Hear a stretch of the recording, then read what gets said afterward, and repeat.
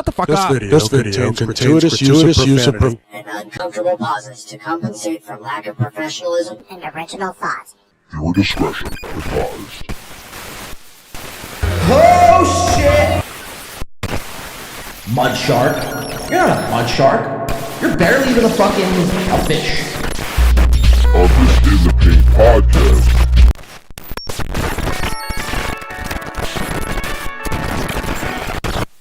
This is fucked up. Win by 2, they're actually a podcast out of Philadelphia. Who knows Win by 2 radio? Where's John Di Caprio? Did he ask about me? Fuck Carl! He's effectively done in this business. On the podcast, catching people like Dr. Mingo. So I'm a dumb guy. I'm hoping John Di Caprio is, but... Take your fucking bra off, Barry! Like, let me guess, does he attack everyone? I'm gonna be yelling at him the whole time tonight.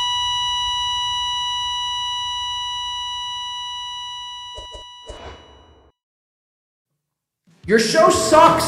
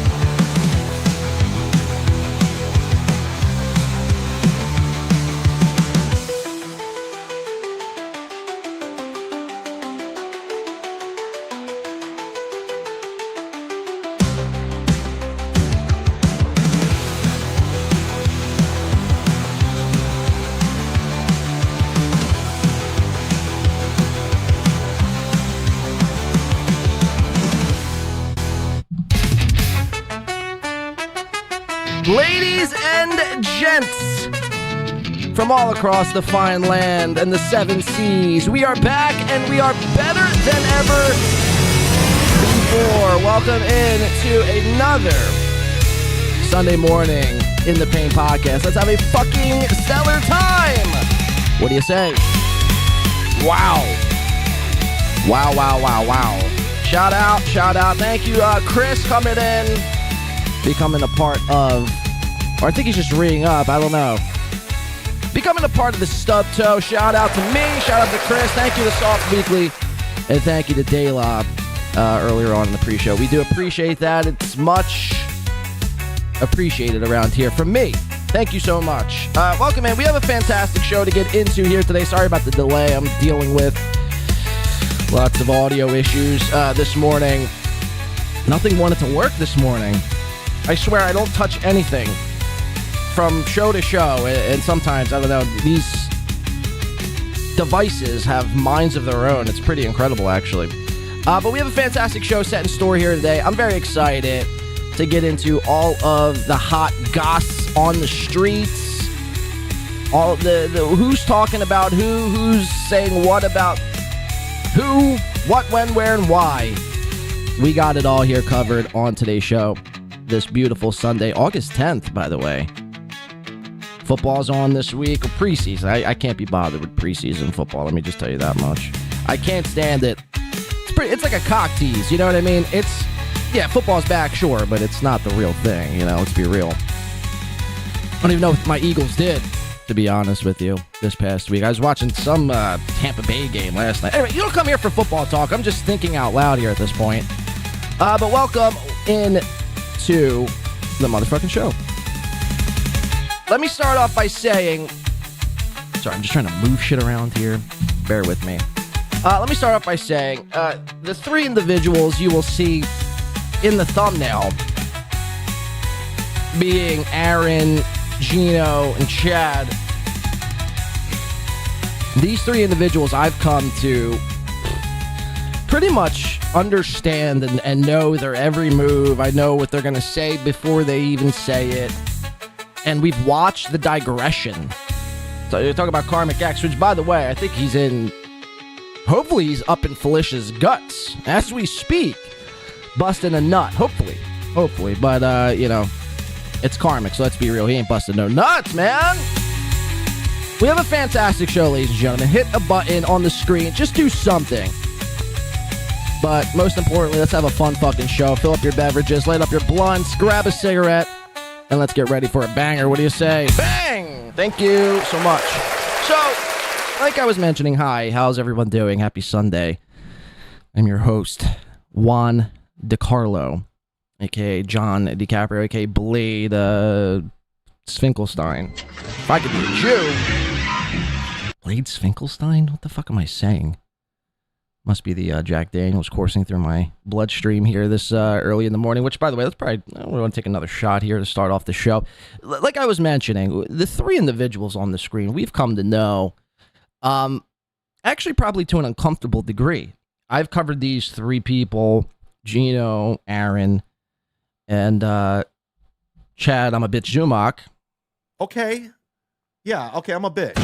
I've covered them to an uncomfortable degree, watching their every moves, watching their every walk and talks, watching their every driving stream, just watching it all, consuming it all. Win by 2 is watching. And a part of me really does think that, well, one, it can't be good. It can't be good for one's psyche and mental clarity to consume all of this nonsense, this bullshit, jargon, whatever you want to call it. It can't be good for one's brain. But this is just the price you pay. This is just the price you pay to do this line of work to which we do. And it's not going to stop. I mean, you know, who cares? We're already into it. Might as well just keep powering through. So, Gino, we're gonna be on Gino today. We're gonna be on Chad. We got Chad to do from Tuesday. The great Chad Wick Zumock, the better of. It's like basically Chad's alter ego, Zumock. He's the better of the Chads, if you will. We got Chad from Tuesday spurging out about me. Of course, he can't get Win by 2 off his brain. He loves to watch the show. Just everyone say hi, Chad, for a sec. He loves this show. I think he was talking about getting the show Win by 2 tattooed on his forehead or something. Someone told me. I don't know. Maybe not. I don't know.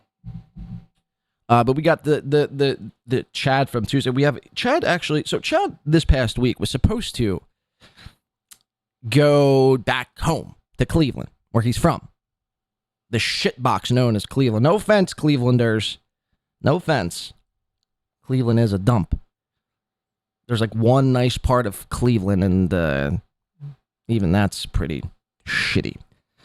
Chad was supposed to go back to Cleveland. He was supposed to cleanse his aura. He was supposed to cleanse his soul. He was supposed to have a nice time, not wearing it. Remember, these are the guys, same guys, Gino, Chad, they're basically one and the same. They say the same things. They act the same way. They do the same things. They hold on to what once was in their non-existent past, their non-existent careers. They hold on to that. Chad being on the radio in the past, Aaron being on the radio selling ads in the past, Gino, well, being near a radio station. They all want to hold on to this notion and this thought that somehow that since they done it, kind of, that somehow they are better than the rest. And I'm just here to tell you that's not the case whatsoever. Especially with these three individuals who I speak of here this morning. They're some of the worst individuals this planet has to offer. Not just this sphere of podcasting, not just this corner of the internet in which some call the Dabbleverse. These are some of the worst human beings this earth has provided us. And thank God for that. Really, thank God for that. Even though it's, like I said, sometimes crazy and cuckoo to watch their every waking moment, I wouldn't change it for the world, because we get to watch these people literally lose their minds every single day, all while claiming they're killing it and they're crushing it and they're the best. The radio's going to come calling. We got a gig in Alaska, and I'm going back to Cleveland for a comedy show that maybe sold 6 tickets. I mean, back to Chad. So he's going, he went back, he's going back to Cleveland. And he was going to do some comedy in Cleveland. Now, this is Chad's hometown, Cleveland, Ohio. And the last you left him, or the last I've listened to Chad, he was describing how he had all these friends and family members and cats and dogs and iguanas and all these people coming out to his comedy show. Sisters, aunts, uncles, cousins, brothers, mothers, fathers. And I think the early report is, I think Chad maybe only sold 6 tickets. 6 to 12 tickets, somewhere in that range. Now, Chad will tell you it's only a flat rate. So fuck the venue. Fuck me, you know. I never claimed I could sell tickets. And it's like, well, why the fuck are we still doing comedy? Like, if I went back to my hometown and I threw a gig with Win by 2. Nice homecoming gig. Haven't been home in quite some time. Blase. And 6 people showed up. First of all, I'd refund everyone their money. And like, guys, I mean, what are we doing here? I mean, this is basically like, we're just in a, you know, we could just talk. I don't need to be on a mic and act like I'm doing comedy. It's an act. You know what I mean? Essentially, you're going through the motions. You're not actually doing comedy at that point.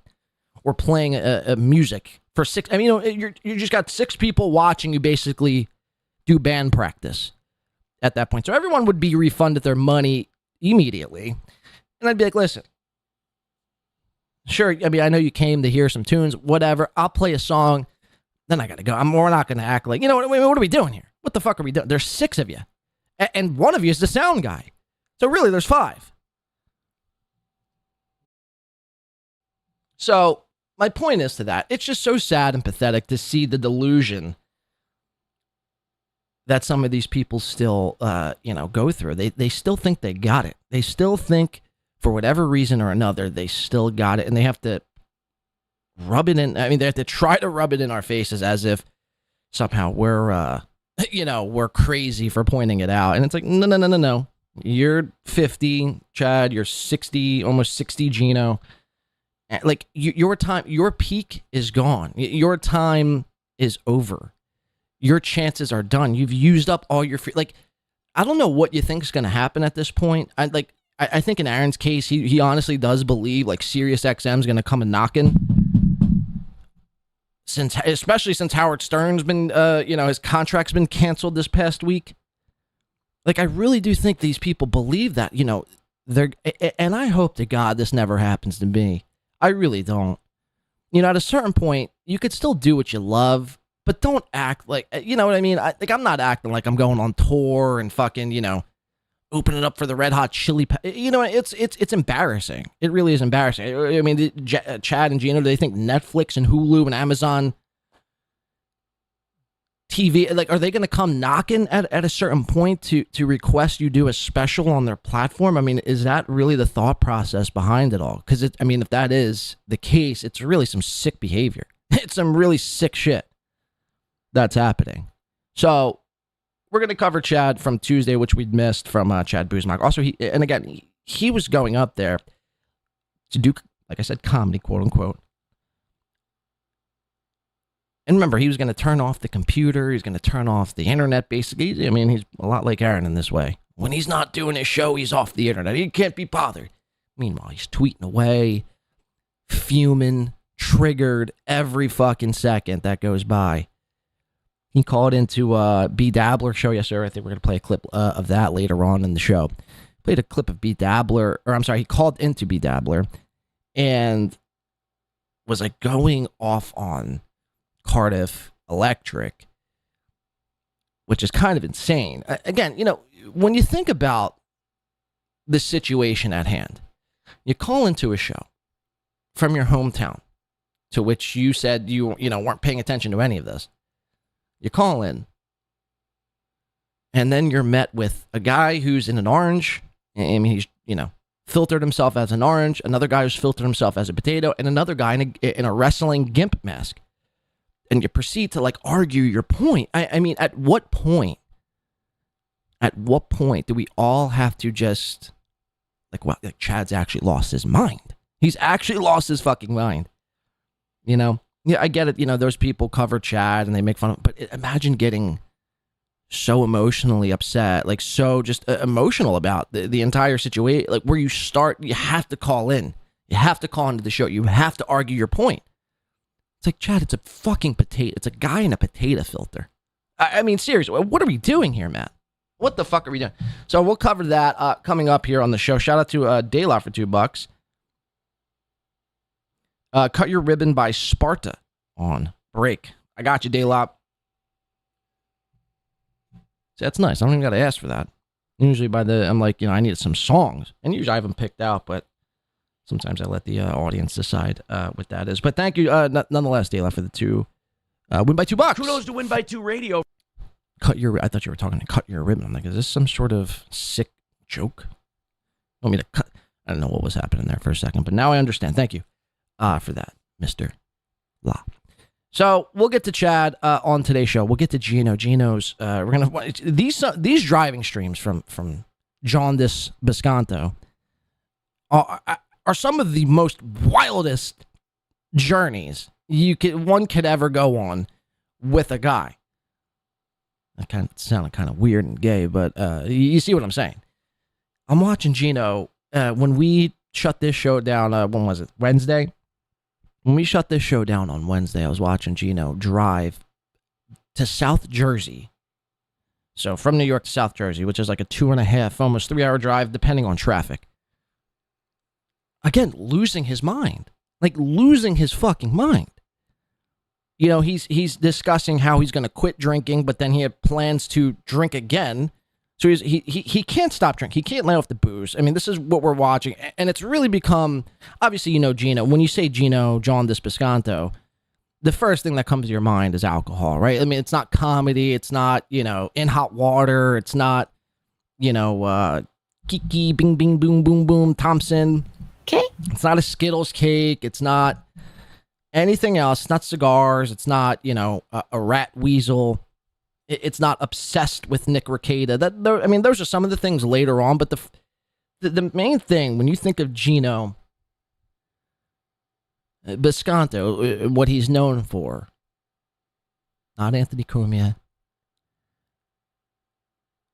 it's alcohol. Like that is what he's known for. It's insane. It really is insane. Like you're the guy who's just known. You're just an alcoholic. Now, again, I want to be clear. You want to get help, that's all fine and good. You want to try to better yourself, that's all fine and good.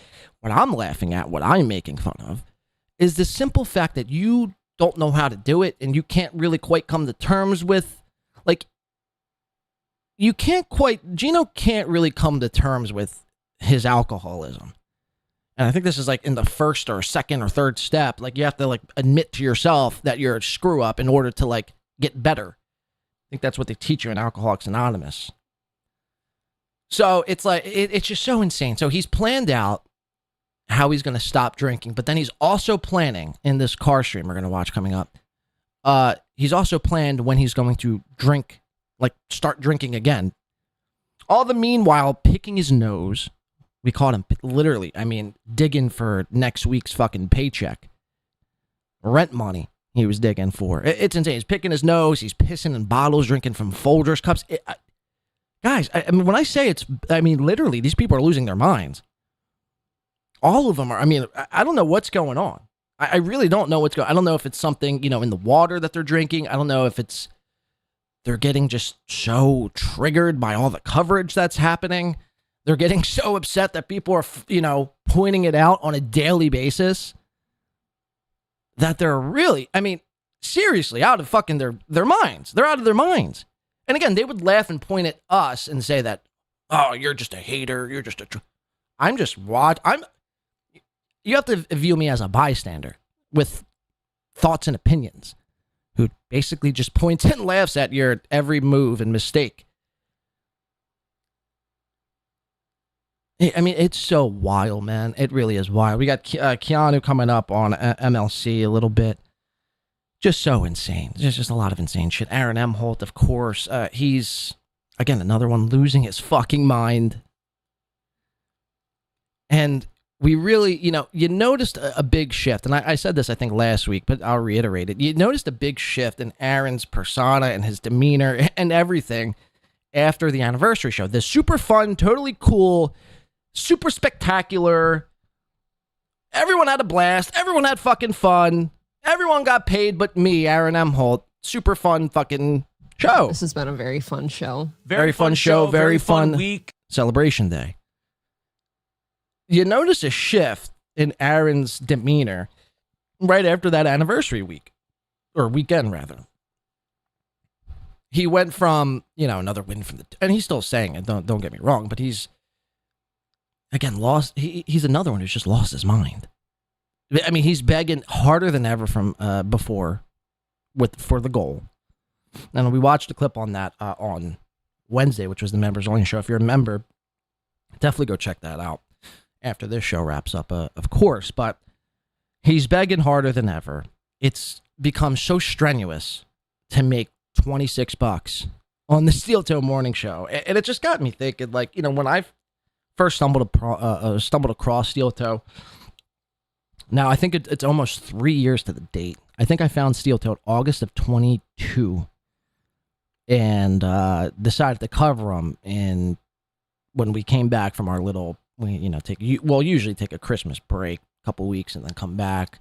Different setup, different look. And basically, that's when we started actually diving into who is and what is a Steel Toe.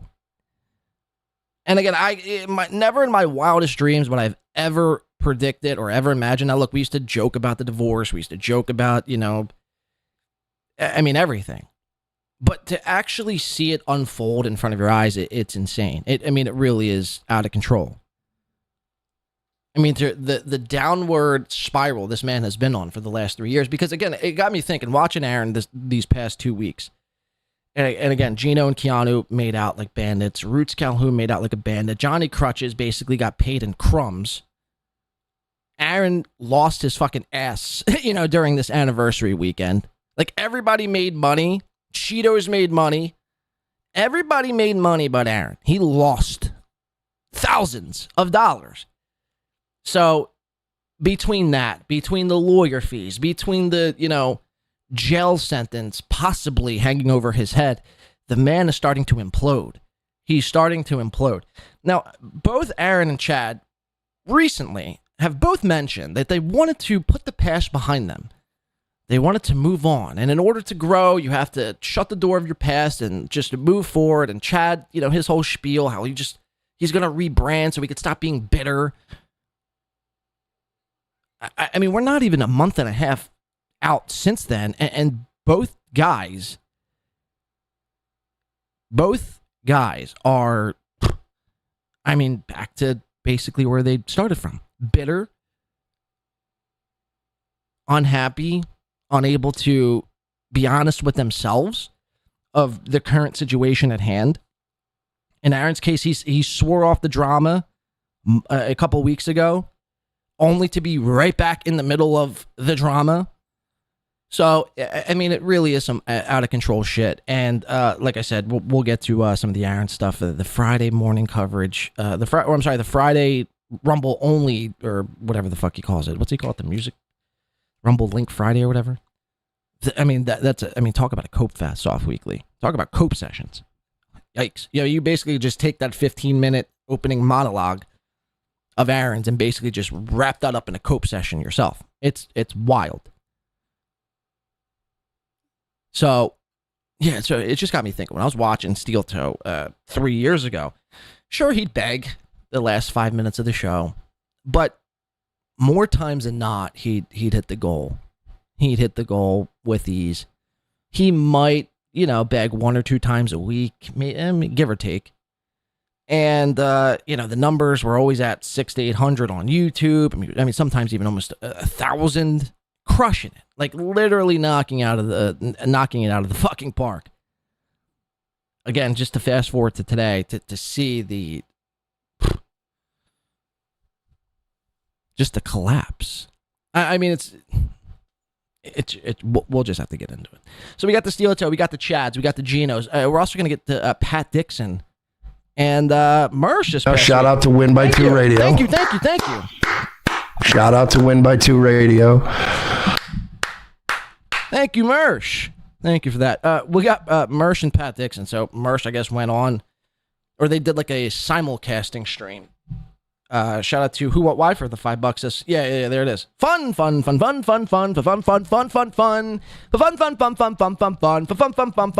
suck the dick? I thought we're having fun. I had kids to take care of this weekend. I was having Everyone's having so much fucking fun recently. It's getting me jealous, to be honest with you. Thank you, Who What Why, for that fun $5. Thank you so much. That was the funnest 5 I've ever got blessed with. You know how much fun I'm going to have with that $5? Who What Why? You have no fucking clue what I'm going to do with that 5. How much fun I'm going to have. No, but seriously, thank you for the 5. Fun 5. Mersh and Pat Dixon, I guess, did some sort of simulcast this past week. I know I'm doing a little extra setup here, but believe me, it's worth it. I like to set things up before we get into what we're going to be talking about, so it's not, no one's really blindsided when we start our coverage. But so they did some sort of simulcast, Dixon and Mersh, and where do I even begin with this? Pat, everything seems to be going good. They're discussing, the Kevin Brennan verse and this verse and that verse and how you got your start and, what's going on Rumble and the super tips. Everything seems all fine and good until right at the tail end of that show. If anyone watched that show, I think it was Wednesday or Thursday. If anyone watched that show, whether it be on Pat Dixon or whether it be on Mersh's Rumble channel, everything seems to be going good. But then all of a sudden, Pat Dixon asks Mersh a question. Hey, I don't want to start really any drama. He was talking about Melton since Mersh and Pat Dixon, they share a common denominator, being their boss is one Patrick Melton. And Pat Dixon goes, I don't mean to be a shit stirrer here, but didn't I hear from a guy who said, didn't you once say that Patrick Melton was somehow a dangerous guy? The most dangerous guy on the internet, I believe is the quote. What Mersh responds with is one of the most insane copes I've ever heard of in my life. Well, I don't even know if you can call it a cope, more or less. It's just, a lie, I guess. I don't know what you would call it. But we'll get into that, of course. And, why Mersh missed Wednesday's show. Why Mersh does a show every night, and he missed this past Wednesday. Now, look, everyone misses a show. Sometimes things come up. Sometimes you don't feel well. Sometimes, you get in a car accident. Sometimes, you get your car repossessed. So, whatever the case is. Sometimes you miss a show. The reason why Mersh misses Wednesday's Nightwave will leave your jaw on the fucking floor, and that's a fucking fact. So let's dive into what we got here this morning. Hopefully everyone is doing fantastic here on this Sunday, August 10th, like myself. Again, the Lord's Day here on this In the Pain podcast. Did he go hard? Would in you the say he went hard in the paint? He went hard in the motherfucking paint. So enough of me chit-chatting here. I feel like I've been doing that way too long. I'm not actually going to talk for the rest of the show. We're just actually going to play clips, and I'm going to type in the chat my thoughts and opinions. So I'm going to turn my mic off now, and thank you so much for listening in, guys. We do appreciate that, but my mic's going to now be on silent, and we're just going to watch clips, and again, I'm going to type throughout this show. So, yeah, hopefully that's cool with everyone. So, thanks for that. Bye-bye. Kidding, of course. All right, so the first little thing I wanted to get into here is we know Joey C. I've been watching this from afar. I don't really know. A lot of other people do Joey C. coverage. They give it way more justice than I do. I kind of just glance over it. I mean, Joey's a fucking... He's basically Tampa Gino. He's basically Tampa Gino Bisconti without the alcoholism. But instead, he adds the Xanax and the Adderall. That's a fucking fact. Joey C is a addicted loser who can't stop ingesting narcotics. By the second, he's sniffing away, folks. He's sniffing the fuck away. So, Joey, I've been watching this from afar, and again, a lot of other shows do Joey C coverage way more justice than I do. Again, I just watch things from afar, but when I do see something that comes across the old desk, I do feel inclined to bring it up because I've been watching Joey C. I mean, a lot of these people I've been watching for so fucking long. Again, it's like, you know, I start to question my own sanity at this point. But I was watching, or I saw a clip, and this is from Nasty Meal over on Twitter, and it's a little snippet from Joey C's. I mean, can you even call it a podcast? I mean, what do you even call it? A Zoom call that's publicly broadcasted? I mean, that's what we have to start calling these things. A lot of these people are doing quote-unquote shows, but, I mean, let's be real, they're not really shows. They're, again, just publicly broadcasted Zoom calls. And he's talking with OG Mumbling Nick. Now, again, there's so many of these OG Mumbling Nicks, and this is not a slight to him. I have no idea who he is. Might be a great person for all I know. Might be a great mumbler. But there's so many of these people. I was watching MLC last night, and Kevin's covering, it's MLC, it was the second part of MLC. Kevin's covering Ashley Cummings on Shmuel Buckman with Brandon Deft and J-Mo, who's the only one of status in that lineup of characters. I mean, it's just like the who's who. And Kevin's like so like invested in all of this.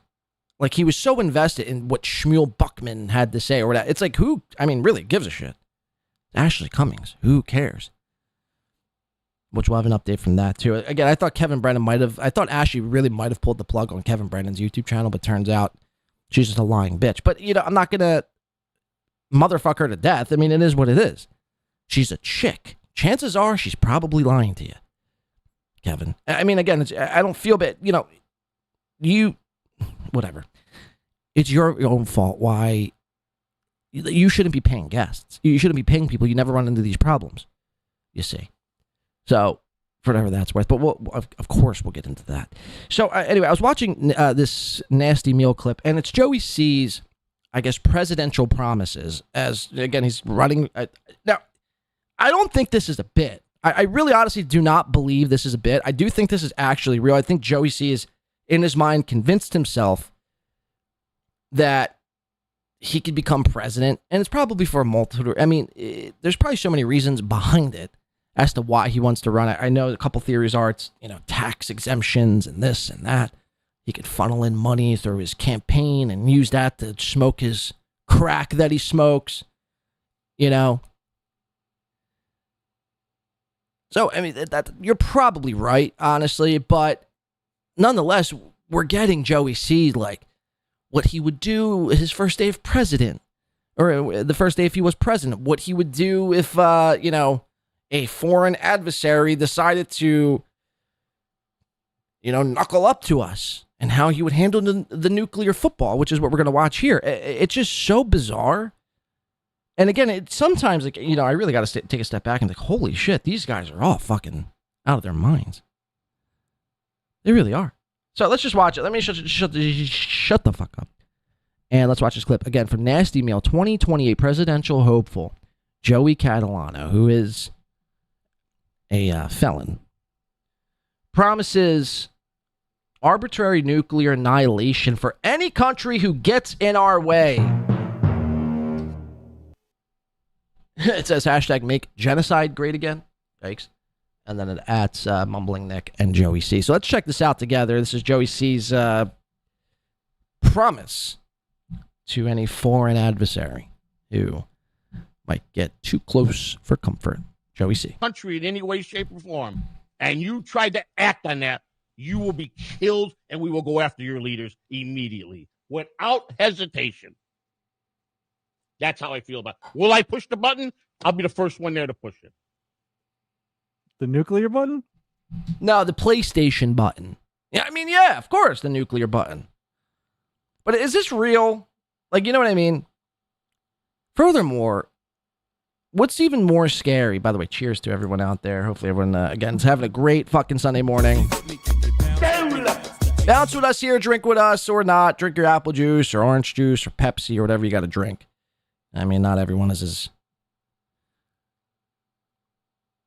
wild to be drinking whiskey at the ass crack of dawn here. Cheers to everyone out there. Happy Sunday.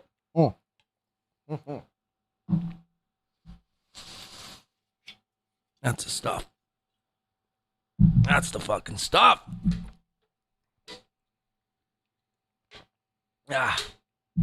Okay. So where was I? Joey. Yeah, it's just, I don't know. I guess in his mind, he's dead serious about this, and he's thought on this situation if, again, he was in the position to use the nuclear football. To me, it just becomes like, look, Joe Biden was our president. Donald Trump is our president currently, twice. Trump. Now, look, I don't want to get political. It's not what I'm doing here. But my point is like, no one ever thought Trump would become president. Now, again, Trump, I'm not comparing Trump to Joey C whatsoever. How disrespectful to Joey C. No, but seriously, my point is no one thought that Trump or even Biden, a lot of people didn't think, would become president. Imagine if Joey C actually became president. How fucked we would all be. Like, this would be the guy. All added up. Trying to avoid, his daughter from stabbing him in the neck with a knife. In the White House. You know what I mean? It would just be so insane. It would be so fucking insane. And again, maybe this is what this country needs, is a guy, a fearless leader like Joey C. Would it be the first podcasting fucking president? How bizarre. But anyway, this is his promises to, again, people who are going to step to us and what you can expect if he's in charge. That's how I feel about it. Will I push the button? I'll be the first one there to push it. The nuclear button? If they threaten us to wipe us out, I will wipe their entire country out. Yes, I will. Before they wipe America out, I will wipe them out. I believe in that very strongly. You got to kill. Oh, gee, the mumbling nation. Never really thought about it that way. Country threatening to wipe out America, but you would wipe them out first? Not a bad concept. I can get behind that, I guess. Your enemies. You cannot let enemies attack you. You cut the head off, the tail dies. Plain and simple. Oh, gee, I mean, what is this? Is this guy's shtick just to kind of sit here underneath this lovely gray setting here? He's got his nice blue Yeti mic with his mask. I mean, really filled with a lot of insight and wisdom he's dropping on us here. Do not let enemies attack you. You cut the head off, the tail dies. Plain and simple. A lot of people might not agree with that. You can make as much peace as you can, but there's some people that hate this country so bad, they want to make us poof into thin air. No, I just found that interesting because we talked about war earlier. You were against war, but I am against war. You're okay with nuclear. Until he's against war, but he's cool with nuclear. If they want to wipe us off this planet, like some of these countries do, then I believe in taking care of that. I believe the first resolution. Okay, so then it kind of cuts off there. So Joey C, again, for president 2028, if a foreign country wants to step up to America and threaten to wipe us out, quote unquote, wipe us off the map, Joey C will not hesitate to use nuclear power. Very bizarre stuff. Hopefully that doesn't come into fruition. Or again, maybe maybe Joey C again is exactly what this country needs, and maybe I'm going about it the wrong way. I mean, at this point, what do we have to lose? So slowly but surely, even though I think Joey's a complete fucking weasel, a complete buffoon, a complete fucking clown, slowly but surely, I think he's starting to win my vote over. I guess it just would depend who he is up against in the primaries. And it would depend, you know what I mean? If he was the Republican nominee, I would assume it would be Republican or independent. I don't know. But if he was that nominee, who he would be going against in the presidential election of 2028. Yeah. And again, I say that kind of tongue-in-cheek. Obviously, I know it's probably not going to happen, more than likely, but I don't know, man. Maybe we need a little shake-up. Maybe we do need Joey C for president. Maybe not. I want to show you another little quick clip here before we get into the crux of what we got going on here today. I want to share. I was just watching. I don't even know how I stumbled upon this. I was on my way to get some coffee yesterday, and I like to have something on, background noise. Doesn't have to mean I like it or I'm even listening to what the fuck is actually happening. But I happen to turn on, where's it at? Right here. This little clip. Nobody cares about him anymore, quote unquote. Howard Stern's future in jeopardy as a Sirius XM contract runs out.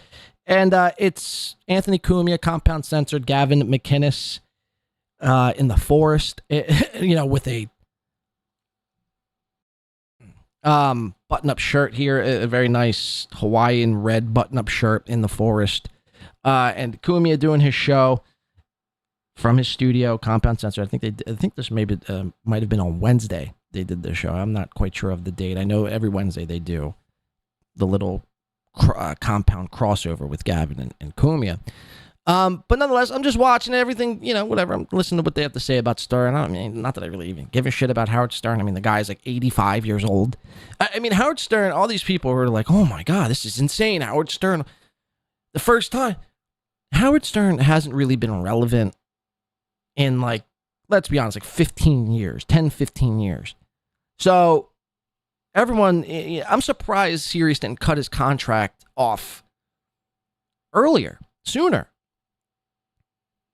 Radio is ask anybody, ask anyone radio is nobody listens to radio. And if they do, I'd say, even if you are one of the far and few between who listen to the radio still, you're not listening to Sirius XM. And that's the only place you could really find Stern. Howard, that is. So Howard Stern, again, it's so ridiculous. Everyone has this, like, they're so shocked by this Sirius cutting off Howard's contract. And it's like, again, guys, Stern, you people have made him relevant by reacting to some of the most insane shit that he's said about, like, COVID and Trump and this and that. But again, Stern really hasn't done anything in 10 or 15 years that's worth noting, And again, he became everything he swore he wasn't, swore he'd never become. He's a corporate shill. He's a corporate sellout. He's a corporate Jew. If I could be a Jew right now, I would be a Jew. And it is what it is, man. He decided to take the money over, He wanted to have he just wanted to make the fucking money, whatever the case is. So Cumia is commenting on it, and Cumia, you're like not too far behind Stern, by the way. Now, granted, you're not on the radio, so you might have a little bit more time. But during this whole clip, Cumia is talking about how Stern's just so out of it and out of touch, and He's so old and no one really finds him funny anymore. And it's like, again, Cumia, you got to look at yourself in the mirror, man. Like, you're in your 60s. You're on Compound Censored, talking about every now and again showing up on Shuli's show, talking about Stuttering John. You know, does anyone really like I mean, I guess there is, though, because if Cumia does do like a gaming stream or show up on YouTube, like, he still pulls numbers somehow, which is kind of insane. But whatever. Nevertheless, I'm listening to this clip, and all of a sudden it cuts to an ad of Cumia and Gavin like mouthpiecing this ad, and I just thought it was the most insane way to shoehorn in an ad I've ever seen in my life. Everything seems all fine and good. Everything's talking. Everything's good. We're shitting on Stern. By the way, remember when Cumia was building this elaborate new setup? I mean, what the fuck is this shit? Just shelves. That was basically his idea. And I think he hired people to do this. Whoever Cumia hired to build this studio for him completely ripped him off. I mean, they installed 2 shelves and like a desk behind him.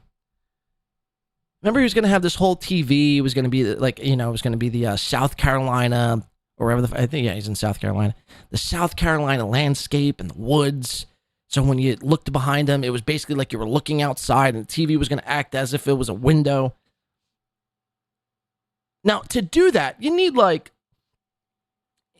if you want to make a TV window wall, you need like at least 2, I'd say even 3, 65 to 85 inch monitors that could flip on its side, flip vertically.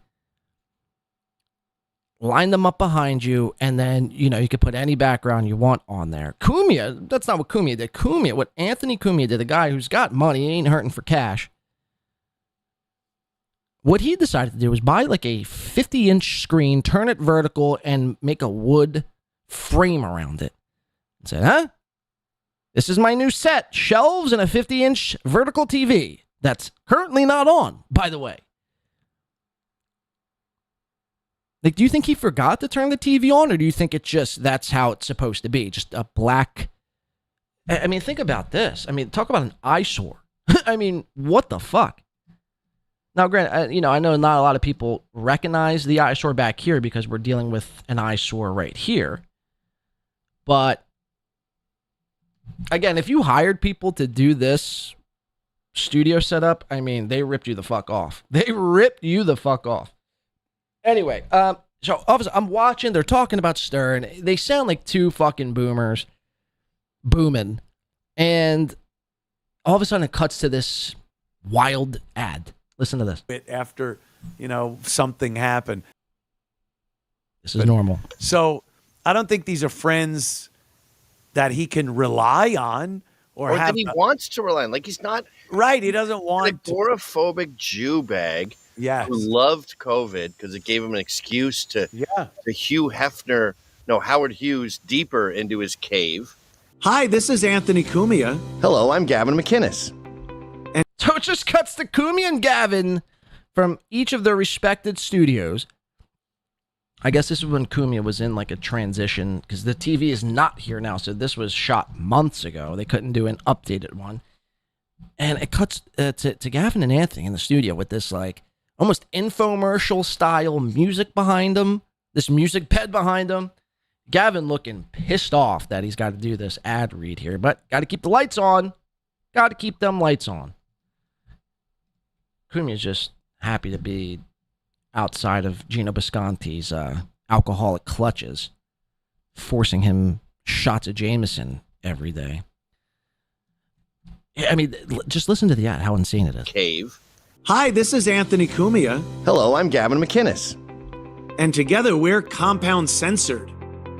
And we would like you to subscribe with this deal using this promo code right below me right now. Do it, because it's very entertaining. And that's the fucking ad! Oh, God, I gotta reset this. Bear with me 1 second. That is the fucking ad. Hi, I'm Anthony Cumia, and I'm Gavin McInnes. We're here, we're 2 fifths of Compound Censored, which is right above us. Use this deal right below you to sign up today, because it's great, or whatever the fuck they said. I mean, this is wild. to just cut in an ad like this. Just to tell you, hey, just do it. Just fucking do it. Just sign the fuck up. I gotta reset something. Bear with me 1 second. Son of a motherfucking bitch.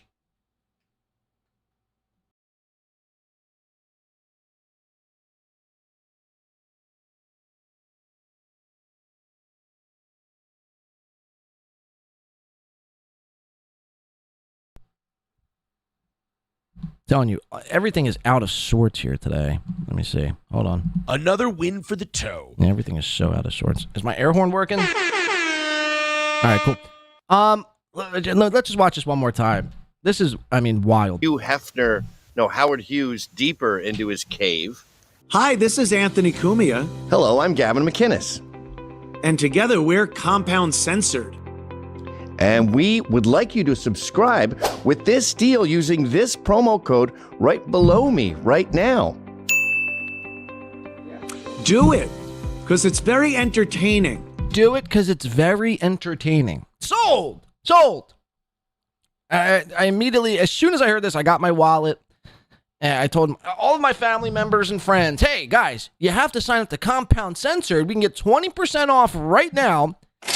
And we have to do it because, well, just because it's entertaining, according to these two gentlemen, these two senior citizens, essentially. I mean, Gavin's gray in the fucking face. Again, Cumia looks like he's on his last legs here, and they want to climb out on Howard Stern, being like an out-of-it boomer. And it's like, guys, look at yourselves in the mirror. I mean, this is what you're doing. This is how you're promoting your fucking shit here. I mean, look, I get it. I mean, what else more can they do? You're probably wondering. Not much. I mean, unless Gavin, like blows something up. I mean, I don't know. I mean, what else could you do? There's not really much you can do. Nobody's really concerned about Compound Censored. I mean, as far as like a growth standpoint, like they're not really doing anything, nor have they in quite some time, to like really attract new listeners. I mean, you basically have your built-in fan base, and that's it. And slowly but surely, those people are going to start, exiting quick. I mean, again, they're to pay however much it is for Compound Censored a month for Cumia and Gavin is kind of insane because, again, there's so many Cumias and Gavins now at the tip of your fucking fingers. At the tip of your fucking fingers, you could find a Cumia or a Gavin on YouTube, on Rumble, for free, and you can listen to them. So, again, these, it's just such a dying business model to paywall your entire shit. And then you do shit like this because you want people to sign up because it's, in your words, entertaining. Oh, I should definitely sign up now. You say it's entertaining? Okay, you have my sign up. With this deal using this promo code right below me right now. Do it. Do it. Because it's very entertaining. And just cuts right back to what they were talking about. I mean, this is wild shit. I mean, seriously, some wild stuff there. I just thought that was fascinating to cut an ad like that. And these are a couple of the alleged industry pros. And they have teams working for them. People.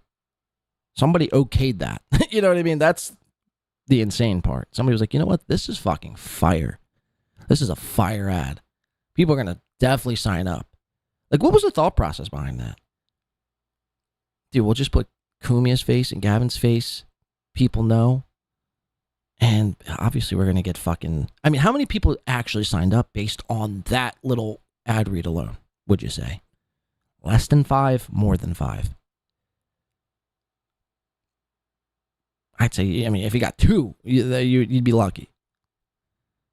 But, I digress, I guess. Let's get into Cumia's old drinking buddy, Gino. Hashtag Gino's a bitch. Thing is, Gino's a bitch. Bisconto here, John this Bisconto here. Again, driving from New York to South Jersey to hang out with, I believe, his brother. They call him Max Loads, a.k.a. Gary Biscayne, which is the YouTube channel Gino streams on, currently on YouTube. while he's ban-evading YouTube. Since he got kicked off of YouTube, his Gino Bisconti account got kicked off of YouTube for basically like medical misinformation, I guess, what you could call it. Gino has now found himself, again, streaming with Gary Biscayne, ban-evading YouTube, essentially. So he's driving, and I'm watching this the other day. Let's just cut to it over on the screen here. I'm watching this the other day. And again, you know, I've been watching a lot of these Gino car streams, and it seems to me they just get more crazy by the fucking stream. By the fucking second, they're getting more insane. Again, we're going to watch Gino in this clip battle his alcohol demons, battle his Jameson demons live on the air. We're also going to watch Gino drinking. Now, we've brought this up before on a Gino drinking, or I'm sorry, on a Gino driving stream. We've brought up and showed you how Gino is too poor to afford a tumbler or like a Yeti cup or just a cup in general, like a red Solo cup, where he's too poor to afford one of those. Instead, what he has to use for a cup to drink beverages out of, and I shit you not, is a Folgers coffee can. A Folgers coffee can is what Gino is using. And this was like a year ago when I'm like, holy shit, this is insane. Look at Gino, he's drinking. I didn't think he actually, like, that was actually his cup. I thought it was maybe that he just didn't have maybe a cup at the time. I was wrong. I was dead wrong. This is what he uses. He drinks out of Folgers coffee cans. And the most insane part about that is he actually has a cup. Like, he actually has a tumbler or like a little coffee mug or whatever you'd call it that he chooses not to use. Instead, he uses the coffee container. And what does he do with the cup? He ashes in the cup with his cigars and pisses in it. We're going to watch Gino again drink from a Folgers can, battle his alcoholic demons, piss while driving, pick his nose. I mean, again, this guy, really. But you want to tell me? You want to point the finger at me and say, I am the problem or a part of the problem. Me. Again, you're so fucking out of your mind.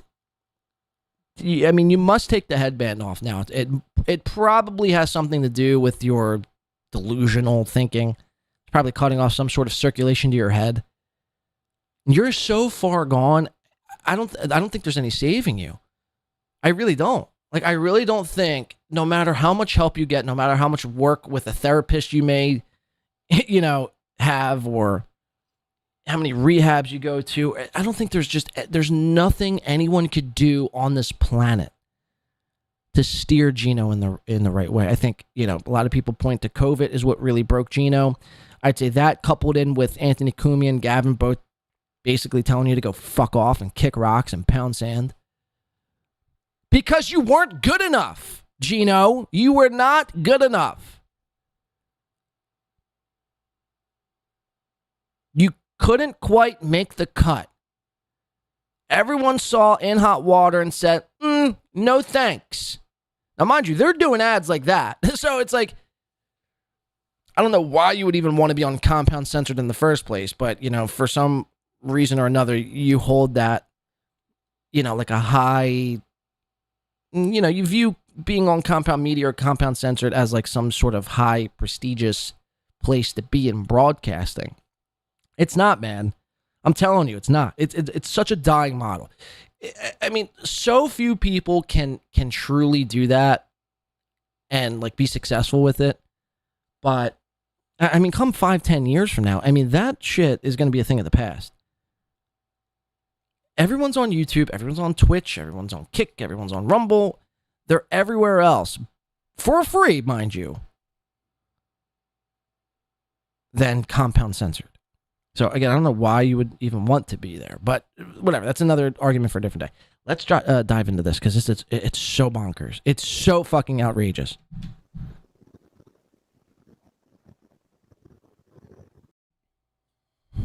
Oh, got it. Hold on, sorry. Let's just go back. Here we go. Sorry about that. Oh, hi.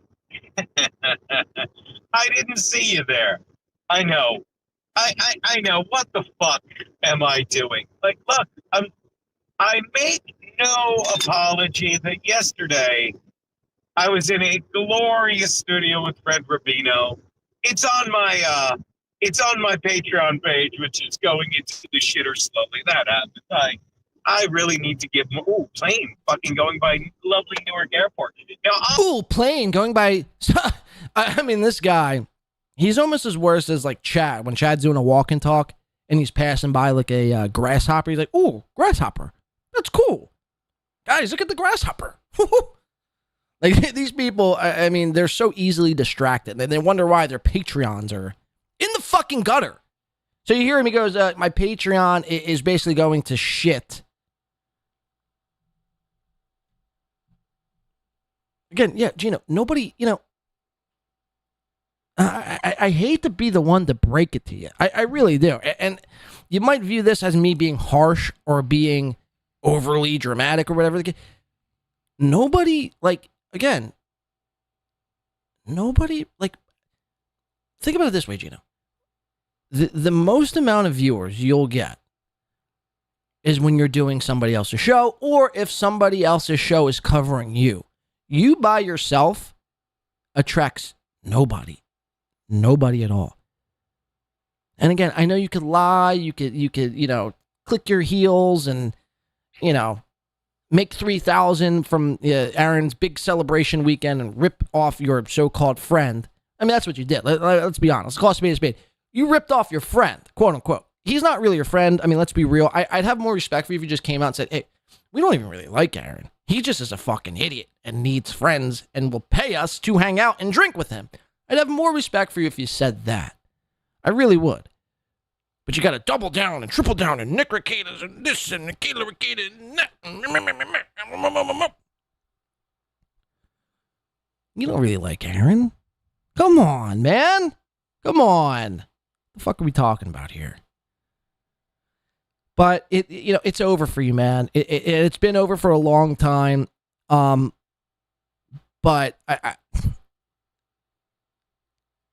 I don't know what the answer is. I really don't. I don't really have an answer for you, because I think you've dug your heels so far into the sand, and you're almost 60 years old. Nobody's, you know what I mean. And I think that is what really pains Gino. Is he's older. He's at the tail end of his life. I mean, if he lasts another 5 years, would be incredible. There's not really any avenue or place for Gino to go. He's cornered himself. Again, known as the drinking guy, known as the COVID guy. Like, those people are cool every now and again, not on an everyday basis. We don't need to hear from the alcoholic COVID guy every day, every fucking day. We're good. We're good. So everyone saw Gino in hot water, Gavin, Cumia, everyone across the spectrum. And said, we're fine. We're good. Even TikTok, even the Chinese over at TikTok with Gino's trash can gig said, yep, we're fine. We're good. We'd rather, we'd rather basically go bankrupt than have to do another ad with Gino, with you. So that should tell you everything, Gino. Again, I don't know what the answer is. Maybe a bagger at Walmart, maybe a greeter at, one of your local supermarkets. I mean, I don't know. I don't know what the answer is. Maybe go try to apply for the fall and winter's coming up. Maybe snow removal could be good. I mean, I don't know. And it's not my job to guide you. I try to steer people in the right direction. I try to give them helpful, insightful advice. But I don't think there's any options for you, man. I really don't. I mean, I guess your best bet would be to hitch your wagon to I mean, maybe that's what you're doing when it comes to Aaron and some of these other people that you claim that you're friendly with. But I think I think you realize this, and I think this is the biggest cause of your drinking, because you want to silence that thought that you're a washed up, has been, never was, nobody. And I think it settles in with you. And I think you do know that somewhere, and again, in your heart of hearts, but I just think you're too egotistical to like ever admit that out loud. But for whatever that's worth, let's get back into it. So your Patreon's fleeting. You get 8 people on YouTube. What else? What else you got for us here? It's on my Patreon page, which is going into the shitter slowly. That happened. I really need to give more. Ooh, plane fucking going by lovely Newark Airport. Ooh, plane. Sorry about the lighting. Lighting kind of blows. Oh, I could do that. Does that help? I think that legitimate. Nah, it doesn't. All right. But I am on my way to lovely Mays Landing, New Jersey. To have a kind of a family get together. I know exactly where that's at, by the way. It's like 15 minutes from me. I've worked in Mays Landing, New Jersey. I left. Kind of weird. What are you doing in my parts of town, Gino? Next time you come across the Mays Landing, New Jersey, you must call me. And I got to give you the okay for you to step foot in my fucking stomping ground. If I don't give you the okay, you're not allowed in my city or town. Got it? I'm being serious. The next time you're in the South Jersey, if you don't call me, there will be some serious problems. Serious fucking serious real world problems if you don't call me and I don't give you the okay. I got to sign it off. You can't just be traveling around what the fuck? Who do you think you are? The president? You must get an okay to travel around South Jersey. And if I don't give you the okay, well, then you can't show up unannounced. Shay, Geno, 650. Left her back at home base. They're fighting. They're fighting over the couch, I'm sure, right now. No big deal. Shout out if you're here. Yeah, I probably should have just done nothing. But again, to quote Homer Simpson, the least I could do is nothing. But this is close. And and I don't mean to bash our boy Chad, but like I saw Chad try to do a driving stream once. Not good. I don't want to jinx myself. And you can tell the guy just doesn't drive to gigs. Whoa! Whoa! Chad doesn't drive to gigs. That's a fucking fact. Wow. Actually, this is. I guess I missed this because I was all over the place trying to watch this the other day. I probably missed it. Sorry, I'm trying to fix something. He goes, I saw Chad, I don't mean to throw any shade toward Chad, but I saw our boy Chad try to do a driving stream once, and we could tell Chad doesn't drive to his own gigs. Shots fired. Shots fucking fired. Actually, again, broken clocks, right? Twice a day. You throw enough shit at the wall, eventually something will stick. So, Gino's, I mean, this is the first time I've ever really laughed at Gino when he's shitting on Chad. I don't mean to bash our boy Chad, but like I saw Chad try to do a driving stream once. Not good. I don't want to jinx myself. And you can tell the guy just doesn't drive to gigs. He was like, you don't even drive to gigs, bro. Do you even drive to gigs, bro? He looked all discombobulated. I gotta put. Yeah, you remember we covered that on the show, Chad. I think we covered that live, where Chad was like leaving a Wawa and couldn't simultaneously read the chat and drive, which you shouldn't be doing anyway. He said, "Oh, how do I can't see the chat. I can't drive and watch the chat at the same time. Turns out I can't multitask."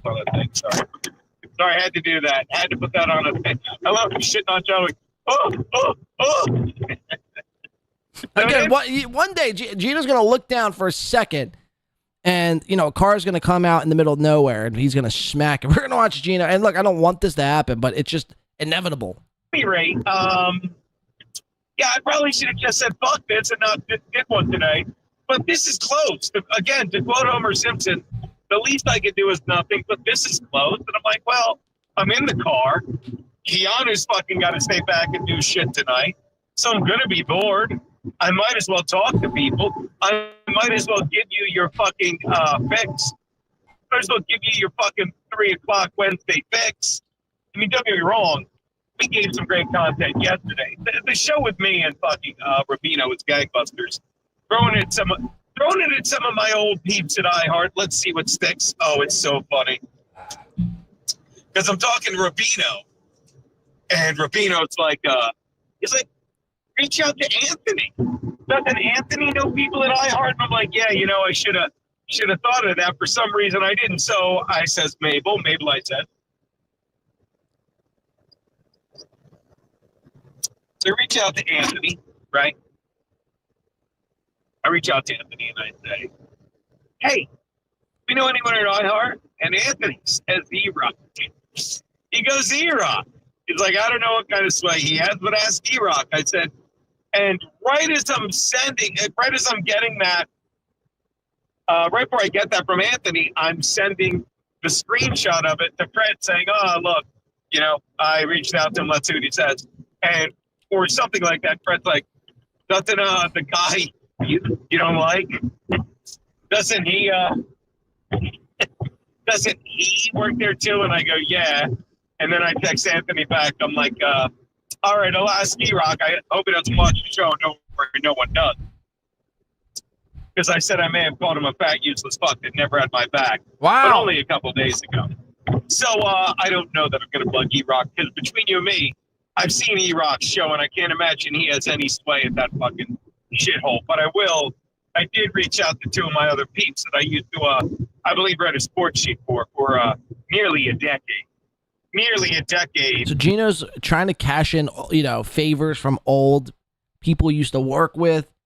And again, it's so hard to follow this fucking old demented freak. This old booze-ridden, alcohol fucking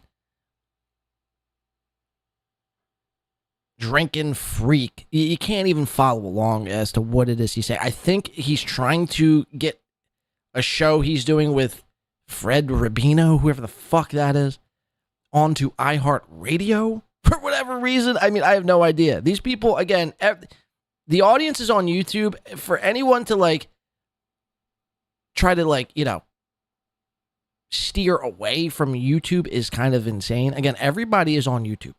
YouTube comes pre-installed with every phone and basically every device. Every device that's ever created past like the year 2016, you get like 3 apps basically already pre-installed. Facebook, YouTube, and, you know, depending on what server or what, you know, phone carrier or what device you have, Spotify. The point is, everybody is on YouTube. So again, to be trying to venture off to iHeartRadio, I mean, does anyone even listen to iHeartRadio anymore? I mean, let's be real. Is anyone going for I mean, maybe there's like 17 people in the world that are like consuming their content via iHeartRadio.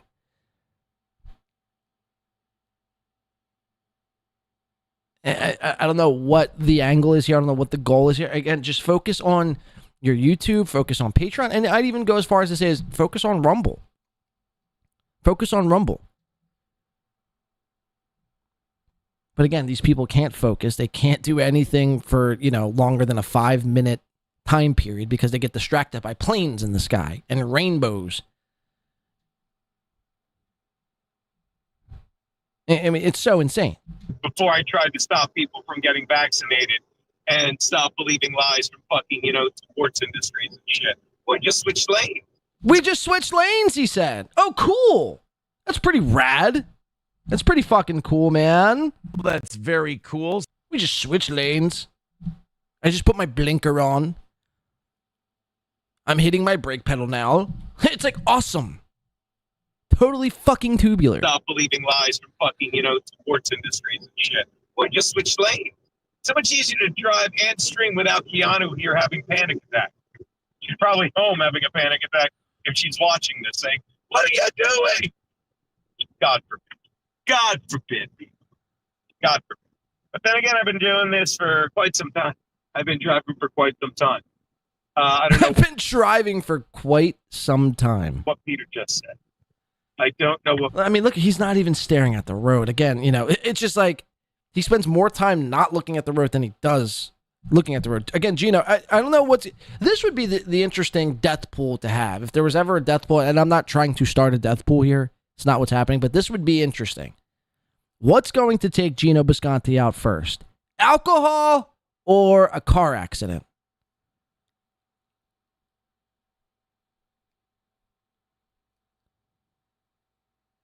I mean, this is wild, man. Look at the fucking road. Driving for quite some time. I don't know what Peter just said. I don't know what.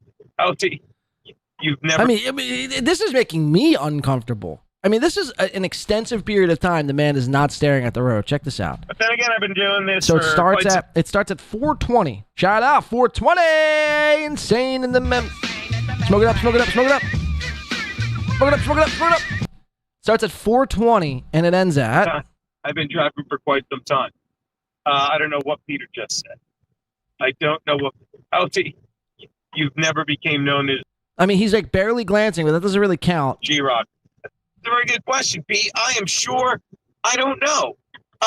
There was a time where I was called G-Money. I'll tell you that. I mean, we'll say. I mean, almost 20 seconds, like not staring at the road. And mind you, he's on the turnpike, which I think the speed limit there is like 70. So he's going 70 miles an hour and not staring at the road. Pete. There was a time in my life where I was indeed called G-Money. I think on again, living in the past. There was a time in my life where I was called G-Money. There was a time in my life where people liked me and viewed me as an equal and a peer rather than an imbecile and a drunk. There was a time in my life people respected my opinion. Living in the past. Again, look, there's nothing. You could revisit your glory days every now and again, but to constantly live in the past, how can you ever grow in the future if you're stuck in the past? And again, Chad, Gino, and Aaron, they can't quite grasp that concept. They're stuck in the past forever. For whatever reason, they just can't move on. They cannot move on. Look, I've done a lot of cool shit and wild things in my past. I'm not like, there was one time back in 2013, and that's like my whole shtick, It's done. 2013, 2015, G-Money, the G-Money, Geno era, it's over, dog. It's done for you. Move on. I am still called G-Money. 31 people in here. That's not bad. Nobody calls you G-Money. There was a time when I was... What? There was a time when I was called G-Money. Not going to lie to you. I'm not going to lie to you. No lie. Gee, thanks. I thought you were lying to us. By the way, do we freeze? Does it freeze if I switch the screen, people? Does it? Does it freeze if I switch the screen? I'm not sure if it does. I'm not sure if it does. Did it just freeze? I can't see these fucking... I should just stream like this and stop kidding myself. At least this way I can see the fucking comments. At least this way I can see the comments. So it does... Oh, it freezes. All right, so there's no point. All right, there's no point. I mean, I was seeing if anyone super chatted, but what the fuck? Who gives a fuck? Who gives a fuck? This isn't going to be long. Let's just chat. Tell you what, if there's super chats later, I'll see them. I'll see them. And if there aren't, who gives a fuck? If you super chat me some gas money, I'll miss it, but I'll appreciate it later. If you don't, wouldn't be the end of the world. I just want to fucking be here for a little bit with you guys. Look, you guys are doing me as much of a favor as hopefully you feel I'm doing you as I stream today. Plus, I just want it for the library. Obviously, it'll be free on the Patreon. I just want it for the library? Patreon is... It's dwindling, you just said. I put the Tuesday shit up free every day. But I got to tell you, like, as I said, the summer, I make no... Oh, that's good. That's the addiction. I make no apology for the wonky summer schedule. Summer is not made to be fucking inside. I think we all know that. I mean, I think we all. So tonight, going down to lovely South Jersey to hang with some fam. Maybe have a glass of wine. Haven't really been drinking lately. Because what I would like to do, and a little later we'll talk about Stern. We got to discuss Stern. Have to talk about Stern. Everyone who's anyone is talking about Stern.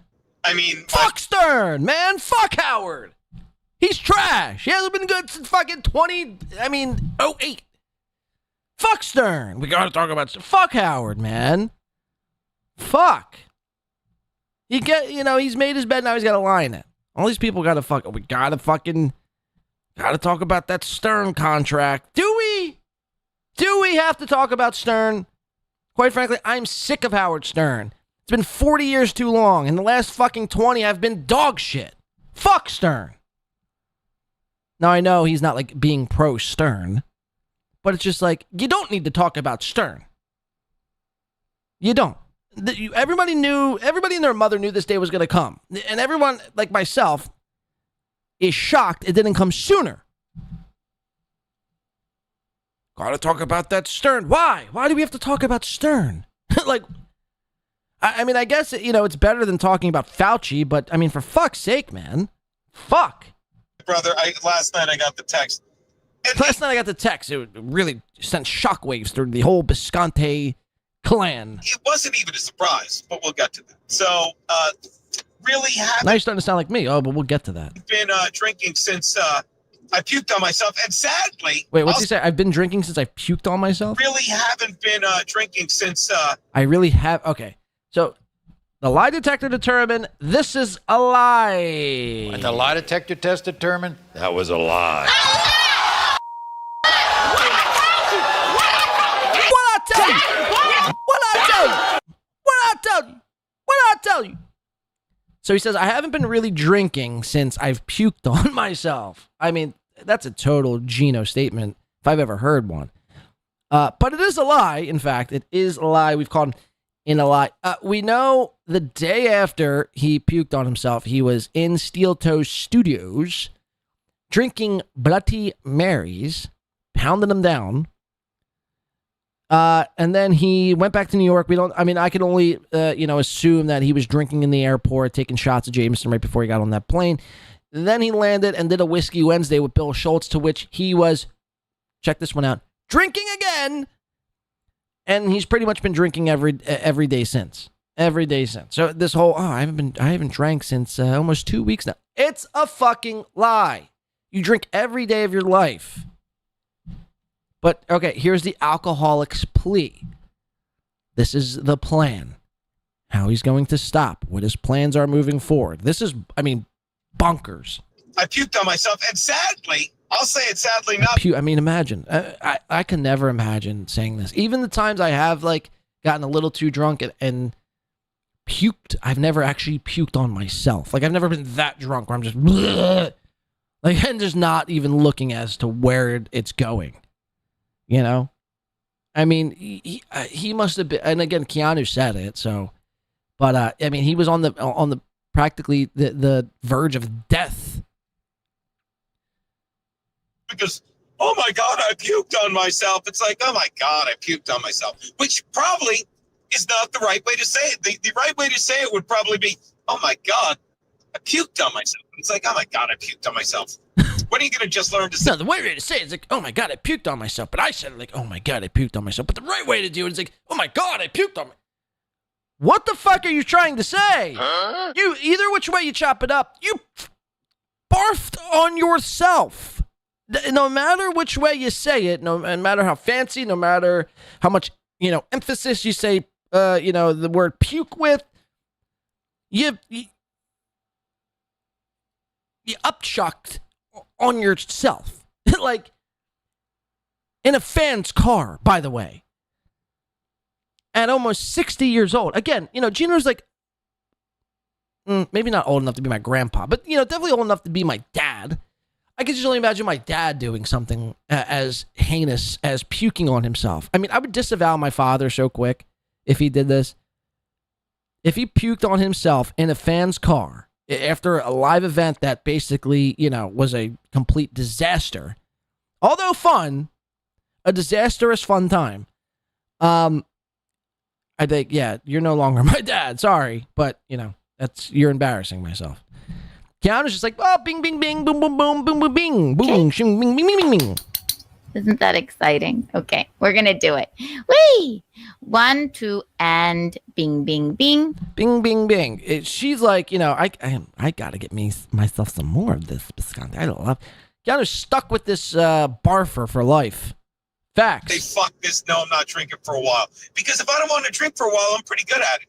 But I just really haven't had the motivation to not drink for a while. Listen, if I don't want to drink for a while, I'm pretty good at it. But I just haven't had the motivation to stop drinking. Because I feel like, well, not working. I'm not working. I mean, don't get me wrong, I've never been working. I've never been working. Don't get me wrong. So I've never really had any motivation to quit. Unless I'm working, but see, the problem is I never work or have worked. So therefore, I just keep drinking. You see this vicious cycle you're like in? And again, you can't see it when you're on the inside of it, but like, I mean, again, as an outsider viewing this, this is insanity. This is complete and utter insanity. And you're trying to like almost convince yourself like you're not that far gone. And in reality, like your skin would say otherwise, your yellow pigment would say otherwise. Not working. I mean, don't get me wrong, I've never been working. But it's like, I'm just relaxed. I'm just relaxed. But it's like, all right. So I just need something to take, something to catch when I want to take a break from drinking. So what I'm going to do is, burp. Ooh, by the way, Chad was a shock jock. I brought some sticks for me, you, and Jeff B.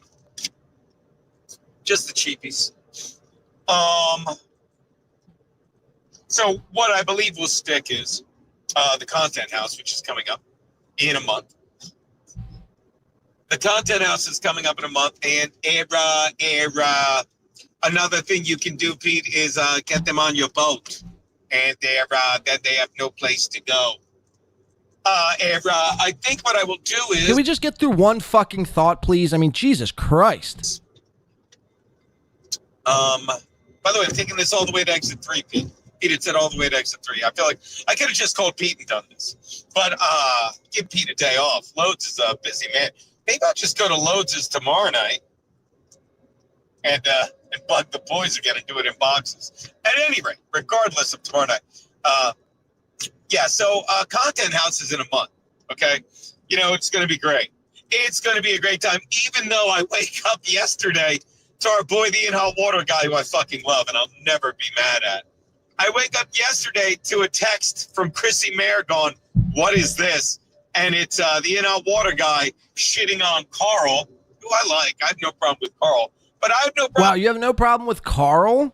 The guy who sat idly by, the stupid fucking loser, pathetic fucking bitch. Pathetic fucking loser. Stupid fucking bitch. Stupid fucking bitch. Pathetic fucking loser, stupid fucking bitch.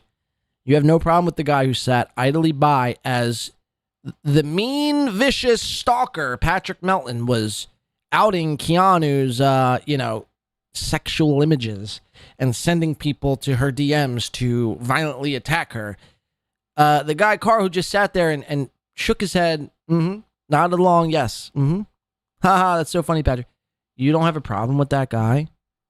Wow, what a bitch. What a bitch. What a fucking beta-ass bitch. You don't, I mean, look, I'm not saying you gotta go fight him, but I definitely have some choice words. If I'm going to call somebody a friend, and you got a guy like Melton saying and doing some of the heinous shit that he was saying and doing to your wife, and your so-called friend just sat there fucking shaking his head like a fucking bobblehead, I'm like, yo, Clubfoot, the fuck was that about? Not Gino, though. Not Gino. He's too bitch-made. He likes Carl too much.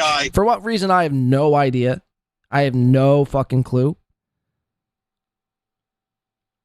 But nevertheless. Shitting on Carl, who I like. I have no problem with Carl. But I have no problem with these people because I've been able to, as we learned during Operation Paperclip and Oppenheimer, to compartmentalize. And that's what I do. I compartmentalize. Is that what you're doing? What my friend Carl is doing is dabbling. So when he shits on people, and I'm probably too nice. I've always been accused of being too nice. When he shits on people in the dabble version, like, well, I'm just trying to make money, and that's fine. As long as I can have a cup. And by the way, that's probably when I will drink again at the content house, probably with Carl. So he's already he's already trying to say he quit drinking and will stop drinking until the content house, but is already planning his next fucking drink. Win by 2 is watching. So again, this is the alcoholic's plea. The first thing is trying to convince everyone around them that they're actually not, they're dry right now, that they're sober, they're clean. They haven't took a sip since the infamous puking on themselves in a fan's car, which again, we could fact check that and know, again, the lie detector determined that that was a lie, and he has been drinking every day since practically. But he wants to convince everyone around him that he's been sober. That's the lie number 1. Lie number 2 is, I'm not going to have a drink all the way up until Content House, which is in like 3 weeks. And then the reservation. When I see Carl, that will be my next drink. Again, man, you know, let's just call it what it is. Let's just call it what it is. You can't lay off the sauce. You can't lay off the sauce. You need some sort of medical intervention. And the people that continue to enable you in your life, Keanu, Micheline, Fred Rubino, Max Loads, I mean, for all intents and purposes, they have shovels in their hands. I mean, they're digging a grave, an early grave for Gino. Keanu doesn't love you. She doesn't care about you. If she did, she'd step in and say, hun, babe, you gotta stop. I need you around in 20 years. But instead, she eggs this behavior along because she hates Gino. Deep down inside, at her core, actually physically hates Gino. She hates him. She can't stand the sound of his voice. But she tolerates him because she has no one else. And she can't find anybody else.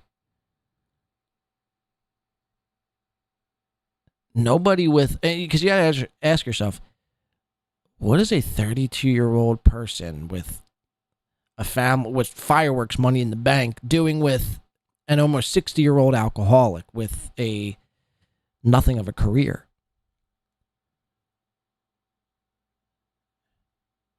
And then the answer starts to make more sense. Well, Keanu is just as crazy and insane as Gino is. She's just as delusional and out of it as Gino is. So they basically enable each other. Because any real person with a real thought, like, hey, you probably need to do something else. Sam's Club, I heard's hiring. Home Depot, cashier. Heard it's a good time, good place to work this time of year. But these people, they enable each other to continue not only living in this fantasy that they're comedians, not only living in this fantasy that somehow they have a amazing podcast career. By the way, whatever happened to Micheline and Keanu's podcasting deal with, wasn't it with iHeartRadio? Whatever happened to that? Like, whatever happened to that?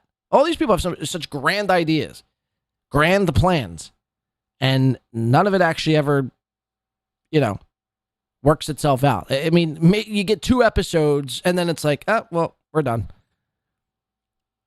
Because again, you guys are living in fantasy. You guys are living in delusion. And I don't know how many times I have to say this, but it's like, it is what it is, man. It is what the fuck it is. Don't hate the player, hate the game. So they just continue to enable each other and they continue to lie to one another. So if they're doing that, if they're lying to one another about their careers and about how well they're doing in their comedy careers, what else are they lying to themselves about and to one another? And again, I'd go as far as to say they don't even actually fucking love each other. They're actually fucking repulsed by one another. Now, maybe one time or another that they actually did have some sort of feelings towards one another. Maybe the sex was great. Maybe they were both able to fucking come, unlike Carmix and Felicia. Maybe it was, fiery and passionate and, it was just great back in the day. But, time moves on and It just ain't great anymore, man. It just ain't great anymore. And now you're stuck. And instead of owning up to the situation and manning up and be like, you know what? We have to go our separate ways. What you're choosing to do, Keanu, is enable Gino to drink himself into oblivion and practically into his grave, his early grave, because you don't have the balls or you don't have the balls or the fucking heart to say, hey, we can't last. We can't last. We can't go on like this. I don't actually love you anymore. So you lie to yourselves. You lie to yourselves. Over and over and over again. It's some sick shit. When you really get to the root cause as to what it is. Now, look, I'm no psychiatrist. I'm no therapist. I am just trying to see the writing on the wall. And when you really get down to the root cause as to what it is that's happening here, it's some really sick shit. Keanu would rather see Gino, drink himself into a grave than just be like, you know what? Let's just go our separate ways. Because she's too scared. Anyway, back into this fucking nonsense. So Gino's planning out his next drink. He's planning out his next drink. He wants to quit. Well, he's claimed that he's quit. He hasn't had a drop of alcohol since the barfening during Aaron's celebration weekend. He hasn't had a sip. Again, we know that's a lie. So we've watched him drink, on his show. Again, this is the delusions of an alcoholic. And now he's trying to convince himself that he's going to stop until Content House, and then he'll resume drinking. It's nuts. It's fucking nuts. It's hard to follow because it's so bizarre. But anyway, so I wake up yesterday, speaking of Content House, to a text from Chrissy Merrick going like, what is this? And I don't care. I read it, and the water guy's just like, hey, Carl, you fucking club-footed sellout. And this is my problem. I don't even think Carl's going to be upset when he reads it. I think Carl knows, I think hate the player, don't hate the game. And I think Carl knows, like, when you're in the Dabbleverse calling people whores and assholes, you're going to get whored and asshole yourself. So it didn't bother me at all. Chrissy's like, are you trying, or not me? I think she knows it's not me. She's like, trying to get people to fight at the Content House? Like, no one's fighting at the Content House. I said, and then me and Carl were laughing at it while it was going on. But that's it. That is the goal. Or to quote Carbon Leaf, this is the goal. This is the goal to get into your soul. The night you came into my life, you shook the bones of me, shook the bones of me, blew away my storm and stripe, then shook the bones of me, shook the bones of me. Okay, so then he gets off into more Dabbleverse talk. Let's go to just, I think, like 16 minutes in. Let's watch from here, because this is where things get actually fucking out of control. Roadwork ad. Oh, hold on. You know what it's time for, people? It's time for this portion of the show brought to you by White Trash Iced Tea.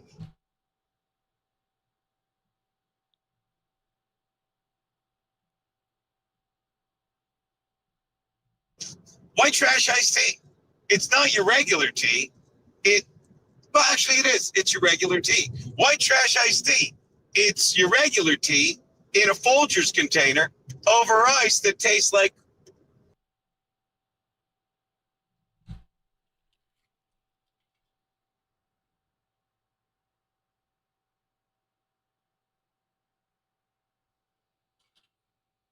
The man is drinking out of a Folgers container. A dirty Folgers container. You put iced tea with ice in a Folgers container. Now, again,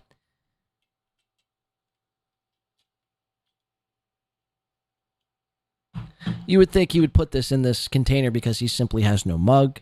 He's simply too poor to buy a tumbler. He's simply too poor to buy a Yeti insulated mug.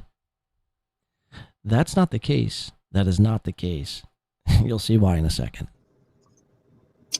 Caffeine-y goodness. Send it right to your liver and beg it to regenerate. Just drink that green and black tea with lemon and beg. Beg, beg, beg, beg, beg. Shake, shake, shake. Beg, beg, beg your liver to regenerate. Yeah, I'm steering with my leg right now. Can't do that with the wife in the car. Wife gets nervous. Ooh, I want to live to see 33. What a bitch.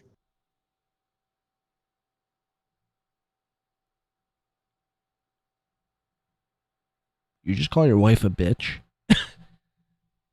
You just call your wife a bitch? Which, by the way, is warranted, but... Listen to this shit. Yeah, I'm steering with my leg right now. Can't do that with the wife in the car. Wife gets nervous. Ooh, I gotta get this shot. 1 second. Steer with my leg right now. Can't do that with the wife in the car. Wife gets nervous. Ooh.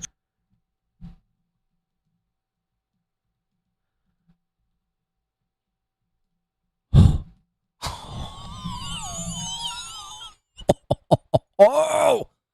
Whoa! My man's got a fucking, what would you even call this?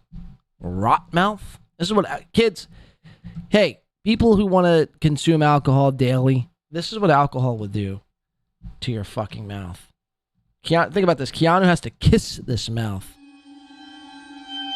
This silver-plated, toothless mouth. I never knew Gino was toothless in the back. Got some silver up there. Look at that. Look at that. Old Rotmouth. They call me Old Gino Rotmouth. Holy shit. That's incredible. That is actually incredible.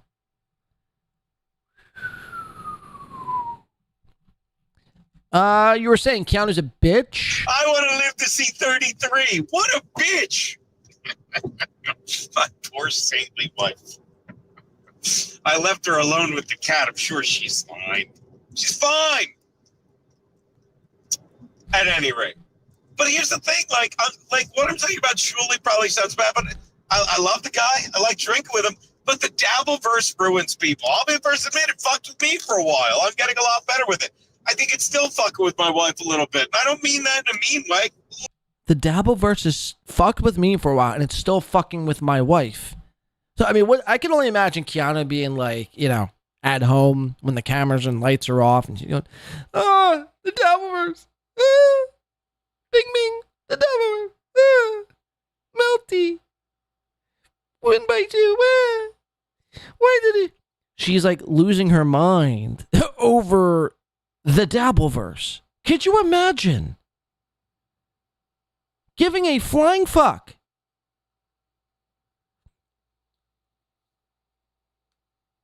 So, again, Keanu, I know she, like, wants to play it off as if she takes everything in stride. She doesn't. Confirmed by her own toothless, silver-mouthed, rot-faced husband. The Dabbleverse is ruining her, essentially. Shout out to internet person 9121 says, has anyone figured out why Gino has genuine rage toward Kayla Ricada, who he has never met, who doesn't even go on the internet? Seems misplaced. Well, internet person, your guess is as good as mine, to be honest with you. None of it makes any sense.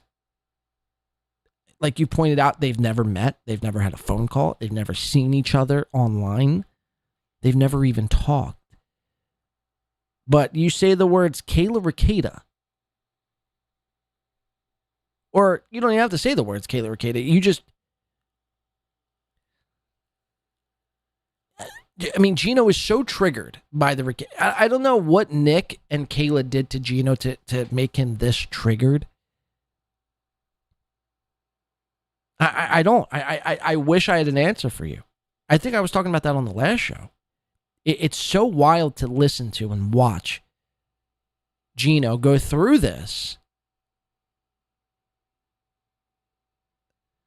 Because, again, you would think Kayla and Gino, like, robbed him or, like, shot one of his family members or did something, like, heinous to the Bisconti family. You would think the Ricadas, like, did something heinous to the Biscontis. Turns out They've never even communicated. Not once. Yet Gino is so fixated. And again, I think maybe a part of it, he's trying to be shocking when he says, oh, Kayla Ricada is a whore and a whore. Like, I think he's trying to be a little shocking, but at the same time, I do think he's so, like, vested into this, like, anti-Ricada stance where he has to, like, part of him actually believes it now. Like, it started off as a goof and, like, a shock jock, but now, like, a part of him believes it. So, no, we haven't actually got any answers or clarity as to why Gino is so triggered by the Ricadas, though, but thank you for the 5. Gino lets something slip here, and he's letting us know that not only himself, but his wife is struggling mentally due to the dabble verse. Listen to that. Getting a lot better with it. I think dabble verse ruins. It probably sounds bad, but I love the guy. I like drinking with him. But the dabble verse ruins people. I'll be the first to admit it fucked with me for a while. I'm getting a lot better with it. It still fucks with you. I think it's still fucking with my wife a little bit. And I don't mean that in a mean way. Love her, but but I always say to her, I'm like, they're just dabbling. And Shuli Madoff says, I thought Win by 2 was born after 9/11 for $2.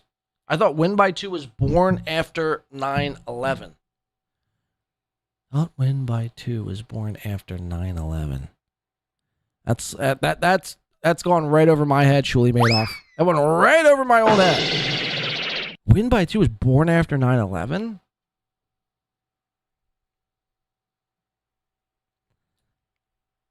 Sure.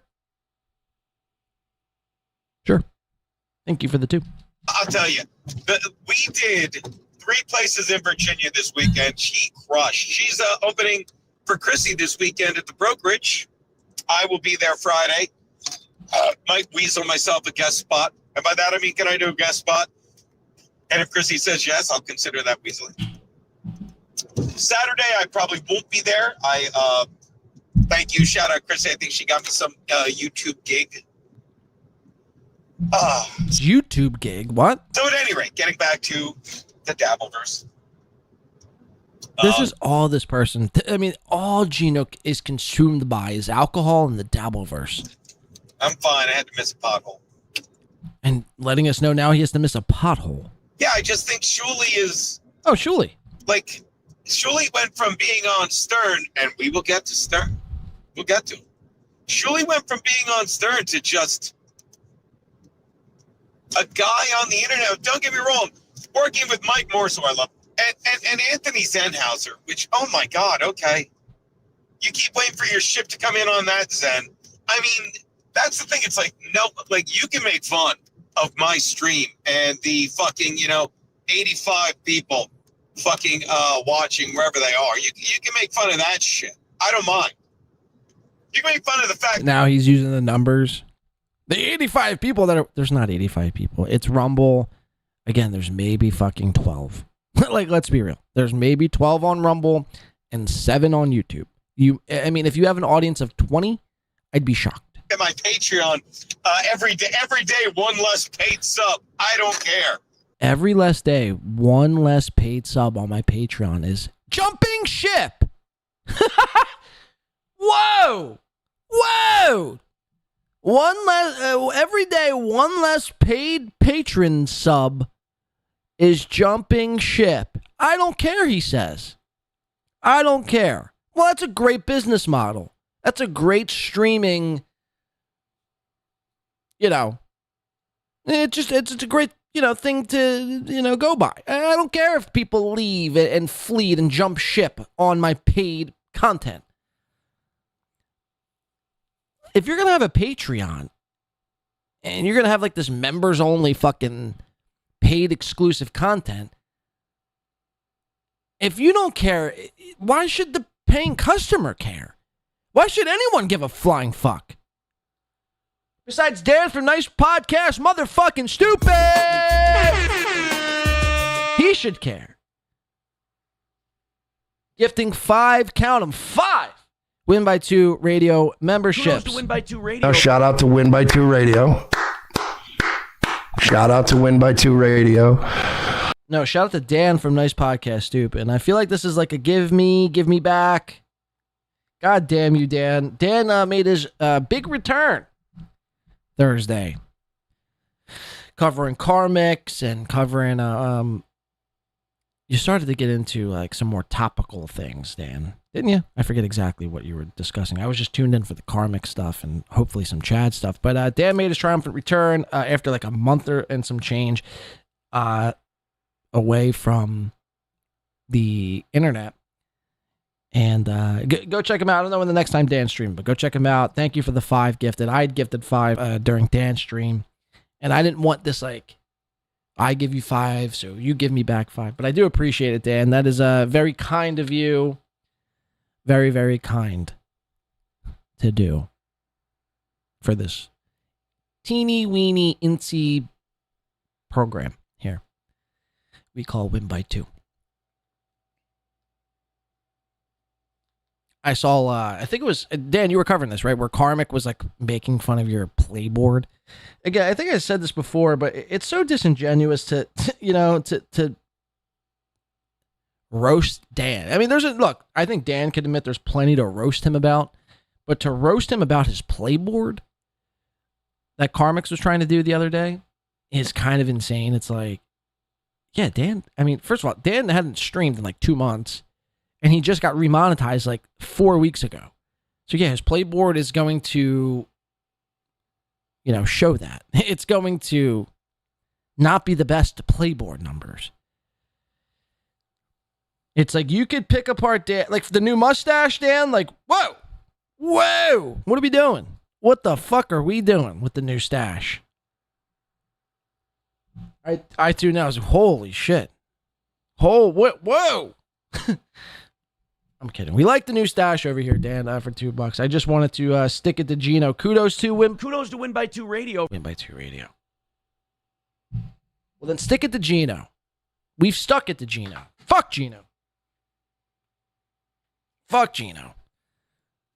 Gino, people are jumping out of their seats to be a part of Win by Two. A person who you claim to be. I mean, what was Gino's exact quote? A fag. Piece of shit fag.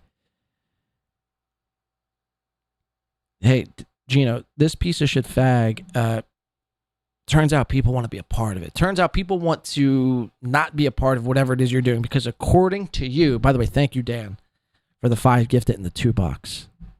That goes such a long way. Man. I could finally fucking eat dinner, man. I'm just kidding. No, but for real, thank you very much. Go check out Dan from Nice Podcast Stupid. Streaming whenever I guess he feels like it. Him and his stash coming to a streaming site near you.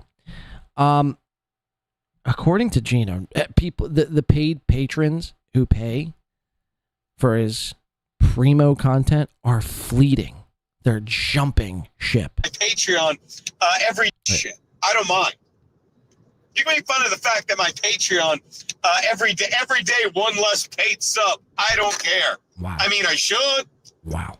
But I don't because Daddy goes by his gut, which is getting big. It's getting a little bigger. I said bigger, which is why where I'm gonna make Garrett guess what I weigh tomorrow. And do a little fucking juice cleanse and see if I can get the fucking I really do. Like I really do know.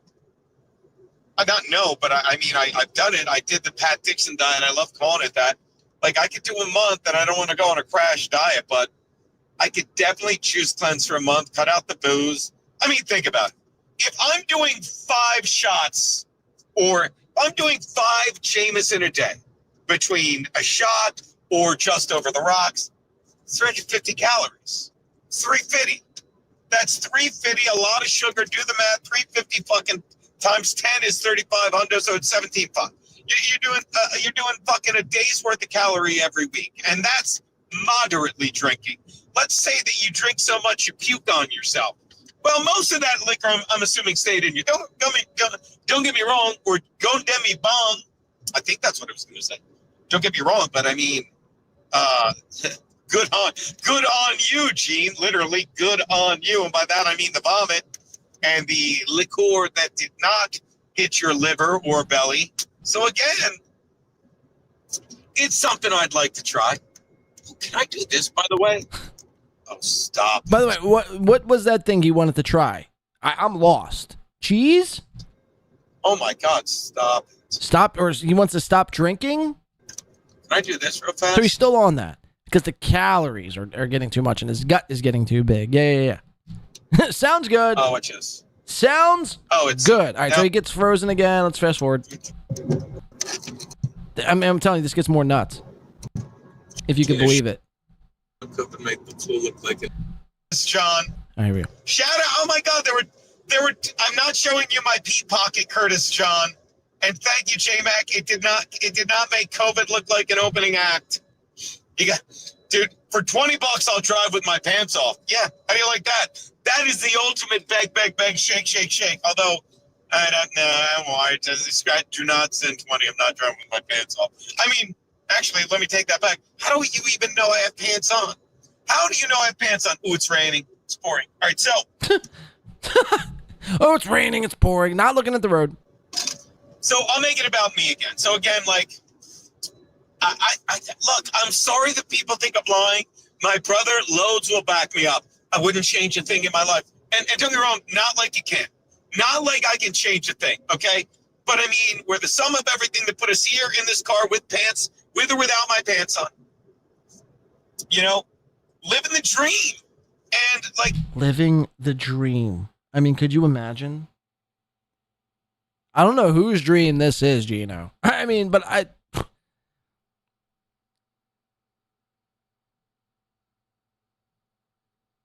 mean, again, just keep lying to yourself. Look, I've said this before. I've lived many lifetimes. Oh! Whoa! What are you looking at there, bud? And like, look, I've said this before. I've lived many lifetimes. Ladies and gentlemen, we have a picker!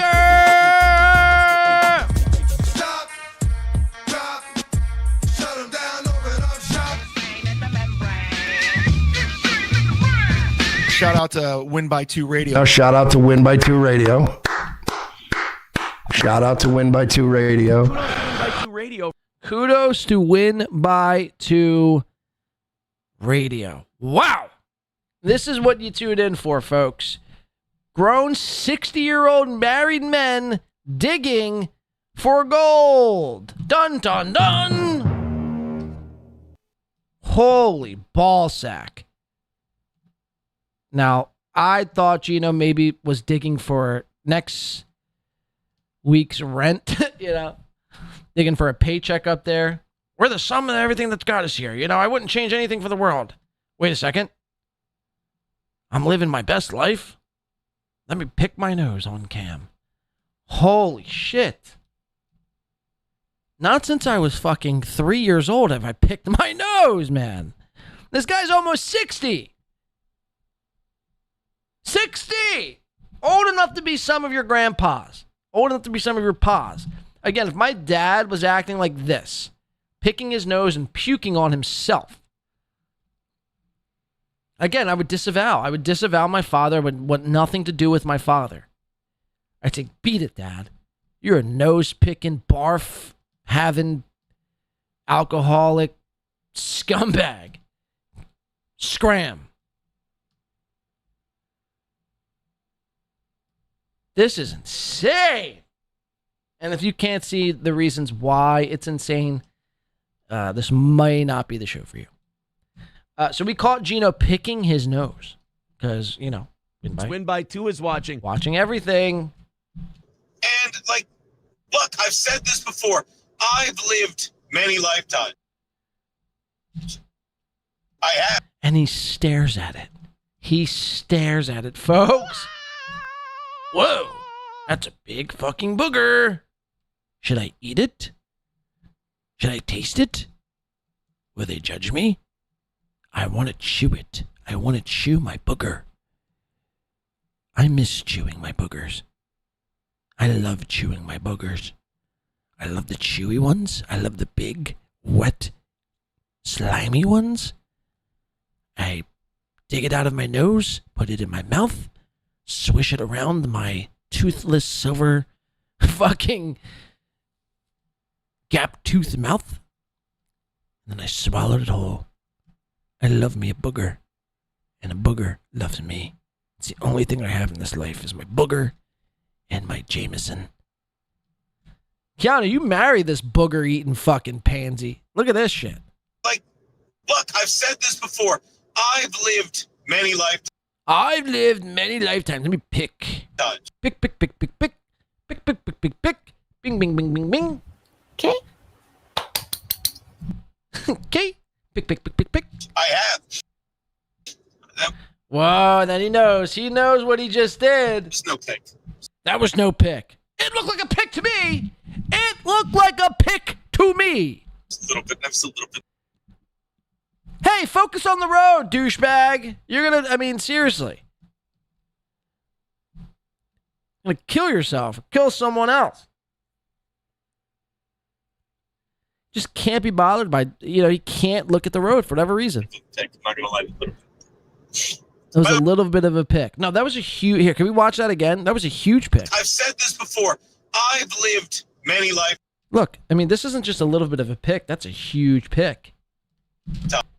I mean, your quarter of your finger is in your nostril right now. I mean, that is a massive pick. That is a massive pick. And then you do this old pick stare. I have.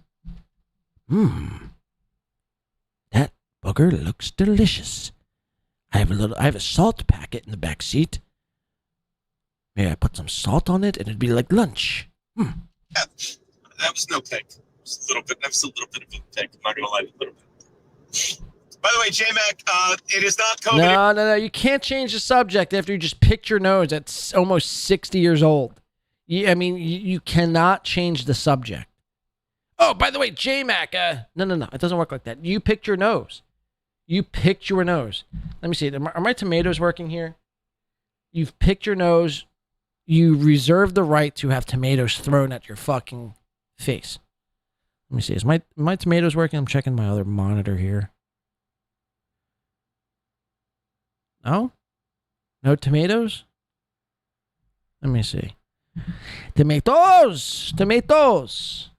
Oh, there it is. Yeah, we got the tomatoes. It just missed Gino by a hair.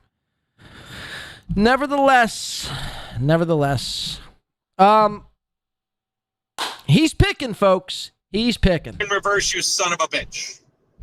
Not COVID in reverse. It's not my opening act. Tell you what. It gets even crazier. I can pee while driving. I can do that. I can pee while driving. Is this real life anymore? The man's picking. The man's eating. The man's fucking about to piss. He's drinking from Folgers cups. He's battling his alcoholic fucking addiction here. This is wild behavior. Good with that. In a pinch, God damn it. In a pinch, I can pee in this mug that Nicholas made. Oh, so he has a cup. So you don't need to drink out of a Folgers can. You have a cup. You have a cup. Check this out. For me. And I've been using it for an ashtray. It's disgusting. But it's so easy. Like, I'm a world-class highway pisser. For $20, I'll do a highway piss and I'll throw it on the car behind me. But I will not, although I have it, I will not shit in a bag again. That's, to quote Daffy Duck, I know. I know my brother's laughing. I know, I'm holding a bag of shit. I know, but I can only do it once. Shut up. By the way, Pete, I might be about 5 or 10 minutes late because we're the sum of everything. Sorry, hit the fucking mic. We're the sum of all our boogers that put us here. Which I keep doing. As I've said many times, we're the sum of everything that put us here in this car driving down the turnpike to hang out with family, smoke some cigars. And look, I've lived a lot of... Why are you doing this? Yeah, that's... I'm sorry. That was bugging me. I'm sorry. I've lived a lot of lifetimes. Like I would say, obviously, growing up in Jersey, grew up on a farm. Grew up in a Norman Rockwell painting. There's one. Went to college. So now he's like revisiting his past. Like he's like actually thinking right now to himself, what have I done with my life? What have I done with myself? And this is the best we get. So back in the day, growing up in South Jersey, he lived on a farm, like a Norman Rockwell painting, and went to college. Listen to this. Went to college. You know, fucking lived at the beach. You know, the college, you know, lived at the beach. Fucking drove a forklift. Fucking,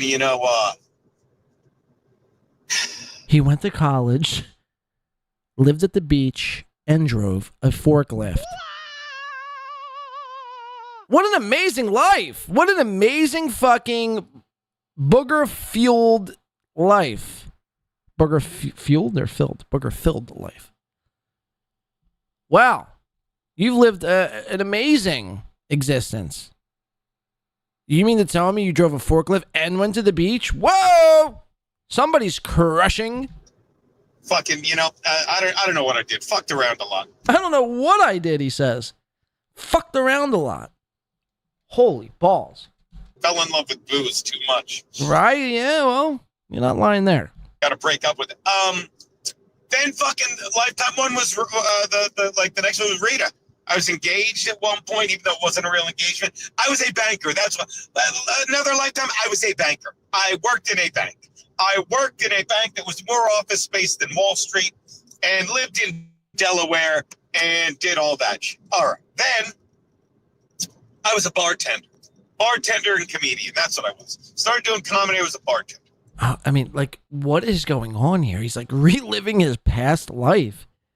I was a bartender, and I was a comedian and a bartender, and I, couch surfed, and I lived at the beach, and I drove a forklift once. I rode a bicycle, picked my nose on a skateboard, played some paintball once, ate some raviolis on many Sundays.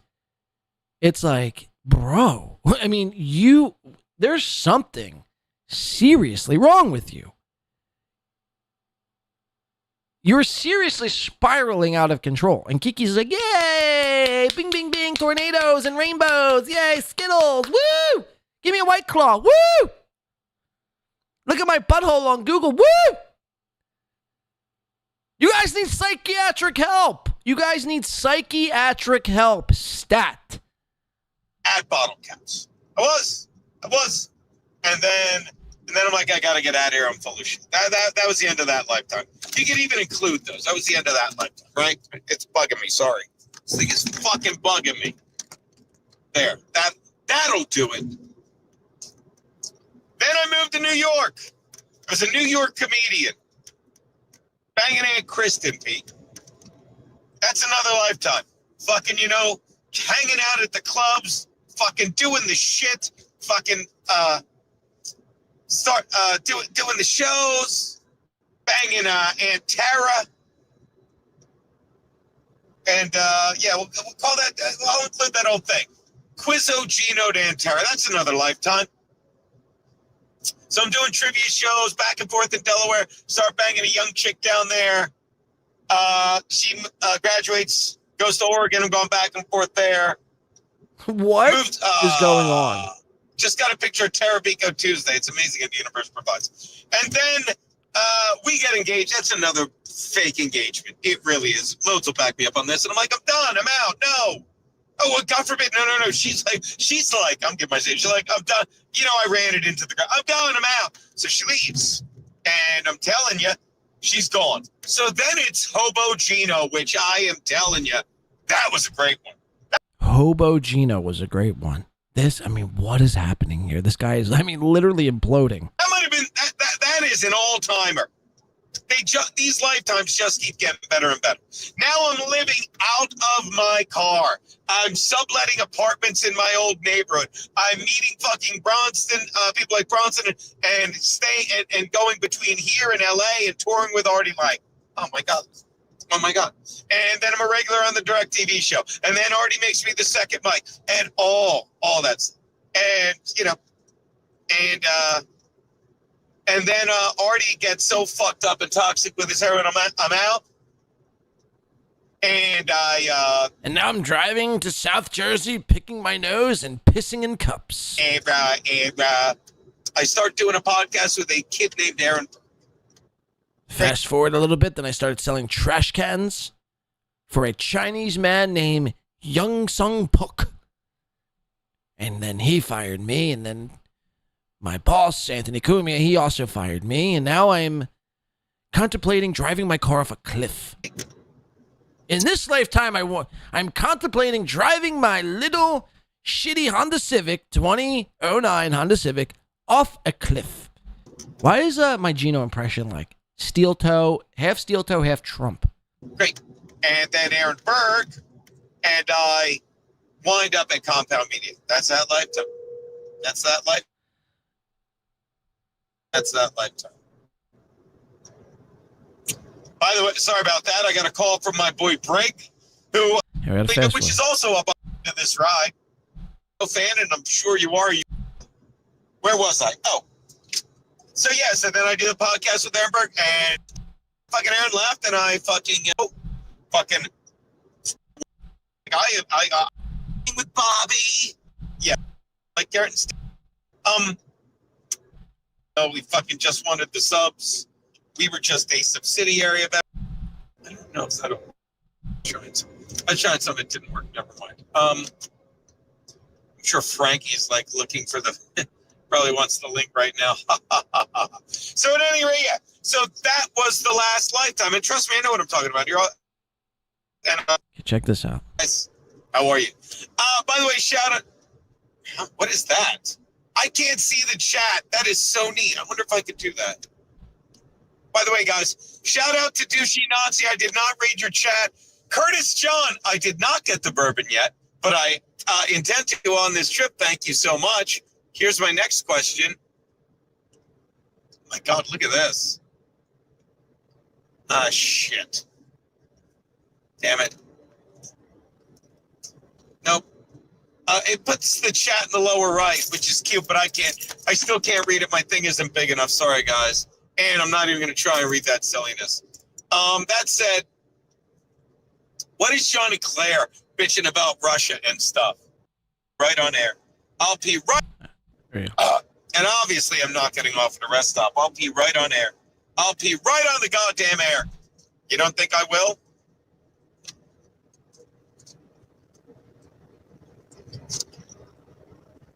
You people will see. I don't know why that just happened to the camera. I'm sorry, people. So, sorry about that. Oh, come on. It's bugging me. Sorry, people. So that's good stuff. That said, so yeah, I've lived a lot of fucking lifetimes. I have. Watch this. Here's what you do. You scoot up, right? You take out your peen, your auto peen, right? Folks, he's pissing while driving. Again, could stop at a rest stop, could pull over on the side of the road. You take your container and you point down. And you just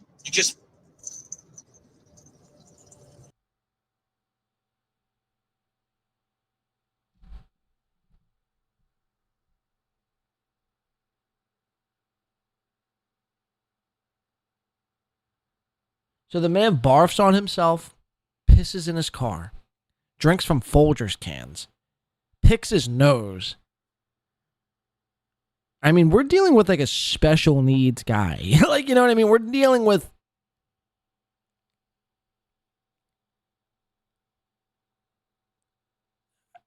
like, I mean, I don't even know. A child, a wet-brained child.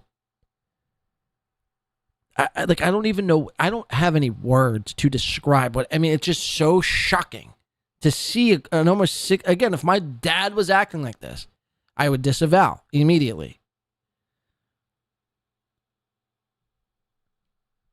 And probably some people are thinking, hey man, look, I pissed in my car once or twice. Yeah, once or twice. Maybe, if that. Long road trip, sure. He's going from New York to New Jersey. It's a 2-hour trip. It's a 2-hour trip. max 2.5, 3. At the absolute max. That's with the really bad traffic. I've taken this very trip on the same road. You either piss beforehand, or if you really gotta go, you pull off. I'll stop at Wawa. I'll get a little stuffed pretzel, a little iced tea, and then I'll be on my way. Not Gino. Not fucking Gino. He's pissing in his car in a cup, mind you, where he doesn't want to use as an actual cup. He'd rather use as a toilet and an ashtray. Instead, he'd rather drink from a Folgers can. I mean, I've never seen anything quite like this. But yeah, you don't get that on Misery Loves Company. You don't get a guy peeing in a fucking cup that his nephew gave him, do you? Thank God. Thank God we don't get this on Misery Loves Company. Like, you think, and I've even said this before, Kevin Brennan, what's he doing? He's lost it. At least he's not pissing on his show. You don't, people. You don't. And then, here's what you do. Because you're 58, you take a napkin, right? You take a napkin. All this while he's driving, by the way. Take a Starbucks napkin that you have to grab, and when you finish tapping, you sheathe your pee. You sheathe it. Otherwise, when you show up at that family dinner, you've got a giant pee mark on your shorts. By the way, I'm not wearing this at the dinner, Pete. I brought my Smiths. And this may...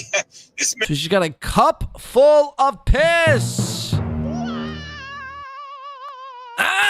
You like my piss cup? How much to drink that piss cup? Again, you hit one little bump, or, God forbid, a deer or a squirrel runs out into the middle of the road and you hit that. That piss is flying all over your car. And then your car's going to smell like fucking piss. This is fucking raunchy. This is seriously some raunchy behavior. What do they say? You could take the man out of the... How would you even say it for Gino? You could take the man... You could take the poor out of the man, but you can never take the man out of the poor. I don't even know what I'm trying to say at this point. It's so insane to watch a grown man hold up a cup of piss. Like, seriously. By the way, I'm not wearing this at the dinner, Pete. I brought my Smiths. Like, I don't even have words. And this may... Like, do you think Keanu, puts her head down at night, that's my man. That's my man. My booger-chewing, toothless, fucking piss in a cup while driving man. May not have pee in it, and I may not have the lid. Stopping you. So he doesn't have a lid, and he puts it in his cup holder while driving. Now, mind you, this cup of piss is just probably spilling all in his cup holder. You can only imagine the stench in that car. Smells like piss. And Gino's fucking greasy hair. Yeah. Now, let's put this somewhere where it will not spill. Oh, I dropped it on the... There you go. Didn't miss a beat. Now, a lot of people will find that vulgar and base. But I'm sorry, I've been driving far too long. Absolute scenes. I think he threw me $2, dude. Thank you. Again, he's been driving for maybe an hour. I think he said he was close to Newark. That's not even an hour. I've been driving for far too long. I've been driving for 37 minutes and I must piss. Gino, get a hold of yourself. Get a hold of yourself. This is, it's so insane, this footage. I don't even know what to make of it, man. I was so shocked watching it the first time. Now watching it back, it's this guy needs some serious... He needs a professional... he needs professional help and a medical intervention before it's too late. Seriously, before it's too fucking late. There you have it. Gino Bisconti's driving stream. What a fucking insane fucking little clip that was. Whew. All right, I want to get to... Let's do this Keanu stuff and this Ashley Cummings on MLC. And then I want to... Let's take a small little break. I think De La's got a song picked out for us, and if anyone else has songs, use your member milestone to request or something like that, so I could see it. We'll come back on the other side. We'll do Chad, and we'll we have the Mersh, Pat Dixon, and then we'll wrap up with Aaron. Another win for the toe Imholte. Another win for the toe. This is little snippets of Keanu. This was Keanu on MLC. This is courtesy of Doom. Doom clips MLC podcast for mainly Stevie Lou is jealous of Mersh, Karmic X can't make white, and Kiki Sticks. I don't really care about the Karmic X can't make white. I mean, we already know that. I don't really care about the Stevie Lou is jealous of Mersh. It's debatable, I guess, depending on who you talk to. What I'm more interested in is why Doom thinks Keanu is dumb. And what Doom pointed out in this clip is basically that Keanu came onto this show. I don't know why Kevin and even Stevie Lou give Keanu like some sort of pass. Like they don't call her out for her fucking shit. For being a just such a victim in every sense of the word. Like she wants to like throw her hat in the ring, but like also simultaneously like play this victim card. I mean, it's so embarrassing. It really is. Kevin gives her a pass, and simultaneously Keanu gives Kevin a pass, even though she's claimed once before that Kevin's revenge to porn her. But yet she shows up on his show every time he sends her the link because she's so desperate and does nothing with her life. And I guess I would too if my husband was pissing in cups, picking his nose. So, I mean, maybe I would be going on Kevin's show too. I mean, it's just such... The Gino and Keanu experiment, I mean, there's a timer on that. There's an expiration date on that. And it's probably going to be sooner rather than later. Mark my words. I mean, I don't know exactly when. I'd say maybe within the next 2 years. Maybe within the next 2 years. Maybe within the next year. Again, you know, you can't live in this fantasy world that, you know, we're just comics having some good times. You're there. I mean, Gino was saying Keanu is severely affected by the Dabbleverse. She's severely affected by the Dabbleverse, which is an insane thing to admit, by the way. But whatever. I digress. I just want to show you this Keanu appearance on MLC. She comes on and she's going to do this bit where she has this like cutout of Stevie Lou and she's like mouthing Stevie, like, you know, she has a picture of Stevie Lou, but the cutout is where Stevie Lou's mouth is and it's her mouth acting like Stevie Lou. Now, she's done this bit in the past. And the bit, I mean, was funny for like maybe like 5 seconds. That was like almost 6 months plus ago. She's still doing that very same bit. She's still doing this very same bit. Check this shit out. It's pretty bizarre. People. So she got Sounds like 86. a Melt fan. That's a fact. He was Top recording level it the whole time. fans Was the right best there. part. Yeah. So this is what you go to Vegas to do, I guess. I guess. Real winners. Fucking losers. What's going on? No, I think you're fantastic, but you hobnob with a lot of losers. Specifically, do better. You deserve better. Holy fuck! I gotta draw a picture. What's that? We're not sure draw who's, a picture. we're not sure who's worse, your co-host or your husband. Ooh.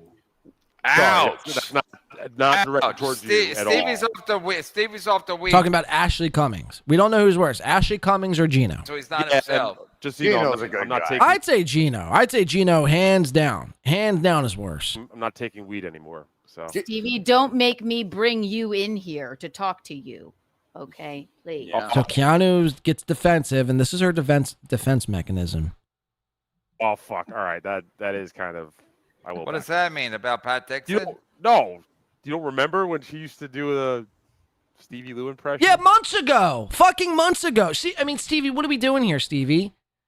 I mean, call Keanu for what it is. She's a rat fucking weaselly whore. A Skittles cake having whore. Stop beating around the bush because she's on the show and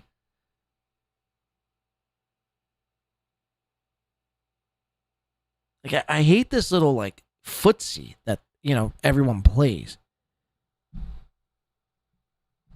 Or, if you can't do that, then just exit the show. But this whole little back and forth. Now, I think Stevie kind of clowns Keanu here, so I will give him that. But, this whole little cute, like, she used to, like, make fun of me with my own face routine. It's just like, I don't know. And I don't know why Kevin continues to platform some of these people. It's just, I don't know what's going on with MLC anymore. It's yesterday. Who do you have on yesterday? Liam. I can't even tell you the guest he had on. Liam, fucking, it was just like a bunch of like, what the fuck is this? What the fuck is this? You don't remember when she used to do a Stevie Lou impression with the face? Oh yeah, that was a good time. Classic. I remember them finally. Oh, here we go. Here he is. Hey guys, it's me, Stevie, but I'm high. That's the old me. Funny stuff, Keanu. What have you been doing lately? I've been smoking the reefer. All day long, or what's? I smoke them and I sell it, and somebody broke me with a nunchuck. Selling weed, it's legal. Someone broke me with a nunchuck. New York City. I don't think anybody really sells weed anymore, but you could keep No, going with that. no. Don't tell my customers that. Wait, I didn't get angry. Boss, stop him. It's like Back to the Future. And why wouldn't Keanu get a 16:9 photo of Stevie? Why would she get like this frame here that's not fully covering the screen? Like, how hard is it to get a 16:9 screenshot? True, Stevie Lou. Yeah, this is kind of bugged. I'm not gonna lie. If I was higher, this would be a little bit more. I'm weird, high. I'm high, boss. Old Stevie's high. Old Stevie, what happened when you used to call into NY Hot Water and you used to do a Keanu Remember impression? when I knocked over the desk? That was another fucking crazy moment too. How's Eastside Dave doing? Yeah, I haven't doing a spoken to show with Eastside Aaron Dave. Berg, I believe. Oh yeah, you're right. Yeah, You know who replaced Eastside Dave? Replaced Gino Sconti. That's because I knocked over the desk. I sold everyone Adderall. So that is something that is a blatant lie. But old Stevie, can you do your Christopher Walken impression? Oh, yes, absolutely. May I? Hey, it's me, Christopher Walken. I love being Christopher Walken. And why I order. How did she remember that? That's fucking Wasn't good. that good? Hit the follow button. That's the brilliance of Keanu Thompson, man. That's wow. That seriously is some of the best improv I've ever seen in my entire life. To be honest with you, I've ever seen in my entire life. Completely crushing it, not running that bit into the ground, even though she's done that countless times. Doesn't really say anything new about Stevie Lou, just kind of rehashes old talking points. Stevie Lou's high, he sells Adderall allegedly. His whole body was broken by nunchuck. There's really not anything new about Stevie that she brings to the table, which is kind of old, rehashed, recycled material. So just a terrible outing by Keanu on MLC this past week. She has on Ashley. So the last I was on, I was covering. Well, I had this theory where basically Ashley had stated she was going to call the head of YouTube, or not the head of YouTube, but the person who basically created YouTube, Larry Page or whatever the fuck his name is, and try to get Kevin Brennan's channel struck. Because at the time, Kevin had removed all his live videos up to date, or at least all the live videos that were on MLC Podcast up until that point. And he had removed them. And the live feature in and of itself was removed. And I had shown that even though you removed all your live videos, you can still have a live button on your channel. And I showed that. So I was like, did Ashley was she effective in getting Kevin's channel taken down? Turns out she, just completely lied and made up that she was calling this person, whatever the fuck his name is, who created YouTube, basically. She just lied about the entire thing. And again, I don't want to spend too much time on this. I just want to kind of briefly go over it because I talked about it on the last show, and I just want to show you kind of where we got to from that. But, you know, the more time you give these people, I mean, this is what you get. I mean, you start dealing, and you start playing around in the slums. The slums is what you're going to get. So you can't be shocked, Kevin, when you got guys like Shmuel Buckman and OG Mumbling Nick with Ashley Cummings and Brandon Deft all teaming up to try to, like, you know, talk shit on you. Yeah, I mean, this is what you're inviting into. I mean, like, you know, I thought Kevin Brennan was like leagues above that. I guess not. I guess he's in the same category as a Brandon Deft these days. I mean, it really is quite insane. So this is from Doom over on Twitter. It says, Ashley Cummings admitted she lied about calling Larry Page on Kevin Brennan. What else is Ashley Cummings lied about? Probably everything. Probably everything. And it's just wild, too, because this is Ashley Cummings, sister of Whitney Cummings, who's like the biggest female comedian. And she's like slumming around with Keanu and Geno and OG Mumbling Nick and Shmuel Buckman. It's like, you live in LA. You have nothing better to do. You have nothing better to do than to do this. And then you're going to say your feelings are hurt because people are talking shit and being mean to you. It's like, and this is why you can't feel sympathy for some of these people. Like, they bring it upon themselves. They bring it upon themselves. Again, you start playing around in the slums long enough, you invite that sort of behavior and that sort of energy into your life. You can't cry about it when it's there. Let's check it out. People are. But no one knows who Kevin Brennan is. If I called Larry Page, he would not know. Hence, call Larry. Call him.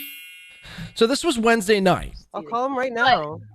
So up until this point, I think she had one, which we're going to watch this clip right now, of her on Jake Hudson basically stating that she's already called Larry Page. Hope was a guest on his show, and Hope is Ray DeVito's roommate, I'm finding out.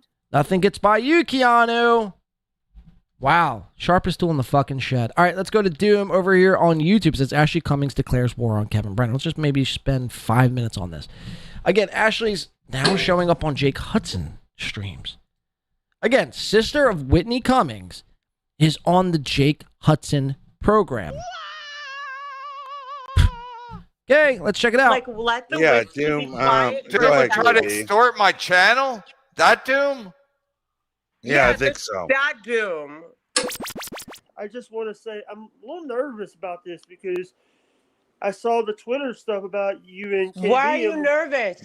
I've been on the battlefield with Kevin and I won. I never lose. Maybe I can't spell lose sometimes, but I don't lose. Yeah, by the way, you know, Kevin Brennan over there like, oh, I have all this money. Pay Kevin has nothing, and I can't wait to destroy him. I respected him because I thought he respected me. I thought he was doing bits, calling me names and stuff, but then it got to a next level. Now I'm upset. Excuse me. It's okay. You know what? Let me tell you something. Kevin Brennan, just, you know, he says he lost $1,500. He's a lying piece of shit. YouTube doesn't take $1,500 from me. That doesn't even make sense. And shout out to Doom, by the way. So I guess Ashley and Jake weren't on the screen. Doom cropped out one picture of Jake, which is all you need. We know what Jake looks like. But cropped out, I mean, how many photos? I mean, we've already gone through maybe like 15 of them of Ashley looking her worst. I mean, picture by picture, everyone's getting progressively worse. Here's the thing. He's also trying to, like, you know. I mean, these angles, are not flattering whatsoever. This looks like it could be like Whitney Cummings' grandma, not her sister. His show, when Bob Levy left that Another show, person he owes money to. So now it's this is who I know. This is what triggered me on Saturday. He told Hope he was going to pay her, and then he didn't pay her. I was like, oh, that's what he did to me. And then, so... Again, you guys are fucking guests. Imagine expecting... Now, look, if Kevin told you he'd pay you, again, is one thing, but even still, man, even still, you're a fucking guest on a podcast, on YouTube. I mean, was it going to be life-changing money? Probably not. It was probably going to be like $75. So imagine bitching and crying over $75. I mean, do you need it that bad? If you do, I mean, you got lips, get the sucking. Go to the corner, in LA. I'm sure you could probably make $75 in 2 hours sucking some Mexicans off. You got to stop. First of all, Kevin, you've created this monster. So, I mean, I don't feel bad. To pay a guest, I mean, unless it's like a huge get is one thing. Like, unless you're like landing somebody who's going to like make a difference on your show, that's one thing. To pay all these fucking, I mean, slumlords essentially. Yeah, I mean, you get what you deserve. You get exactly what you deserve. Paying guests shouldn't be a thing. It really shouldn't.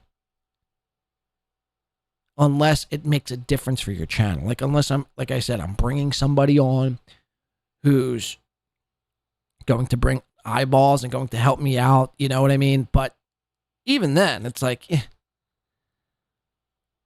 you're showing up on somebody's show for an hour or two and talking. What gives you the right to make you think that you're worth anything for that? You know what I mean? It's so outrageous. Even if Kevin told you that, even if Kevin said, I'll pay you $500, expect that he might not pay you.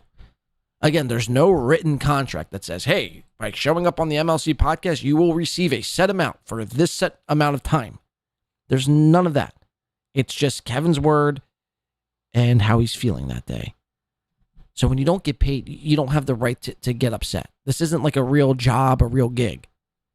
Okay? We have to, cut this shit out. This whole paying guest thing. I mean, it's insane. Hope, Bob Levy. How many other people does he owe money to? Me. He owes me like 25. But I'm not like wanting to collect it because here's the thing. Here's the thing. I've already got paid for that. Someone else paid it, but that's not how it's supposed to go. You want to do or you do not want to do? I told him I will go on your show for free and I will destroy you in less than 5 minutes. He's such a bitch ass pussy that he will not do it. Do you believe this is Whitney Cummings' sister? Two broke girls, Whitney Cummings. The same Whitney Cummings. This is her sister.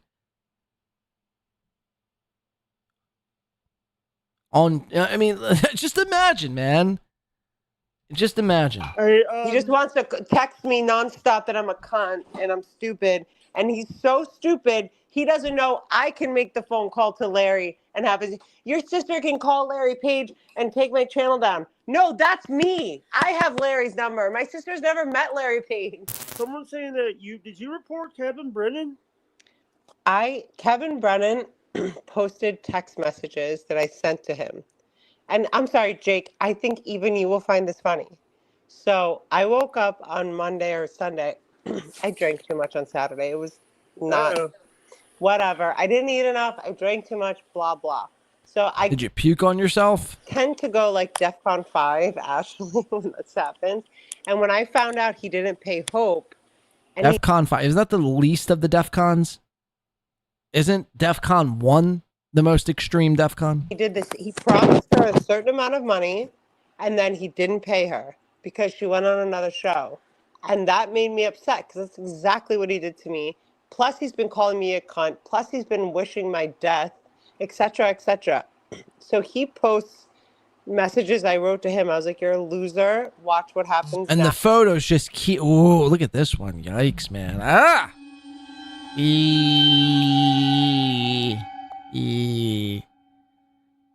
Wrinkly. Ugh.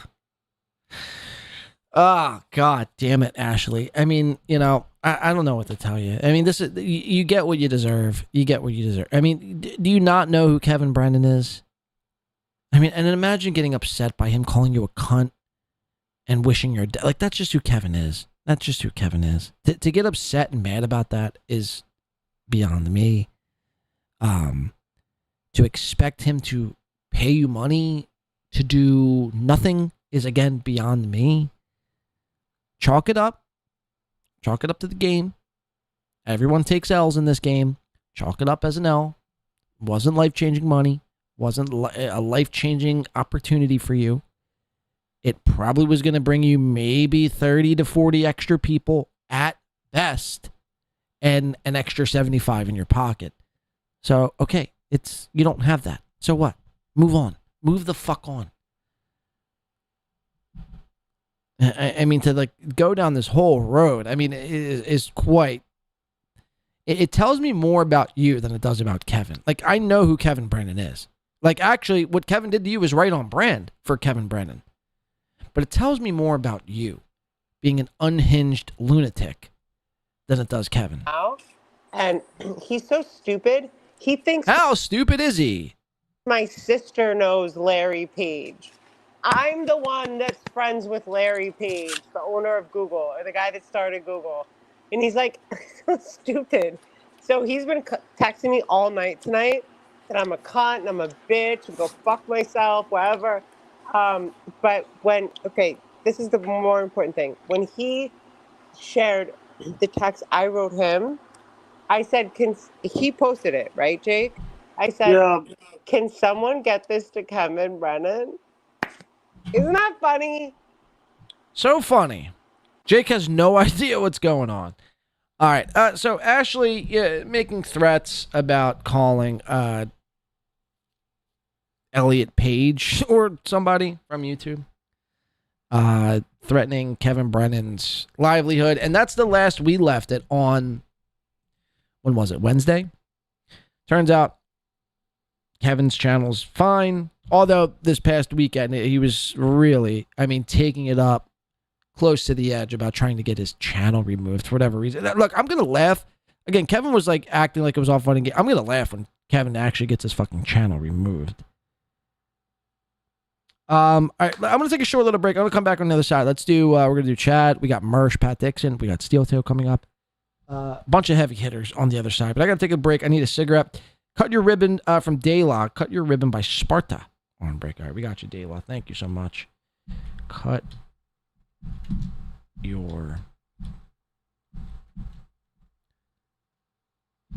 Ribbon. I feel like this is going to be a metal-ass fucking tune. Don't touch that dial. We'll be right back. Hit the like button if you haven't already. Hit the dislike button if you feel that is warranted as well. Maybe share the show if you haven't yet already. Tell a friend about it. And most importantly, don't go anywhere. We'll be right back right after this short little break. Thank you to Daylaw for this song. Check it out. You're back. Just like that. Better than ever before. Welcome back into the motherfucking show. We are back. We're in the bunker. We're doing it. We're having it. It's going down. It's going down, ladies and gentlemen. All right, let's get right back into where we left off. So, enough of the Gino, enough of the Keanu shit. I mean, quite frankly, I feel like I shave a couple IQ points, whatever's left in the old noggin.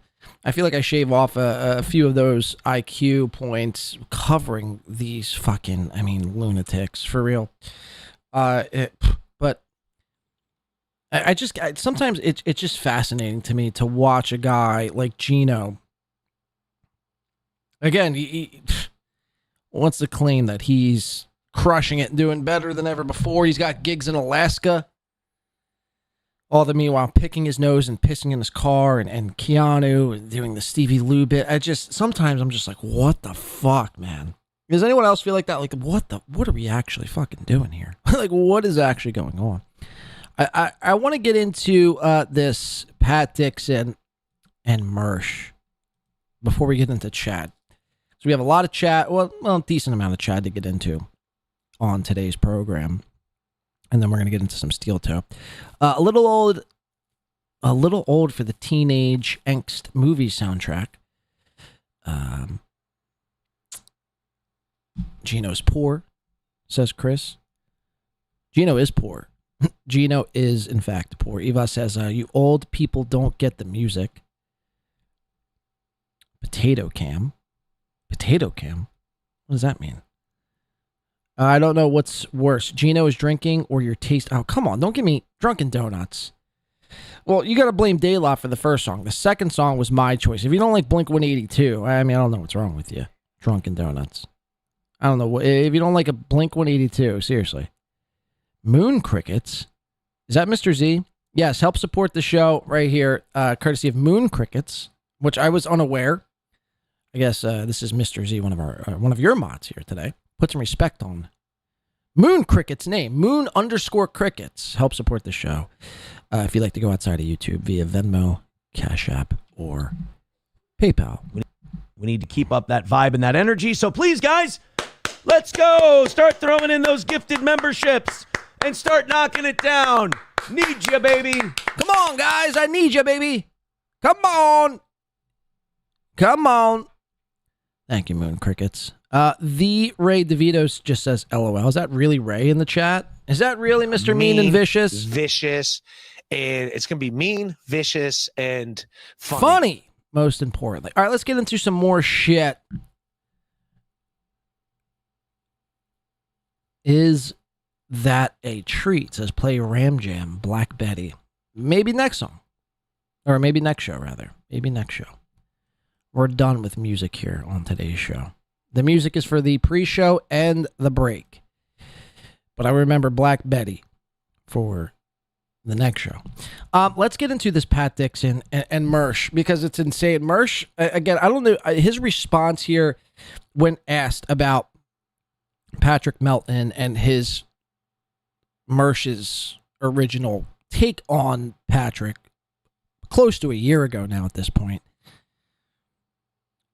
If we remember, and I'd covered this maybe 2 weeks ago now at this point, where Mersh had claimed he had never called Patrick a, pedophile, which in fact he didn't, but he did go on to claim that Patrick was a clear and present danger to children.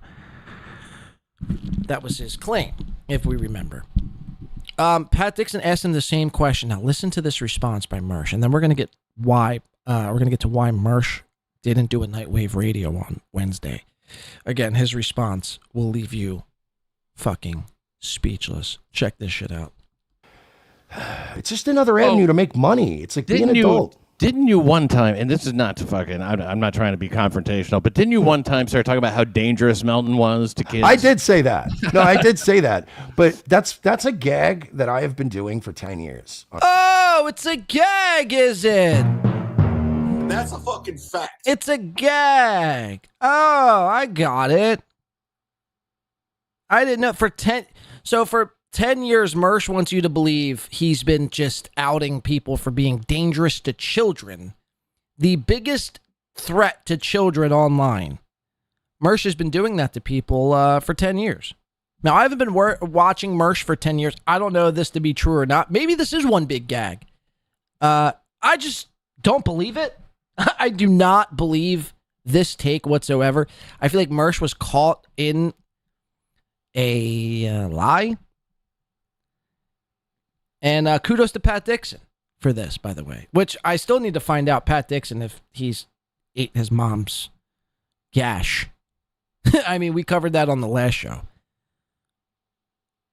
Just ask Pat Dixon. Me and Karmic. Since Karmic wants to talk about all these things that I've already done, yeah, we could talk about how I've ate my... I'm pretty sure he said that verbatim. I've ate my mom's poon before. Anyway, let's get back into this. Mersh, Pat Dixon. Listen. I'm not trying to be confrontational, but didn't you one time start talking about how dangerous Melton was to kids? I did say that. I did say that. No, I did say that, he says. Listen to this. No, I did say that. But that's a gag that I have been doing for 10 years on radio shows and in streaming. Oh, radio shows and streaming. It's just a gag, folks. It's a gag. He meant nothing by it. I have a running gag where I will say something about somebody to where it's not legally binding, and I'm just doing it to piss them off. Oh, so it was just a gag. Got it. So when you said Melton was the biggest threat on the internet to children, and that he may or may not have harmed minors already, that's just a gag that you've been doing for 10 years on radio and on streams. Oh, okay. Got it. Right. So I said, look, I said, a lot of people are saying the dude's a pedophile. I don't see it. I would never say that, especially legally. I said, but he was posting shit like about Aaron and like, did say stuff about his kid, whatever. But again, Aaron was posting his own kid online. No. It had something to do with Melton's take on AI child pornography. That's what it really had to do with. And the only thing I did was say, like, I could legally say he's a danger to children, but that could be mean like that could be meant in any number of ways. But like it's like, yeah, because he's a danger because, he might block too much of the sun if he's in a child's way because of his sheer size. I mean, what are we talking about here, Mersh? Come on. You and I both know in your heart of hearts. And look, I'd have more respect for Mersh. And this is not me being anti-Mersh. This is just catching Mersh in a little kerfuffle here. I'd almost have more respect for Mersh if he was just like, yeah, you know what? At the time, based on the information that was provided, I thought Melton might have stepped over a few lines making pedophilic-like jokes. And now since I work for him, I completely disavow anything that I've ever said before. It's... I like Patrick now. From this day forward, since I'm on Super Tips and basically Melton is my boss, I like Patrick. And what I said before, I was out of line by saying, like, you know what I mean? I would just rather you just be completely truthfully honest rather than beat around the bush. I mean, this whole, I did say that. I did. But turns out it was a gag. I just do this run. It's been a gag I've been doing for 10 or so years on radio and streams where I just basically I take it right up to the lines of legality or what I am able to say about somebody, and then I go ahead and say it. But it really means nothing because it's just one big fucking gag. You know what I mean? Like, just say it for what it is. Just say, I don't even think Melton cares. Like, you're like acting like you're caught in some, by your reaction here, I almost think you're like, you think you're more, like, this is like a guilty like reaction. And I don't think this needs to be. Again, just be honest about what happened. The same way where we all saw the clip. I could play the clip again for you. To do that gag with Aaron Imholte, but I stopped doing the gag because I don't have to do the gag anymore because he has so many things I don't have to dance around. Oh, yeah. That I'm just like, no, he's actually a revenge pornographer and a serial harasser of women. Like, I can say that now. A revenge pornographer sounds so fucking bad. But if you hear the original Danger to Children clip, you can hear me saying, and I want to say, like, decisively that I do not go throwing the P word around. I don't think the man's a pedophile, but he could be a danger to kids. Like, yeah, I was trying to stir the pot and get shit going. But I know how to word things. If anybody ever comes to you, Pat, says, Mersh called you a pedophile, come talk to me first, because I probably didn't say that. This is Pat. This is Seminiferous Buttanoid, $5. Pat, you look a lot better since you... Okay, I mean, do we have to watch the clip one more time?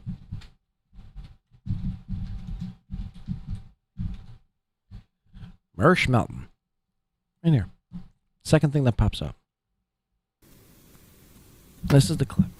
I want it on record. I, Michael Stephen Shealy of Lakeland, Florida, I am stating for the record that I have a reasonable suspicion to believe that Patrick Melton is a legitimate danger to children. Holy shit! It's just a gag I've been doing, guys. Unintended minors.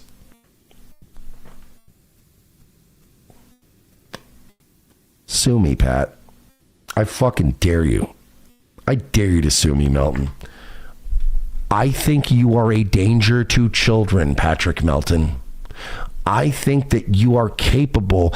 I think that, honestly, given what we have screenshots of, I might even be willing to say you have already harmed minors. Whoa!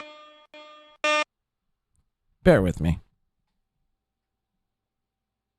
Fucking motherfucking cocksucking fucking tits, McGee.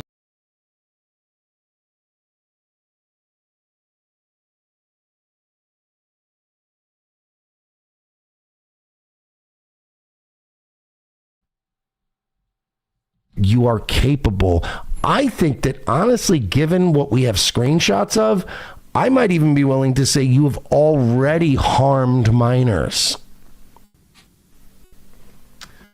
Just posting Aaron Imholte's underage children's names in your video descriptions on YouTube, clearly, obviously a violation of terms of service. I mean, you could have been nuked for that alone, but from a legal standpoint is also, I'm willing to say that when you get petty and you get pissed off and you get roped into fights with people on the internet, you're willing to endanger children.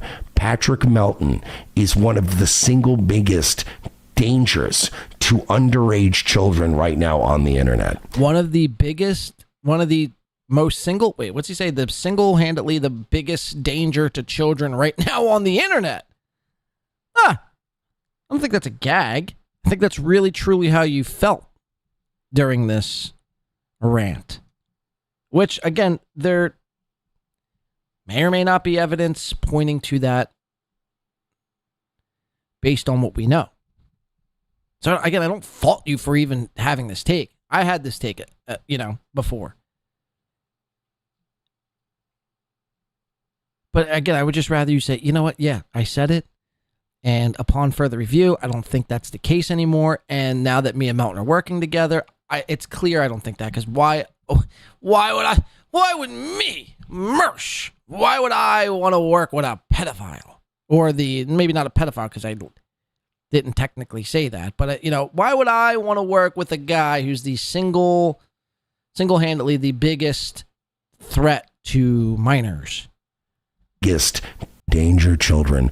Patrick Melton is one of the single biggest dangers to underage children right now on the internet, and he needs to be stopped. He needs to be stopped. Again, it's just a gag, though. He's been doing that gag for 10 years. So that's, again, just very insane stuff by Mersh. And again, kudos to Pat Dixon for even bringing that up, getting Mersh to basically fumble and flounder over his words. Now let's go to Mersh. Now, so him and Pat did a simulcast like I was talking about. And then when they signed off right after that question from Dixon, Mersh had this to say as to why he's been absent from Nightwave Radio on Wednesday night. Mersh. I'm gonna go live anyway, so I'm gonna promote you on my side too, so you'll get some VOD views. You rule, man. Thanks for coming by. Thanks for inviting me, dude. Thanks, dude. Take care. And thank you guys for watching. I'll talk to you. Hey guys, we're live. How's everybody doing tonight? Sorry, I'm a little. I didn't know how long that was gonna run tonight, and frankly, it ran longer than I thought. To be fair, I kind of forgot that I was going to be on Pat Dixon's show tonight. As you guys know, I didn't do a Nightwave last night. I was feeling under the weather. Okay. Kicking 7 tabs, and I was hungover as shit from drinking the night before. Kicking 7 tabs. Now, for people who don't know what 7 tabs are, I didn't know what 7 tabs were until I had to research it. Turns out 7 tabs are kratom. A knockoff, could you even call it a synthetic opioid?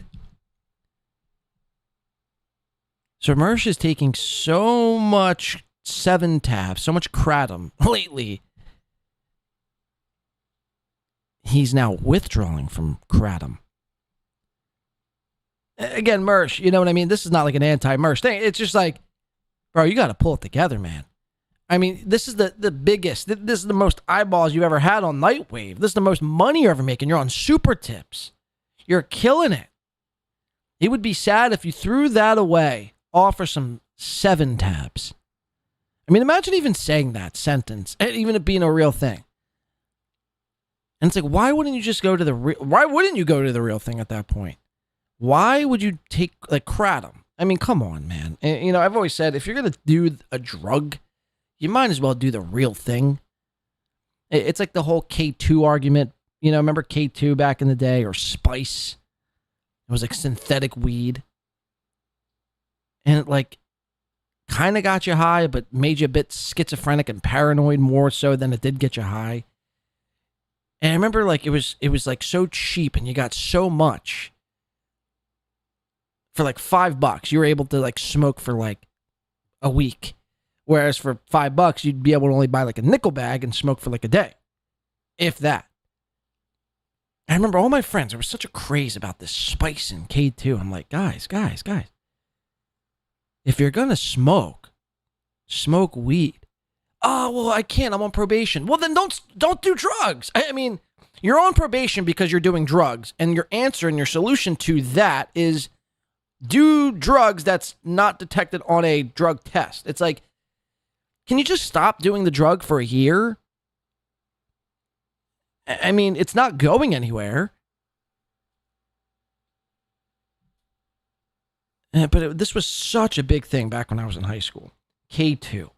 And then kratom came along somewhere along the lines. And it's just like knockoff opioid. I've never taken kratom. Some people swear by it. Some people think it's a hoax. Some people think it doesn't work.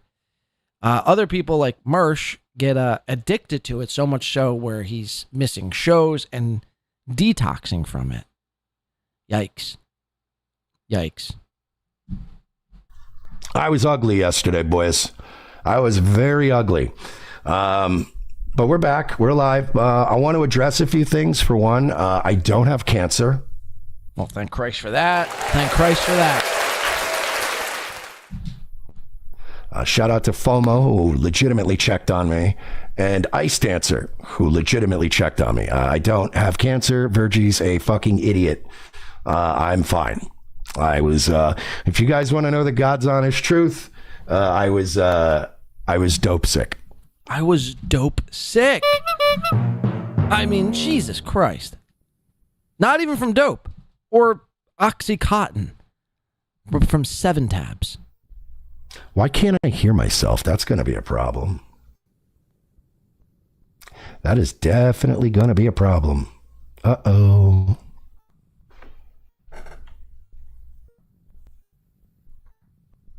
Yeah, that is very strange. Oh, I'm not plugged into the right. I'm an idiot. Give me a second here. I'm sorry, I had to change my audio inputs. I was, or my output. I was echoing back to Dixon, so I had to switch. There it is. I can hear my own melodious voice now. So we are finally kicking off Nightwave Radio here at 11:11. I apologize for the lateness. I had 2 choices earlier. As it ran late, I was like, I could either go live and have you guys hear the conversation and just see my face, or I could probably just, wait and keep you guys waiting. And I figured people would just not watch the show. So I said, fuck it. Let me just go, let me go live. And then that way you're just looking at my face and you guys know I'm here and I'm talking to somebody. Triple N DM'd me and was like, you're live, right? I'm like, yeah, I know. I'm doing it on purpose. But yeah, I am alive. No cancer. Yeah, I was just hungover and dope sick yesterday. Sweating it out. I was very uncomfortable last night. Hey, what up, buddy? My cats were worried about me. Were you guys worried about me? I had all 3 cats hanging out in my room last night. They were all worried about me. They were probably hungry because you were in your bed, incapable of feeding them due to the dope sickness. Just Joke said 7 tabs are bad shit. They'll be banned soon. I know. And I know they're bad for you. And you know what? I'll do them again. Sorry, I'm a fucking idiot. I was doing them like all last week. And I've got it down to a science now. So now it's like, I know if I do them for like 4 days in a row, I get a day and a half where I'm like, feel like shit. And then I'm fine. We're on like hour 36 now, so I'm starting to loosen up. I'll get a good night's sleep tonight. I'll be fine tomorrow. But yeah, I was fucking racked last night. I had a hangover and I was dope sick. So then when I got up to do Nightwave, I was like, yeah, I'm not doing this, bro. There's no way I'm doing this. Even if I drank an energy drink, took an Adderall, it would have been a bad show. So I just laid in my bed like a fucking bum. So guys, I want to announce something. But unfortunately, I need to find the clip first.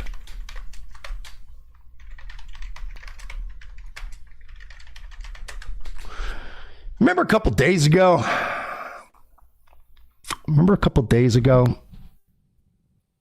When old Aaron Imholte, he did himself a little victory lap.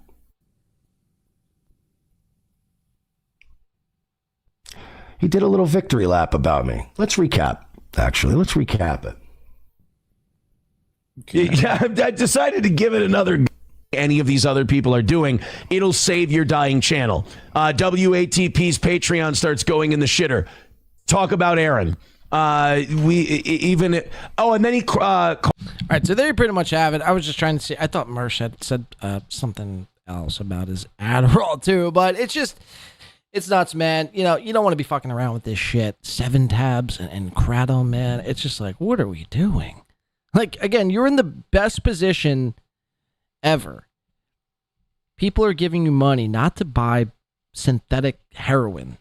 You know what I mean? Come on, man. I mean, pull yourself the fuck together, Mersh. Pull it together. Pull it the fuck together.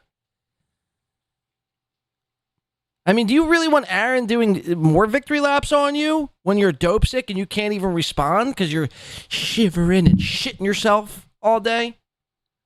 Fuck, man. I swear some of these people, again, you know, you want to root for them. You really do want to root for them, but they make it hard sometimes. They make it really hard to root for them sometimes because they're doing things like that. Skipping out on shows due to their dope sickness. Bizarre. Very, very bizarre shit. All right, let's transition over to Chad. We're going to do Chad, and then we're going to end today's program with a little Steel Toe Morning Show. But without further ado, Chad's Tuesday rant. He's got Win by 2 on the brain. He's letting us know about it. He's going to be in Cleveland, not going to be paying attention to any of this happening. Turns out he's been paying attention to it all. Without further ado, ladies and gentlemen, Chadwick Boozmock presents Chad Zumock's Wet Brain Follies.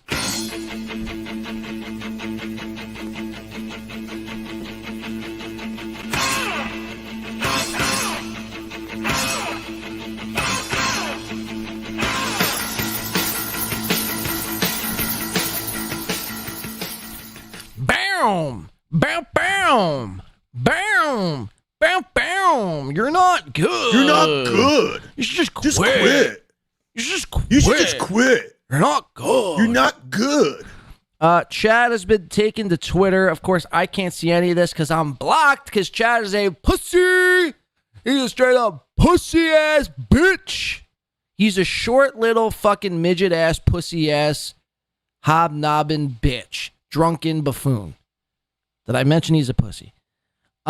He's tweeting in his feels about, I guess, the potato. And again, imagine being upset at a fucking spud. At a spud. Imagine. Oh, that spud. I swear one day when I see that spud, I'm going to beat him up like I beat up that puppet. Oh, you're so scary, Chad. People are so afraid of you. You could beat up vegetables and hand puppets. What a dork. What a fucking straight up loser. A loser. Chad took to Twitter because he can't resist. He's got to watch it all. Anything with his name or thumbnail or image and likeness in a thumbnail or description, he must tune in and watch and stroke his short little fucking penis. Oh my God, are they talking about me? Oh, yeah.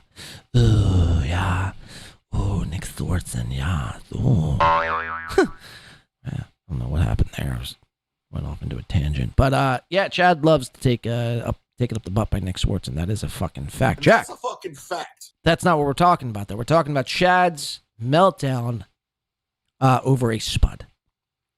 And, again, he gets so mad. He doesn't proofread anything. I guess he blatantly ignores the Google AI auto correction, the spelling correction that every phone comes with in 2025. Like, if you misspell something or punctualize a sentence, your phone will autocorrect it, and it will like show. I mean, my phone. I don't know about your guys' phone, but my phone is like it highlights everything in like red, And it's like, it's basically like pointing, like, you misspelled this. You misspelled that. There's supposed to be a comma here. To which I just click, and I click the right spelling, or I click the right punctuation, and then bada bing, bada boom, we're all fine and good. We're off to posting. Chad blatantly ignores this because he's probably in some sort of drunken stupor because only 6 people came out to his shows, and he's coping and seething and feeling and everything else in between because he's got a potato making fun of him. He's got a little win by 2 making fun of him. Everyone's making Chad the butt of the joke, and Chad just wants to fit in. Huh. I'm the mud shark. Hear me roar. And meanwhile, no one takes Chad serious besides Chad. Chad's the only one who takes Chad serious. And he wants everyone to believe that he's like, a trend center. TRENDCENTER. Not a trend setter. He's a trend center. Again, I don't even know what that means. He's a center for trends. I mean, I guess that kind of makes sense, but it's not what, yeah, whatever. He wants you to believe that everything everyone does in this universe is basically a rip off of Chad. The only ideas people get are from Chad show. As if, dork. As if, you big buffoon. You big drunken fucking clown. Again, Chad, a little awareness would go such a long way. A little self-awareness. I mean, look at Gino Bisconti. I mean, the man is spiraling out of control faster than you could save Mud Shark.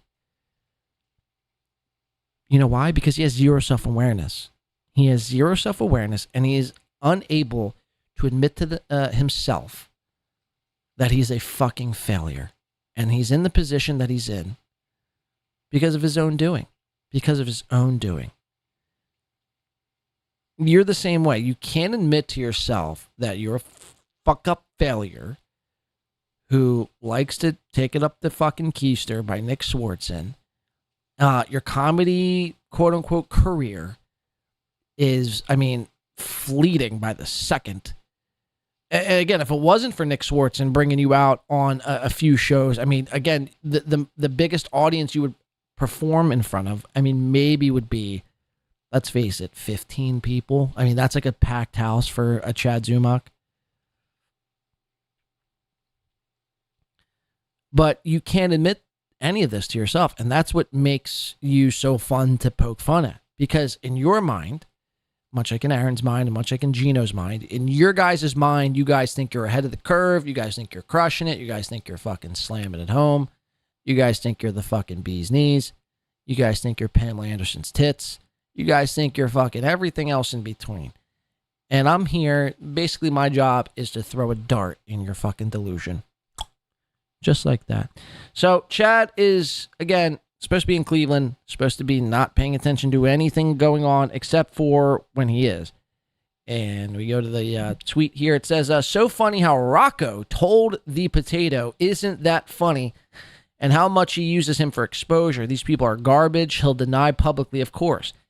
Now, again, I'll read that one more time. Maybe you can make sense of it because I couldn't the first 37 times I tried to read it. It says, so funny how Rocco told the potato, isn't that funny? And how much he uses him for exposure. Again, one more time. So funny how Rocco told the potato, isn't that funny? And how much he uses him for exposure. Now, again, the word he was looking for here is me. And how you get the words the and me confused is beyond me. But here we are. Shout out to motherfucking Delco. Wait for it. Delco. Lou.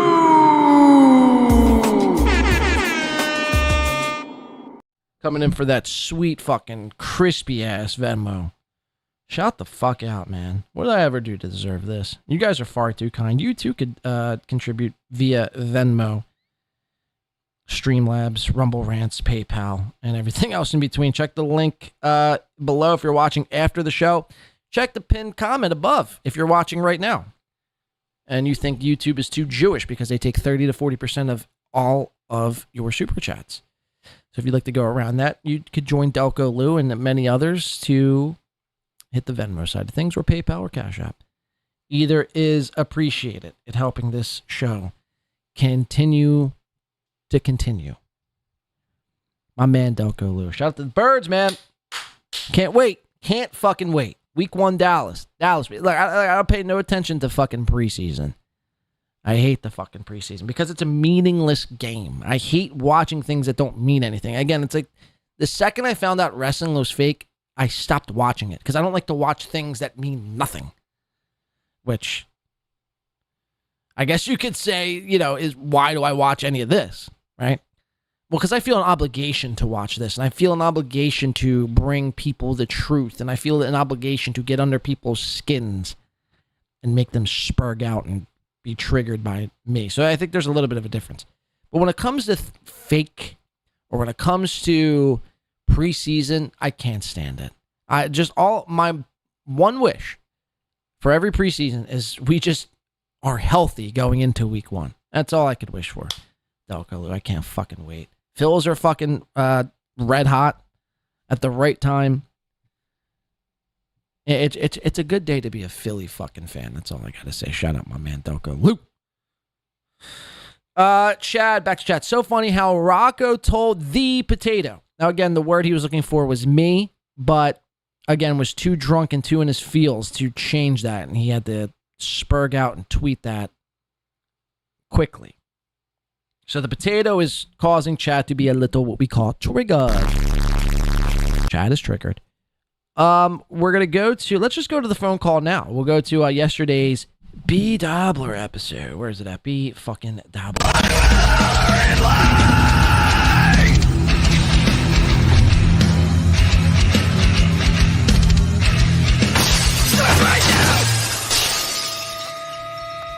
I never get to use that bumper, and I will say B Dabbler is one of the best intros and music in this little universe. So we get into B Dabbler. Again, he has Cardiff and his OJ, his friends, the filters and puppets and filters.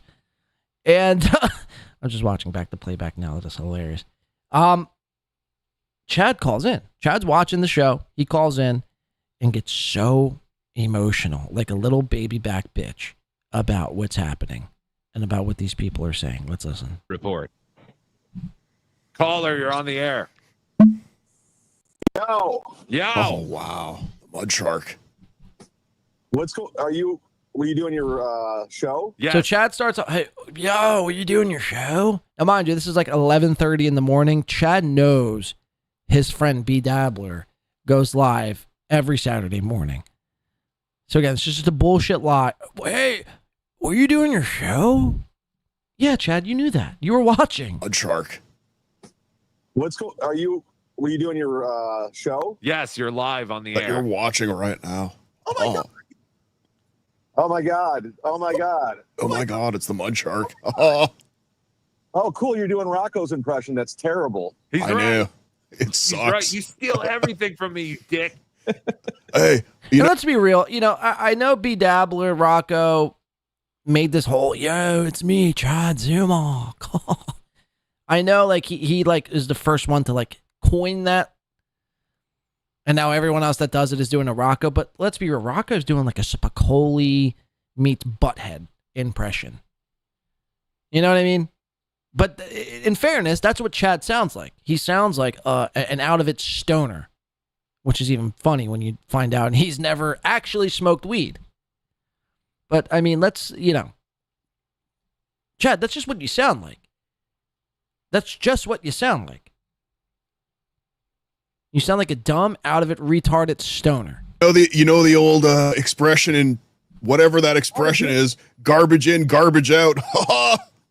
Chad, what are you doing filming underage girls at the Why? So this is the whole thing. I guess I missed this somehow, but Chad was allegedly at a basketball gym filming underage girls. Why, you ask? I don't know. Because he was bored, I guess. Again, I'll repeat. Chad was in a gymnasium filming underage girls. Apropos to nothing. not because he wanted to. I mean, how can you even, like, what is the excuse? His excuse will leave your fucking jaw on the floor, will leave you speechless. Listen to this. You filming underage girls playing basketball, you creep. Do you think that was funny, like what you just did? Because it yeah, wasn't. answer my question. Why are you filming? Chad views everything in the lens of funny, which is hilarious when you know Chad Zumock not to be funny whatsoever. Like, he's funny in the, like, unironic way. Like, when Chad, like, shows up with a black eye, that's when Chad is funny. When Chad is riffing, doing his show and going, oh, he's so boring. This sucks. Oh, Mud Shark wins again. Oh. It's, I mean, the exact opposite of funny. And he's supposed to be a comedian. Like, you would think a comedian of 20 years would be able to be funny on the spot. Not Chad. Chad is anti-funny. Chad sees funny and spits in its face. I mean, it's so embarrassing. 7Dub7 says, count how many times Chad says, oh, yeah, we're going to do that, 7Dub7. Thank you for, is that say 16 months, you fucking freak? And I say that in a good way. You freakazoid. 16 months you supported this channel. We salute you here at Win by 2. Kudos to 7. Kudos to Win by 2 Radio. Dub 7. You want to count? Let's count. We'll fucking count. We will fucking count. We'll start. Underage girls playing basketball, you 50-year-old creep. See, that's where your mind goes because you're a fucking pedo. I look at young girls, the Caitlin Clark effect, because kids would go out and it was always boys. Now it's girls shooting around. I was at There's one. The gym working out, you fat fuck. Mm-hmm. Tell him, Z. Yeah, we saw no footage of that. We saw footage of 12-year-old girls bouncing basketballs with you creepily watching in the fucking rafters. It's inspiring. It's inspiring for young girls that they're shooting around. I can't believe it because it was never like that until Caitlin Clark came around. But seriously, why do you look like a mongoloid creep in real life? Like, you're really creepy as a person. Mm-hmm. Yeah. Show the pictures. Yeah, show the Seriously, pictures. Like you're a mongoloid as a human being. Expose it. Seriously, you're a fucking mongoloid as a person. He got me. Oh, look, I'm taking 5 nerds on right now. It's hilarious. No. Fucking 5 losers. I've had more sex with women than all of you combined. I've had more sex with women than all of you combined. Now, we know Chad, his claim is he is a puss slayer. Now, you've never seen Chad with a woman, but you just got to take his word, just got to take his word. Coming from a guy with 0 floors, 0 couches, fake Jordans, fake everything. Just got to take his word for it. He's had more sex with women. Now, again, I don't know how this is an own. Cardiff isn't going around being like, dude, I'm a fucking puss magnet, dude. And everyone else, like Chad Zumock, gets 0 puss. Chad's like the only one fighting this imaginary battle. Oh, I get more pussy than all of you. It's like, no one is making that argument. It's a very odd angle to take, especially when you're a comedian. Like, he views, everything is viewed in the lens of funny, looks, and how much puss you are or aren't getting.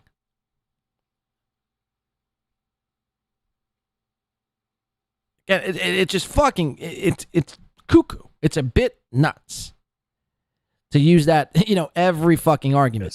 No. Fucking 5 losers. I've had more sex with women than all of you combined. I've had sex with women. Prove it. I doubt that. I've had sex with. I'm glad right after we talk about you filming 12-year-old girls playing basketball, you go to how much sex you've had with women immediately. That's weird. That's where your mind goes because you're a pedophile. You hang out with Melton. That's where your mind goes. I have never once posted pictures of 12-year-old girls on Instagram playing basketball. So if we're judging who could possibly, it shows the Caitlin Clark effect because there's always boys shooting around. I go, this is cool. 3. I'm at the gym and I wanted to inspire women. Yes, unlike girls have never played basketball in history before. We never had a gym cut in half so the girls could play on one side, the boys could. Okay, they're shooting around. Okay, 4 or 5. You would have filmed young boys because that's what you do. Wait, so you're confirming now that the reason you were doing it is because you were attracted to them sexually? Because I'm a gay pedophile and I would have filmed boys. Got it. Well, the young girls are shooting around, which they never do. So Chad, I mean, this is how stupid Chad is. He really thinks since Caitlin Clark came into the WNBA like 12 months ago, like before Caitlin Clark came in the league, there was no young girls or girls whatsoever ever shooting around. No pun intended, 7-7. But since Caitlin Clark came in the league, now it's just like, there's just flocks of girls shooting around. It's like, Chad, how do you think the chicks that got into the WNBA, like, where do you think they never shot a basketball and just joined the WNBA, sheer just signing up? He's so fucking stupid. Like, now, it is, look, I'd almost say, okay, I could understand his point because, I mean, for Christ's sakes, Caitlin Clark rules is it's in his intro. So I can maybe even start to, but the fact that he goes to, the reason why he was filming the little girls playing basketball was because the Caitlin Clark effect. I mean, it just seems a little strange, does it not? Like, even if that were the case, let's just take it that at face value and say that were the case for Chad, and he's like, wow, I never knew little girls shot around before Caitlin Clark. Now there's just so many. I must film them and document them and then post it on my Instagram. Like, why feel the need to post? Why couldn't you just report back that, hey, me and my buddy went to the gym, and you know what's crazy? Or, where I come from, I never really seen this many, young girls shooting around at the basketball court. Turns out, the gymnasium's filled. You never believe it if I told you. But to film them against their will, like a creep, mind you, you're 50. These chicks are under 18. They're not even chicks. They're like, young girls that Anthony Cumia is into. Against their will, and then post them to your Instagram. I mean, that's what's creepy about it. I'm not saying Chad's a pedo, but it shows you like unhinged behavior. Unhinged, loony behavior. Like Clark, it's inspiring. That one girl. And mind you, we're at, I think, 6 for shooting around. That sucked, though. But it was just cool to see girls picking up basketballs and shooting around. That 7 doesn't happen. It's happened forever, idiot. No, it doesn't. But you see, you're a pedophile, so you're. Oh no, it doesn't. You're just a pedophile. I mean, this is like tell me you're losing in an argument without telling me you're losing in an argument. Yeah, girls have shot around since basketball was invented. There's been girls shooting around, little girls shooting around before Caitlin Clark and long after Caitlin Clark, passes away. Girls will be shooting around. I mean, what are you talking about here, man? And then, your response is, yeah, that's it. Yes, they are. No, you're a pedophile. It's like, whew.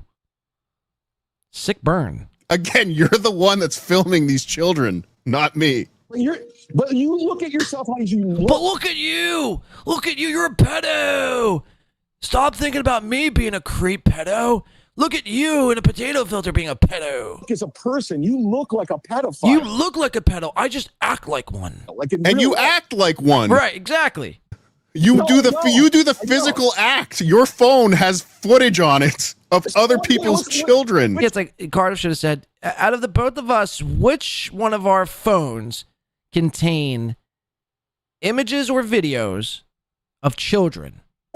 Which one is it? Am I gay or am I pedophile? Because you keep switching around. I think you're gay for pay. That's all. I think he's gay. I don't think I don't think Chad's a pedo. I think he's a closeted homosexual who enjoys getting porked up the fucking keister by Nick Swatson. I was gonna say Nick Ricada, but Chad would probably like that too. Am I broke? Like what? You guys are always looking for something that doesn't exist. Mm-hmm. You make it up. We don't make this up. I didn't make this up. You're the one that put footage of other people. See how mad Chad's getting? Again, this is how you know this all bothers him. Am I broke? What am I, gay or am I pedophile? Yeah, you're a broke gay man. A broke closeted gay man. That's what you are. Like, you know, only a real like closeted guy would try to convince everyone on the internet. By the way, in a universe which you claim, you know, everyone to be a loser, you're the only one trying to claim that you've gotten more push than anyone ever. It's like only a closeted gay man or a gay man in general would make that claim. Again, if you get puss, cool, man. You get puss. You get puss. You know how I know somebody who doesn't get puss? Is when they, all the time they brag about it. Or they got to tell you about how much puss they're getting. Again, we're not fucking 15, 16. Chad, you're 50. Again, to brag about that is a little insane. Jay, look, is that fucking J-Mo in the motherfucking dropping super chats? J-Mo in this motherfucking super chat game. Now look at that fucking J-Mo. Look at that fucking J-Mo. Hoo. What's J-Mo saying over here? Chad stomped on my call right before. LOL Diva.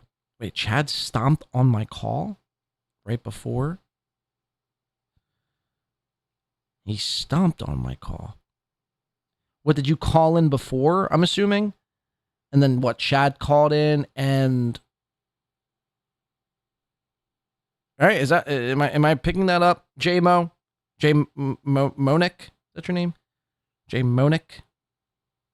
Am I getting this correct?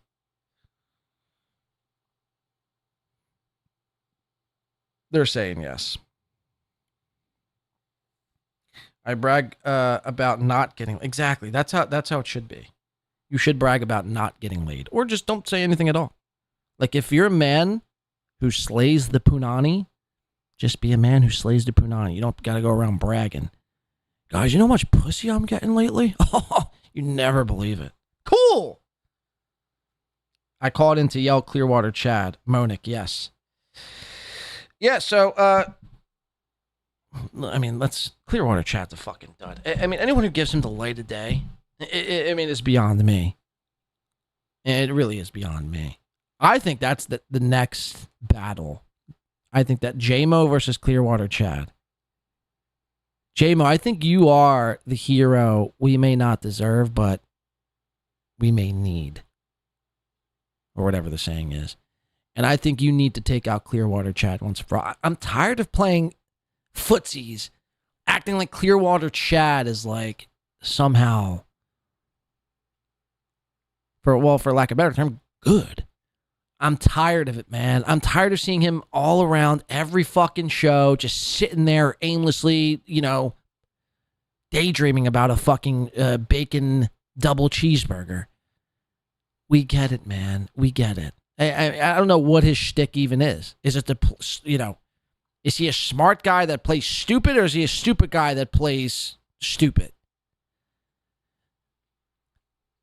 But, you know, these people keep Ray platforms him, Chad platforms him, Kevin platforms him, and they think like somehow like he's bringing spark to a show. He's not. And look, that doesn't mean Clearwater Chad might not be he might be a great guy. He might be a swell, upstanding citizen.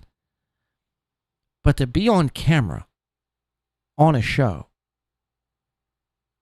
I mean, this is what you get when you get Clearwater Chad.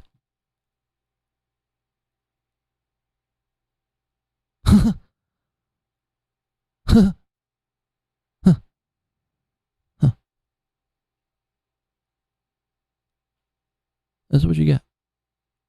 Nothing. A void of nothing. Silence.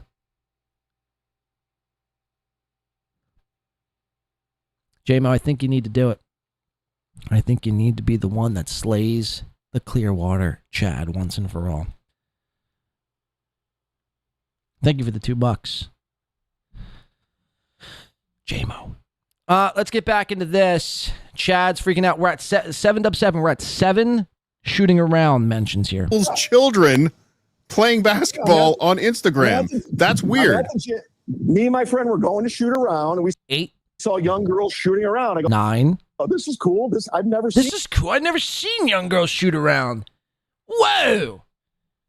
Hey, friend, did you ever see a young female child shoot a basketball? This is a first. It's like an alien. These children are like aliens. We must film them. Whoa! Whoa! You were shooting around from the rafters? You were up on the walkway shooting around and you decided to take video footage of girls playing basketball? You have to go downstairs. We walked out to that. So how were you shooting around? You just said I was shooting around with my friend and then I saw girls and you were up on the top of the fucking building. I literally walked in and I saw that. That was the first thing I saw. You saw it? We went down. Hey, you said it right, you dick. That's He true. said saw. I'll give you that Man, one. You're reaching, bro. You're reaching. I'm reaching. He's got no hands. He can't reach. Reaching.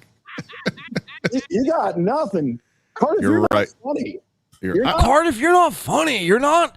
Well, you're not good. You're not good. Just quit. You should just quit. You're not good. You're not funny, you fucking spud. I'm not. Who cares? What's your point? Let's do a show without your filter. I want to see the brilliance of you by yourself. I want to see the magic of who you really are. Let's do it. Let's do it. And I want to see the other videos that you have on your phone right now. That's what I want to see. Why does it matter if Cardiff is in a filter or not? Why it matters is Chad wants to see his face so he could dox him. That's why it matters. That's why it fucking matters. Again, Chad, go. That's, just face him. I mean, you've already called in the BW. You've already done this whole back and forth with Cardiff before. I mean, just show up on a show, hour and a half, have somebody moderate it, and face Cardiff in a debate. Let's do it. I want to see you without your filter, you and me head to head, 1 hour, and I want to see how funny you are. I want to see it. The magic. And I said I would do it, but you're the coward. Do it. Let's do it. When? So Chad is triggered. Cardiff's like, I said I would do it. Yeah, I never said I wouldn't. Detroit. Come to Detroit, Chad. Yeah, come to Detroit, September 12th. I'll pass. You guys don't seem like a good time. There's not enough kids. There's not enough little girls playing basketball in Detroit. We had fun when we hung out, man. I think it's inspiring that young girls are out there shooting around now. Is that 10? There's always boys that used to do it. Yeah, girls have never played basketball before. You're right, Chad. You're right. But I'm just saying, just shooting around. 11. I grew up on basketball courts, so it was cool to see. I grew up on basketball courts. I was raised, breastfed on a basketball court. I took my first steps on a basketball court. My mom used to change my diaper on a basketball court. My stepfather used to beat me on a basketball court. I mean, what? Mm-hmm. Yeah, when I challenge him to a basketball game, dude, I'll never play basketball with Win by 2 because it's a shock jock. I don't do shock jock bits. Hey, Ray DeVito, want to play basketball? You're an idiot for not wanting to play. All the money you're leaving on the table? Fucking retard. I thought it was a shock jock bit, Chad. Grew up on basketball courts? Yeah, I played. That's where you grew up? Yeah, I play basketball my whole life, idiot. That's where you came up? Yes, I legitimately played basketball every single day of my life since I was 13 till, I don't know, until my 30s. After being born in the sewer and taught karate by a rat. So what else you got? And were you inspired? Were you inspired by the 50-year-old men that used to watch you play basketball at 13 and take videos? Hey, JT, jump in. It's time to jump in, you 4 fucking fags. Whoa, he's getting pissed. JT, I guess, is one of their producers who's just off cam, minding his own business, eating French fries in the background. And all of a sudden, Chad starts losing his... Hey, JT, jump in, you fucking... I'm going up against you 4 fucking fags. Whoa, he's getting fucking triggered. For what, you may ask? I don't know. It's not like B Dabbler and OJ are jumping in and attacking, piling on. It's Cardiff versus Chad. And Chad is getting so emotional about this. He can't handle a spud. JT alone. How dare JT's you? Jump in. It's time to jump in, you 4 fucking fags. Leave JT alone. How dare JT's you? busy not getting paid. Now, mind you, earlier Chad said he was going up against 5 of you nerds. I guess he can't count either. Cardiff isn't a pedophile. It's Liam who's a pedophile. Is that true that you put him in a dog collar? How embarrassing of a human being is that to do that? It hasn't happened yet. Don't spoil the bit, retard. But the fact that he lets you guys do that to him, it's embarrassing. It is. It's I let them do a lot more than that. Yeah, that's the least embarrassing thing for a girls' gym class. You should really. What? I can't. You guys are all talking over me. No, go ahead. Go ahead. No. Chad, you sound relaxed this weekend. It sounds like, are things going well? You have a great time. Oh, that's funny. The Kiki. That was hilarious. Wait, did you that is. Did you just give us the Kiki defense by saying you're having a great time?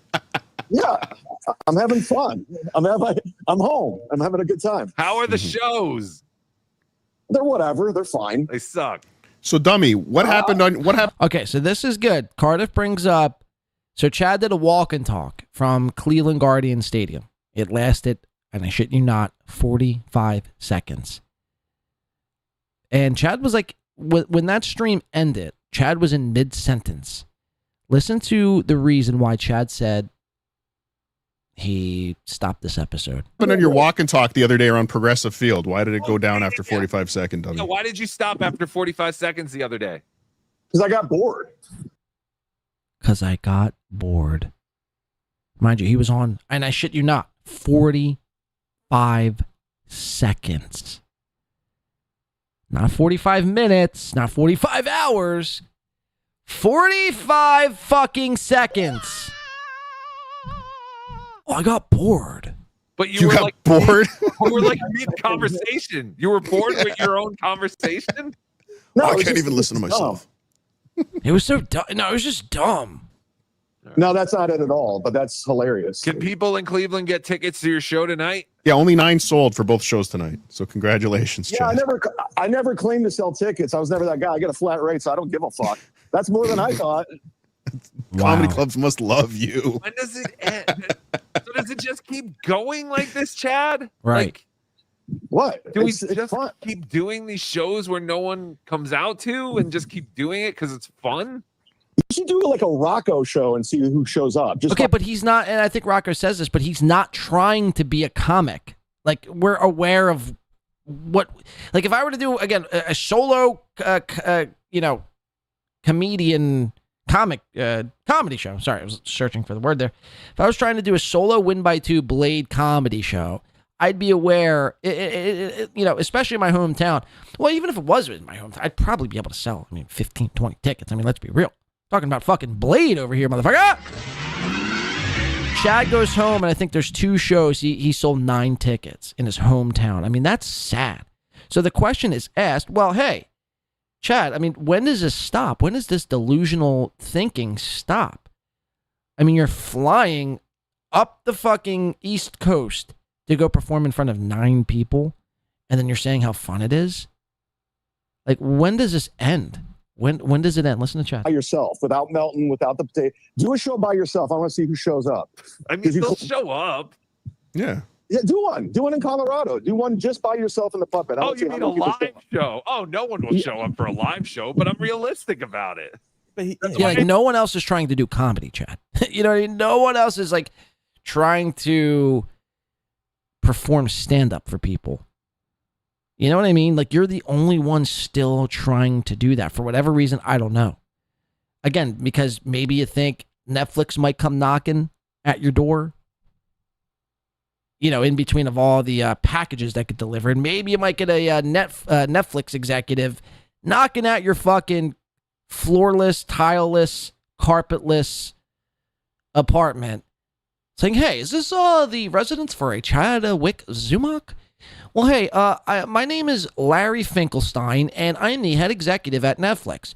And here in my hand, sir, we have a 19-page contract to which we would like to sign you on board you to do a 3 special deal, and you'll make $5 million per special, and we'll promote the good name that is Chad Zumock, and we'd just like to tell you basically what you did is you basically won the lottery here today. Congratulations, Chad Zumock. Congratulations. It's never happening. It's done. Nobody wants you. Nobody needs you. You're not funny. And I know you view that's how you view everyone, because I mean that's almost a sick tell. Like Chad views everyone in the lens of who is and who isn't funny. But the kicker in that is Chad ain't fucking funny. That is a fucking fact. That's a fucking fact. So it's like, when do you start, like, you know, when do you start realizing, when do you start having some self-awareness? And I think they ask a good question here. And listen to Chad's response. No, that's why I don't do my own live shows. Well, I get booked at clubs. They pay me a flat rate, and I perform. It's fun. Fun. And people will walk up, and it's Cleveland in the summertime, so it is what it is. People will walk up, and it's Cleveland in the summertime. So yeah, we might have like you know, those ticket sales might go up from 9 to like 14. You might get like 4 walk-ins. I mean, my barber Raheem gets more walk-ins. My barber Raheem sees more people in a day than Chad can fill in a comedy setup. Facts. That is a fact. Think about that. My barber will see more people in a day that Chad can fill, that can put asses in seats. Cleveland in the summertime. That's the saddest fucking thing I've ever heard. Like, imagine passing by wherever Chad's performing. Like, wait a second. The almighty Chad Zumock's in town? Whoa. Hun, we got to get tickets. You want to go see Chad? You want to go see Chad? You want to go see some Chad Zumock? Nobody, I mean, people are just like, huh? Oh, okay.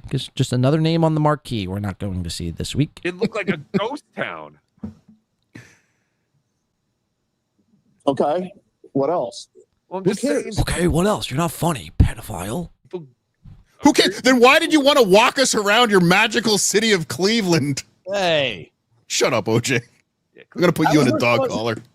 It was the first time I was downtown in 6 years. I haven't been downtown in a while, so I hadn't been there. You should have went to the new Superman statue. I'm good. Are you staying at your aunt's? No, I'm staying over someone's house. What's her name? Like yeah, Quisha? yeah.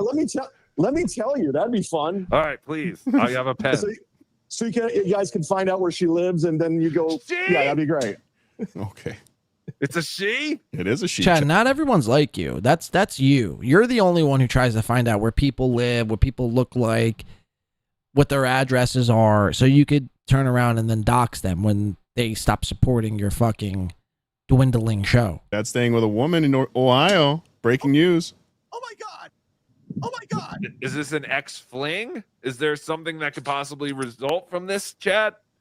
What are you, Howard Stern, and from the 90s now? Are you trying to get something going here? Tell me how big her boobs are, Chad. Yeah.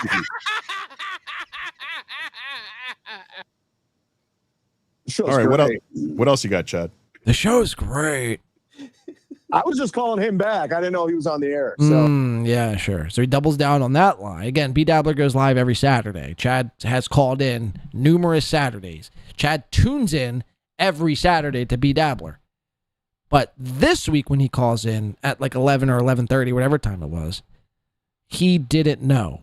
Got it. Oh, I got bamboo. Obviously, you guys all jumped on me. You're so excited. And again, no one did. It was just basically you versus Cardiff. B Dabbler was asking you a couple like questions, and OJ pretty much kept his mouth shut the entire time. You were so going to call Rocco. Oh, this is going to be great. I was concerned by all your text messages. They seem I'm fucking around. You know, that's all we do is fuck around. I know. We do.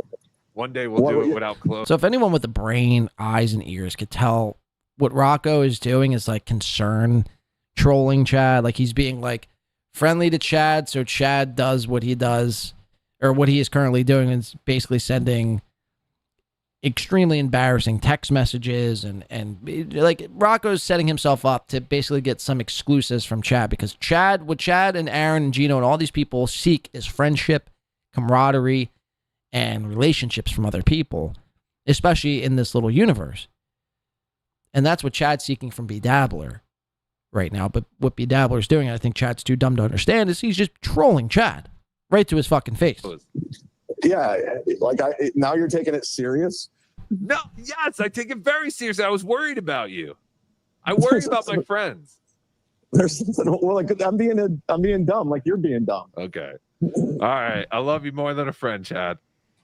Stop videoing children, creep. All right, so I think we are at a total of 11 times where Chad had mentioned the word shooting around. That's a fucking fact. Let's get into the Chad Zumock clip from this past week. Now, this was from Tuesday. We didn't get to this on my last show, which was on Wednesday, because, I think we already had an hour and a half of a Chad Zumock clip. This is about 30 minutes. Let's listen to Chad. He's pretty triggered on, about yours truly. He gets a little upset about me. Check this out. Having fun. Shout out to, if you haven't already, subscribe, throw Chad Zumock a like. If you can, if you have an extra $1 or $5 or $100, if there's an option to super thanks Zumock, definitely give that a go too. This is Chad Zumock, Chad Wet Brain Follies, August 5th. My name is Chad Zumock. I was a Wet brain for sure. What's going on, everybody? Welcome to the program World War Z. That name's grown on me. I like it. It worked out all right. We had a little hiccup there with Hack to Destroy, and that just didn't sit well. But this one sticks. Thanks for joining the program today. I wasn't going to do a show. Full disclosure, I have a lot to do before I leave. I leave at the butt early. Jesus Christ, it's so goddamn early. I leave at the butt early. I think the phrase he was looking for was the ass crack of dawn, but instead, Chad's got butt on his mind. Oh, I got to leave at the butt early. And then he doesn't even finish the sentence. I leave at the butt early. Jesus Christ, it's so goddamn early. I leave. You don't even want to know how early it is.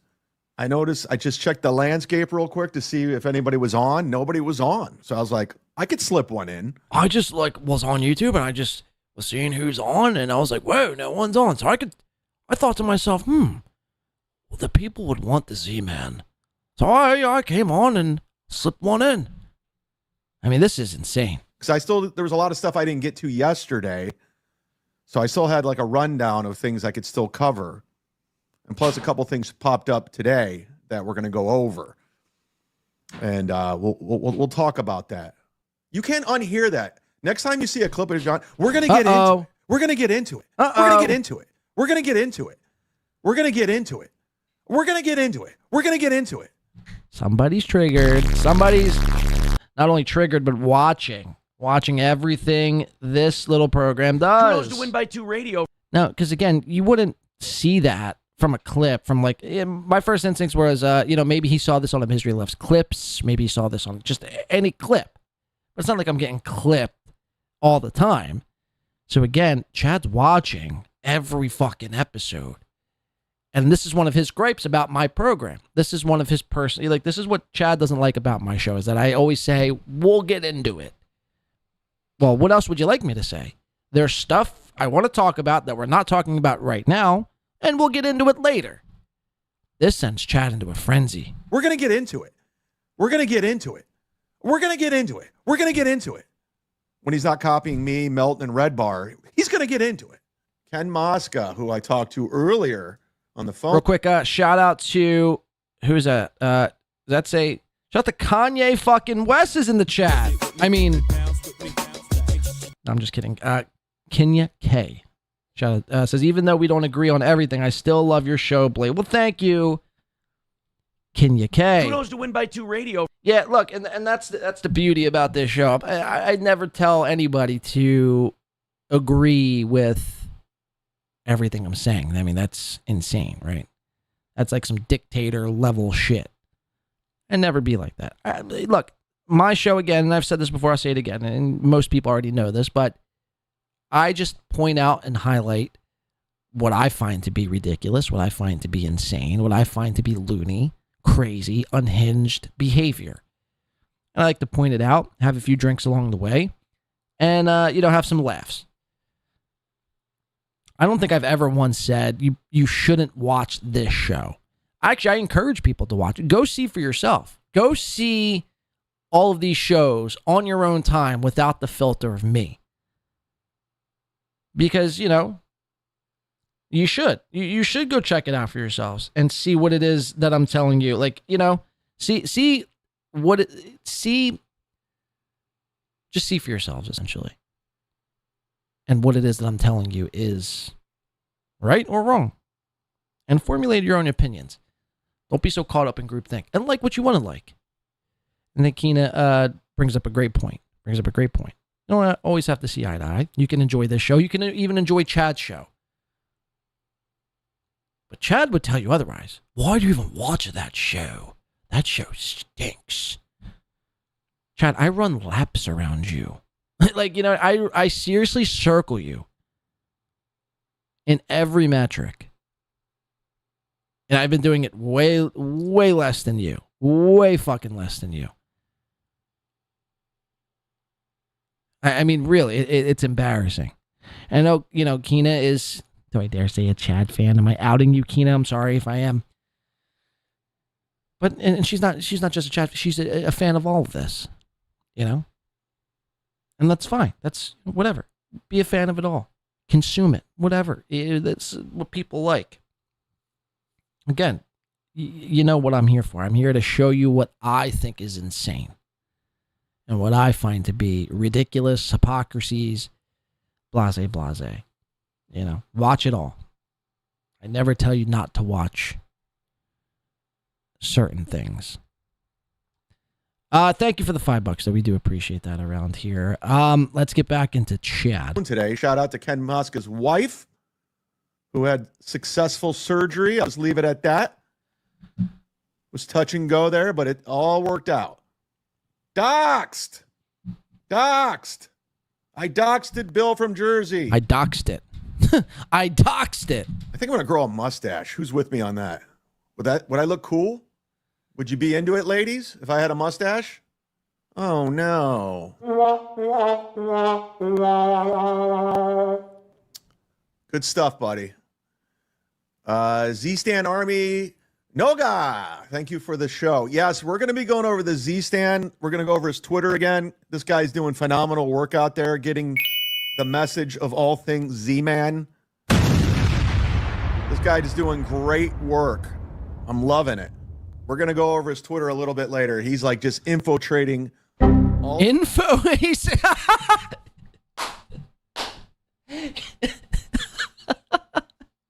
You need the sound drop. Wrong.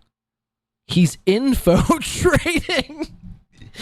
It's Alex Jones's it's his fucking stock show that he does when he's not doing info wars, he's doing info trading.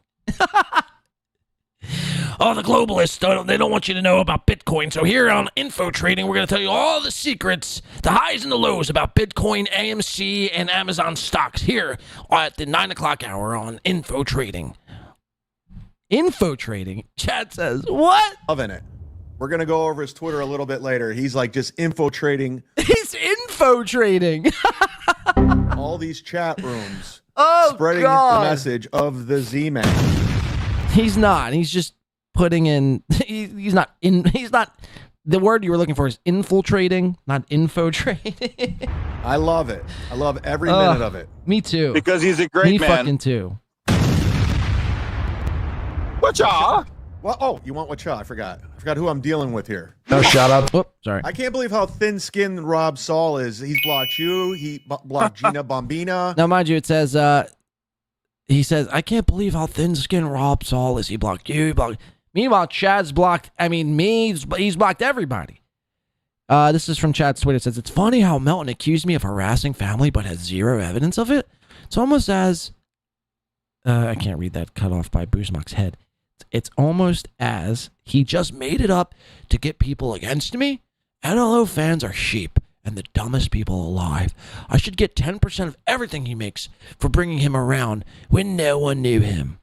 And then Jack Mehoff, funny name, says, unfortunately for you, I'm quite informed about you and why I've come to this conclusion. Chad Zumock says, do you want blocked? I'm asking before I do it. Like, wow. So again, before he calls out Rob Saul for being a thin-skinned guy, Chad, look in the mirror.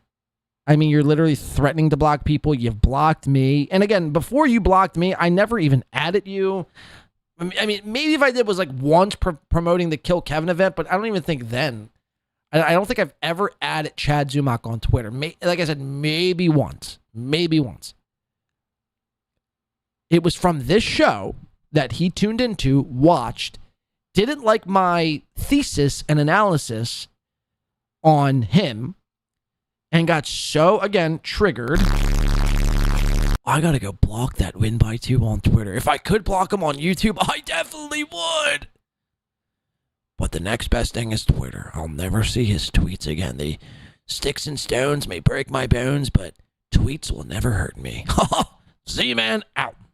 Like, this guy's a little bitch. Yeah, the Rob Saul guy, I'm not a fan of his. He's obsessed with me for some reason to this day. Gonna try to do something with Tony Mazer. Gonna try. Don't count on it. I'm really going home to see people. I don't want to look at any of these people. I don't want to know what they're up to. I won't be checking in. I won't be. Meanwhile, he called into B Dabbler Show, which we just played. In fact, I am unsubscribing from YouTube pages. No, you're not. Want it in my algorithm. Did he say algorithm? In fact, I am unsubscribing from YouTube pages. I don't want it in my algorithm.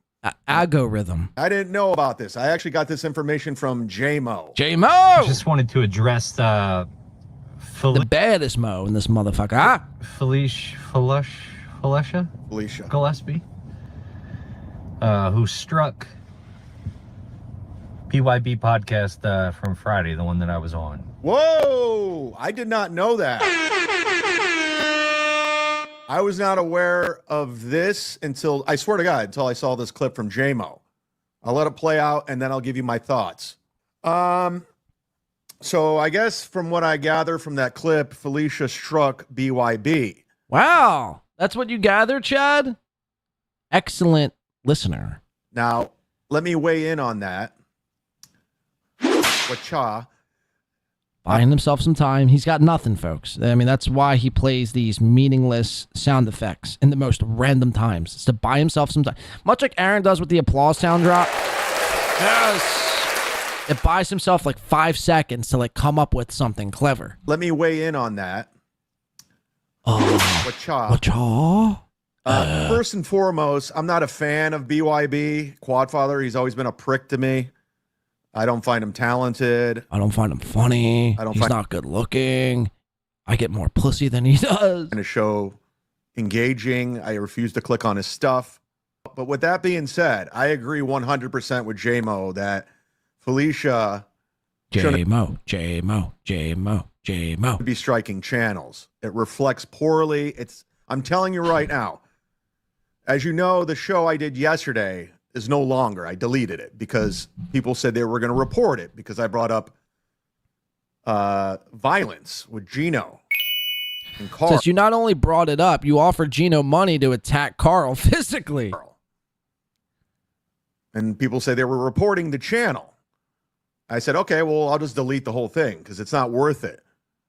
And I do know there's a team of people going around reporting channels, especially like with the stream sniping and stuff like that. You could say it's a cabal of people. Dan says, yes, your team of Dick and others. Dick Fitzwell, that is. I've been made well aware of it. A vigilante group of people. Reporting channels.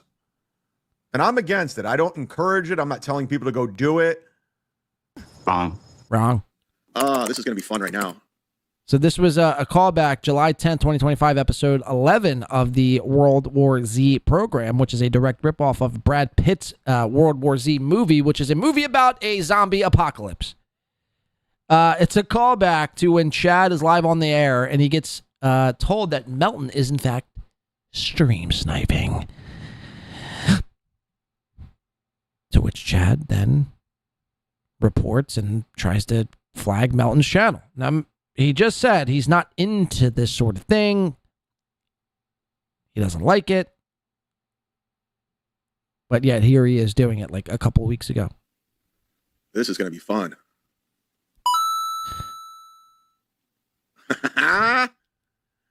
Uh-oh, Melton, you're going to lose your channel, dude.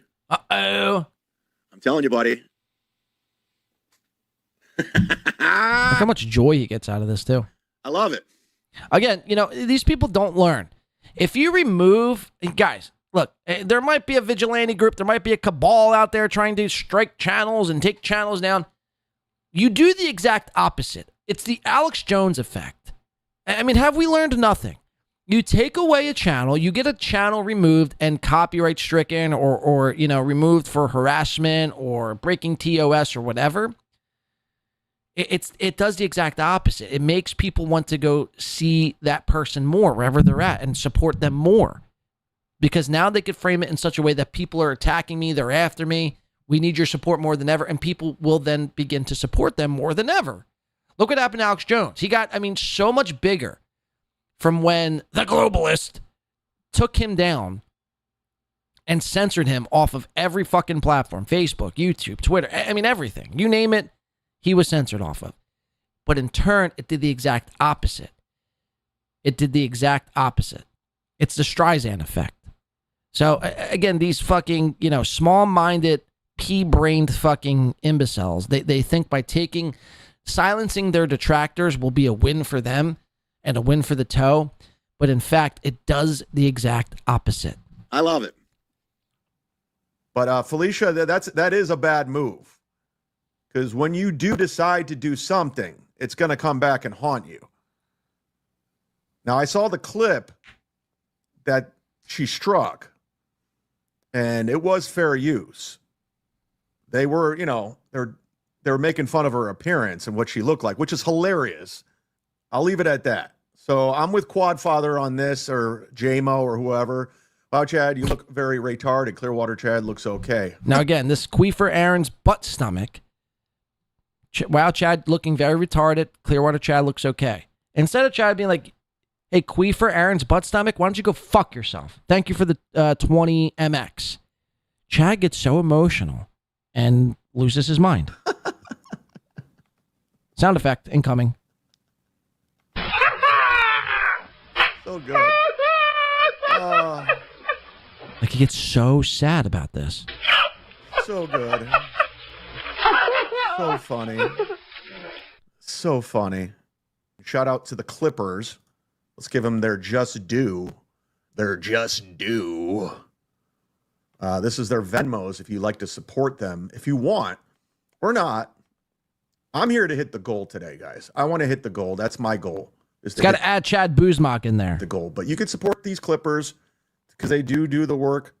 They put it out there for us, especially Chad Buzmock, who works around the clock, nonstop. Hey, people, go to check Playboard and look up Nice Podcast Stupid and compare it with Karmic X Live.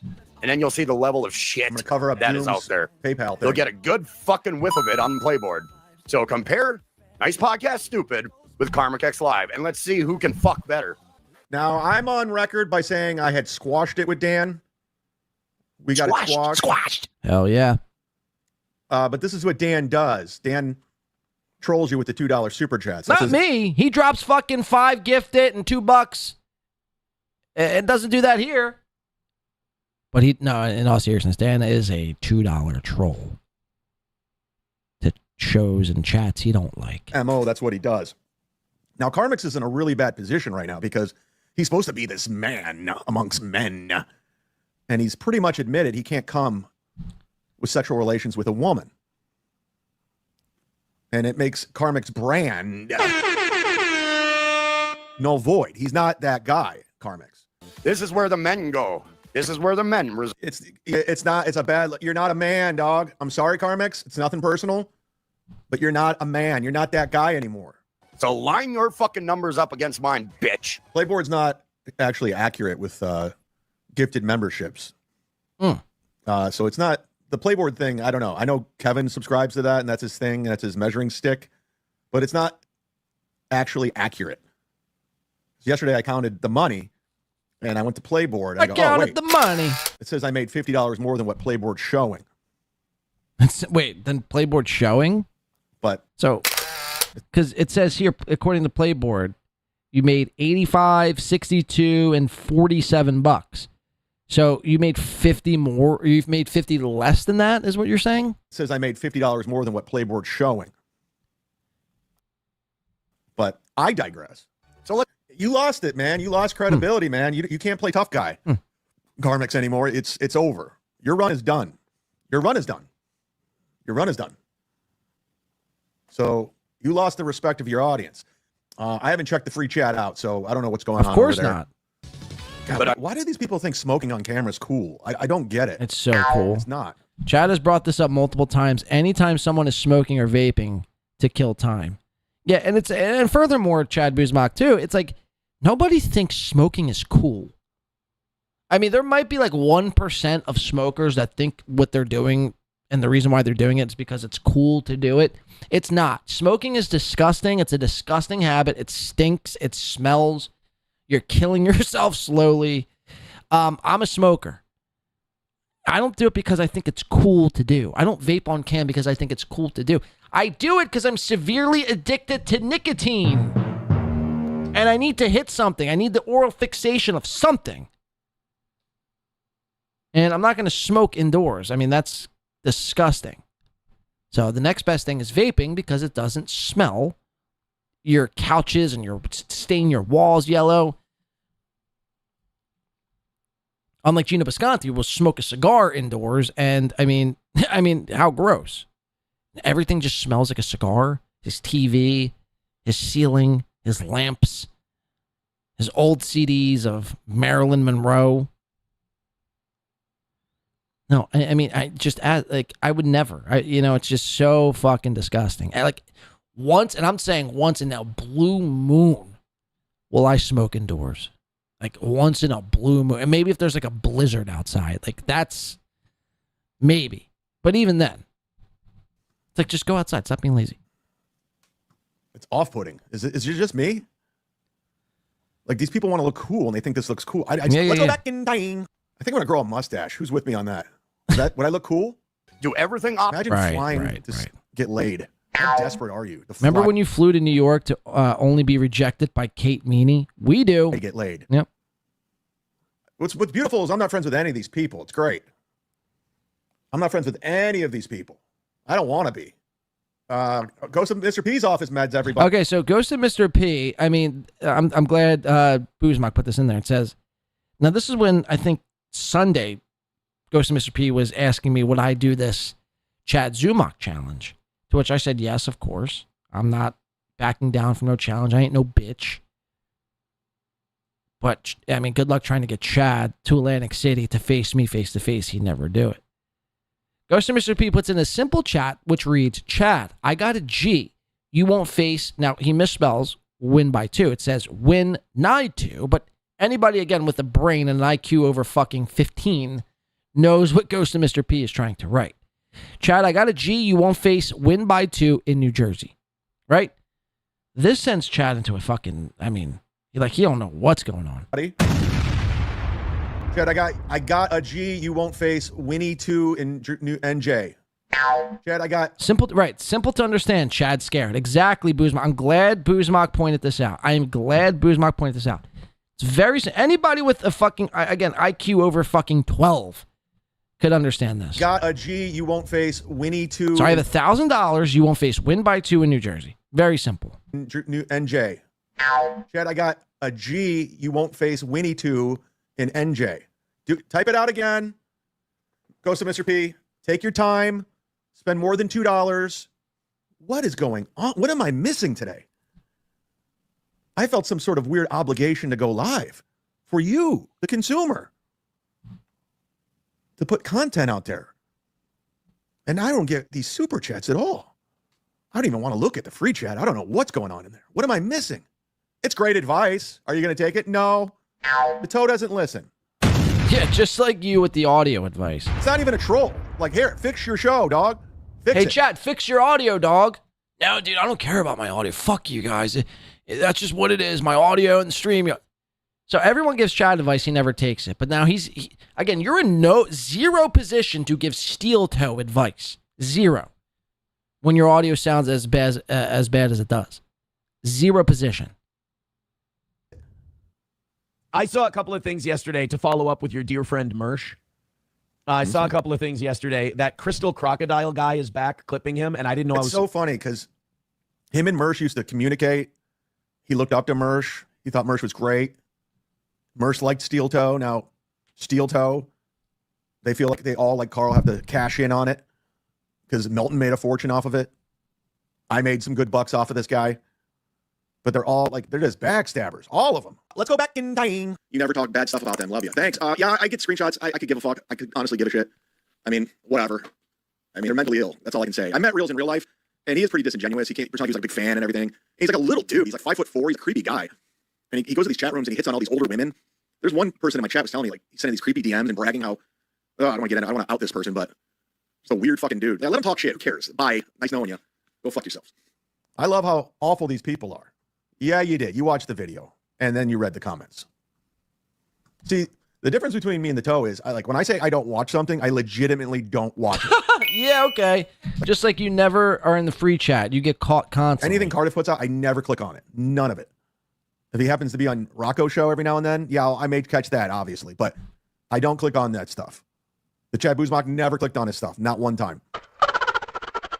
Chad be watching for sure. Chad watches it all, Chad Buzmock. He watches every single second of, if it's got his name in it, if it's got his fucking picture in the thumbnail, he watches it all. Otherwise, how else would he know if I said, let's get to it? I mean, that is such a thing. Like, that's such a minuscule thing to pick up on that, again, you can't pick up on in a clip. And he said he's never watched Cardiff's show. Meanwhile, you go check his Twitter. He's like, yelling at Cardiff because Cardiff was doing a bad impression the other night of him. Cardiff was doing an impression of Rocco, doing an impression of Chad poorly. Chad called it out on Twitter. But again, I thought you didn't watch.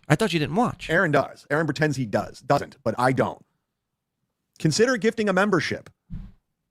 The best way to support a show. And although it doesn't show up on Playboard, you could hook somebody up and change their lives. You remember when we were saying how great Mersh was? Now he's not. Let's go back in time. And honestly, like talking to John, there's me. John and I didn't know each other well, but like I feel comfortable just interacting with him. I'm like, yeah, this guy's on the same page. He's like, I played basketball in high school. I'm like, I'm a point guard. I go, oh, this dude's a fucking team player. He sets picks, rebound. I'm all in with this guy. Like, I'm a team player. I'm all in with this guy, he says. Now I'm a clown. I copy everything. He's a fucking weasel. Oh. Wow, what a pull. Chad Buzmock, what a fucking pull. Now, again, I was on this episode of the Ray DeVito show. Well, the show formerly known as the Ray DeVito show. Now it's gone, much like every other Chad idea. Just gone in the wind. Chad can't stick to anything more than fucking 2 months before he gets bored of it. I went on the show to promote the Kill Kevin show that was, I think, the week of or the week after. Or no, I think it was the week of. Pretty sure it was the week of. This was on a Tuesday or Wednesday. Kill Kevin, I think, was on the Saturday. And at the time, Kevin was he was getting cold feet. So I went on to promote the show and I said, Chad, with or without Kevin Brennan, let's do a show. People have already bought tickets. People are already coming out to the show. How fucked would it be if we completely fucking just let them, let them out there to be stiffed, essentially. Hung them out to dry, essentially. But again, when I was Chad's guy, when I was Chad's producer, going to make the show look tight, going to make it sound great, have all the equipment. Again, I'm not making this up. Like Chad would say to me, dude, your show is fucking great, dude. The visuals, everything about it is fucking awesome. The audio sounds crisp. The camera work is fantastic. Your soundboard is one of the best. He would say this. But again, he got, so emotionally fucking triggered because I started making fun of him again. Because the way he handled this AC fucking nonsense was warranted. So he got so fucking butthurt that now, again, I'm a clown, I'm this, I'm that. So is it even authentic what it is you're saying? Is anything that Chad says authentic? Is it? Or is it just you're kind of flying by the seat of your pants? Buzmock, what a fucking pull this was. I'm a point guard. I go, oh, this dude's a fucking team player. He sets picks, rebound. I'm all in with this guy. Like, yeah, this guy's cool. I want to be a teammate with him. I want him to be my shooting guard. I want to be in the backcourt. So yeah. He wants me to be his shooting guard in the backcourt. Obviously, I do need to state I will not be in the backcourt where there's little young girls roaming around where Chad can film. I will not participate in any such activity. But this is, fucking wild, man. Holy shit. Whoops. Here we go. I'm comfortable with John running this. That's why I'm so confident when Kevin's like, I need the internet. I'm like, no, he knows what he's doing. I feel it. He's the good egg because he's kind of saving things for us. Like, he's the guy you really are the good egg of the week. And I think Saturday. I forgot about I was the good egg of the fucking week. Well, good egg. Now, shout out to Win by 2 Radio. Thank you. Shout out to Win by 2 Radio. Thank you, Mersh. Thank you. Shout out to Win by 2 Radio. Thank you, Chad. Good egg of the week. Today we should have a trophy for you for this. Many months later. Why is he so on your nuts? Yeah, John's a clown. He's just he's a joke. I don't even take him seriously because he literally just copies what everyone else does. He has no original thought, no original take. And John, I know your girlfriend lives down here, I think. Whoa! Again, doxed. Whoa.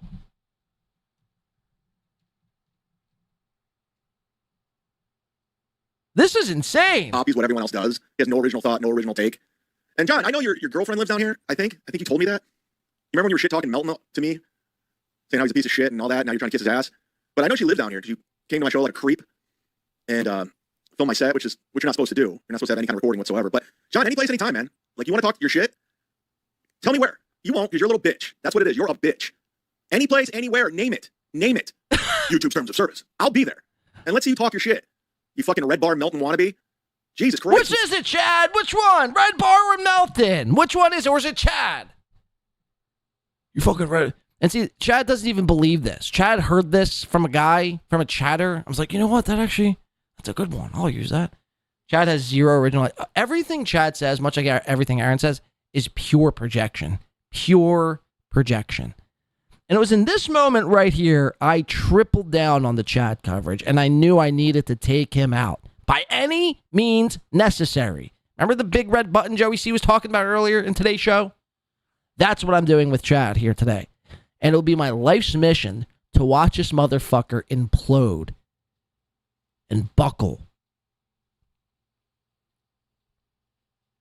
And then I called Chad out. I'm like, hey, I think I was sniping him on this show. I think it's what it says, Spaghetti Factory. Is he win by 2 is sniping? Why is he so on your nuts? I think I called him out. I said I'd go on this show. I'd play him in a game of hoops. We're trying to get something set up with Ghost and Mr. P in Atlantic City. And Chad's like, oh, I don't even know how to read. Oh, words. You lived a little bit more from Red Bar and Melton. I don't know why you talk mad shit about Melton when you pretty much copy everything he does. Clown. So Rumble, which is like uncensored, do whatever you want. See, I've never said Mersh was great. Not once. But you have about win by 2 and then went back on it, as I just proved. Exactly. I've never once said Mersh is great. You've never heard that come out of my lips. Last show of the week from Tampa. I might do one with Tony Mazer when I'm in Ohio. I don't count on it, though. I'm not really going to be in show mode. But anyways, I put the flyer up. What I need you to do me a solid, would you? Could you like it and tag somebody in it? Anybody. Tag anyone. This was his grand promotion, by the way. Could you like my flyer on Instagram and then tag just one person? Maybe then I could sell more than 9 tickets. Here's what's going on. And again, funnystop.com for tickets. This is why I'm doing this, and this is why I'm promoting it so hard. Number one, it's the summer in Ohio. It's always rough. So this might be my very last time performing. I thought the summer in Ohio, people were just casually walking by. So which is it? Is it rough or is it people, is the spot to be? It's very emotional for me. So I'm really trying to get the word out. It's very emotional for me. Way I can. Please come to my show. It might be my very last time there. And I want to have good shows, a good turnout. So any way I can get the word out, I'm doing it. Just tell people on Rumble their money doesn't count, like the Deadpool. Got him. LOL. Good stuff. Get down or lay down, boy. Take the challenge or no. I don't know what you're talking about. I don't know what challenge. That's the thing. What challenge? What challenge? What are you talking about? What are words? I have no clue. Help me. I mean, Melton said you're a psychopath, but that's coming from him. Okay, what does that have to do with Ghost of Mr. P saying take the challenge or no? Chat, face me in Atlantic City. And at this point, I think we're so far past it because it's like, now it just seems like I'm begging Chad to do this. So it's like almost like I don't even want to do it now anymore. Like I would do it just to appease Ghost of Mr. P, as gay as that may seem. But yeah, Chad, you know, again, you'll never face me. You'll never face me, ever. I mean, name whatever it is you want to do. Whatever it is you want to do. Again, I run fucking laps around you. I run fucking circles around you. Forever and ever. And there's nothing you could do about it. You could dox my girlfriend. You could dox this one. You could dox that one. You could threaten to fight me. You could threaten me with anything, Chad. You ain't got shit. Because if you had it, you'd use it. You ain't got nothing. Nothing. I got you pegged, bitch. And you can't shake me. And I know you're watching, and I know you're taking notes on how to do a successful, clean audio style stream. But you'll never be me, Chad. As much as you want to, as much as you tried to bite off my look wearing the hats and shades. Now, I say that kind of tongue-in-cheek because I didn't corner the hats and shades look, but it is coincidental that Chad started wearing hats and shades after I was wearing the hats and shades first. But, you know, to each their own, I guess. Can't beat me, Shark. You can't beat me. You can only hope to contain me. You can only hope to contain me. Shout out to, what did I just see? Saw an orange boy there. Look at that. Christy fucking Webster, 7539 for the 20 fucking bucks. Hell yes. Thank you so much for that fucking glorious 20 spot. Shut down, open up shop. Thank you, Christy Webster, for the 20 bucks. We do appreciate that over here. Kudos to Christy. Kudos to Win by 2 Radio. And kudos to myself. That's amazing. Thank you so much. And there's not even a fucking text I got to read. How amazing is that? Just giving me 20. Thank you so much for that. Let's get back in the chat here. There's like 15 minutes left. We might skip around, but we might not, though, because I didn't watch this. I didn't pre-watch this like I usually do with my Zumock clips. I was just like, let me just be, let me just be excited about, be caught off guard what is in this clip. I kind of had an idea, and then Chad Zumock pulls that fucking throwback there. I mean, that's incredible. That's incredible. You know what else is incredible? Miss fucking Eva gifting 5 Win by 2 gifted radio memberships. Let's fucking... We need to keep up that vibe and that energy. So please, guys, let's go. Start throwing in those gifted memberships and start knocking it down. Need you, baby. I need you, baby. Knocking them down. Gifting 5. Thank you. Well, Eva gifted 5, not knocking them down. Gifting 5. Thank you so much. If I could be a Jew. If I could be a Jew right now, I would be a Jew. I'd definitely be one. Thank you so much for that, Eva. That's incredible stuff. I was just making sure that was Eva. I'd feel so bad if I was like giving Eva credit and then I looked over and it was like Max 1697. I'd be like, oh shit. Well, thank you, Max, and sorry, Eva. Now you're obligated to give me another 5. Kudos to Win by 2 Radio. No, kudos to Eva. Did you change your name? Is everyone changing their names?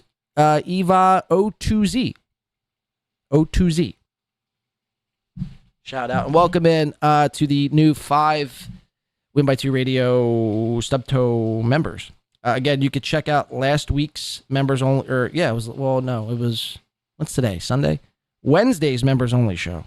Check out Wednesday's members only show, and you'll be in for a little treat. We did 7 hours of members only content for everyone to check out and consume. So check it out. And thank you to Eva and everyone else here today supporting the show. We do appreciate that. Much love. Much fucking love. Much love. What is that fucking, what am I, gay? Much love. Am I trying to be Bob Marley?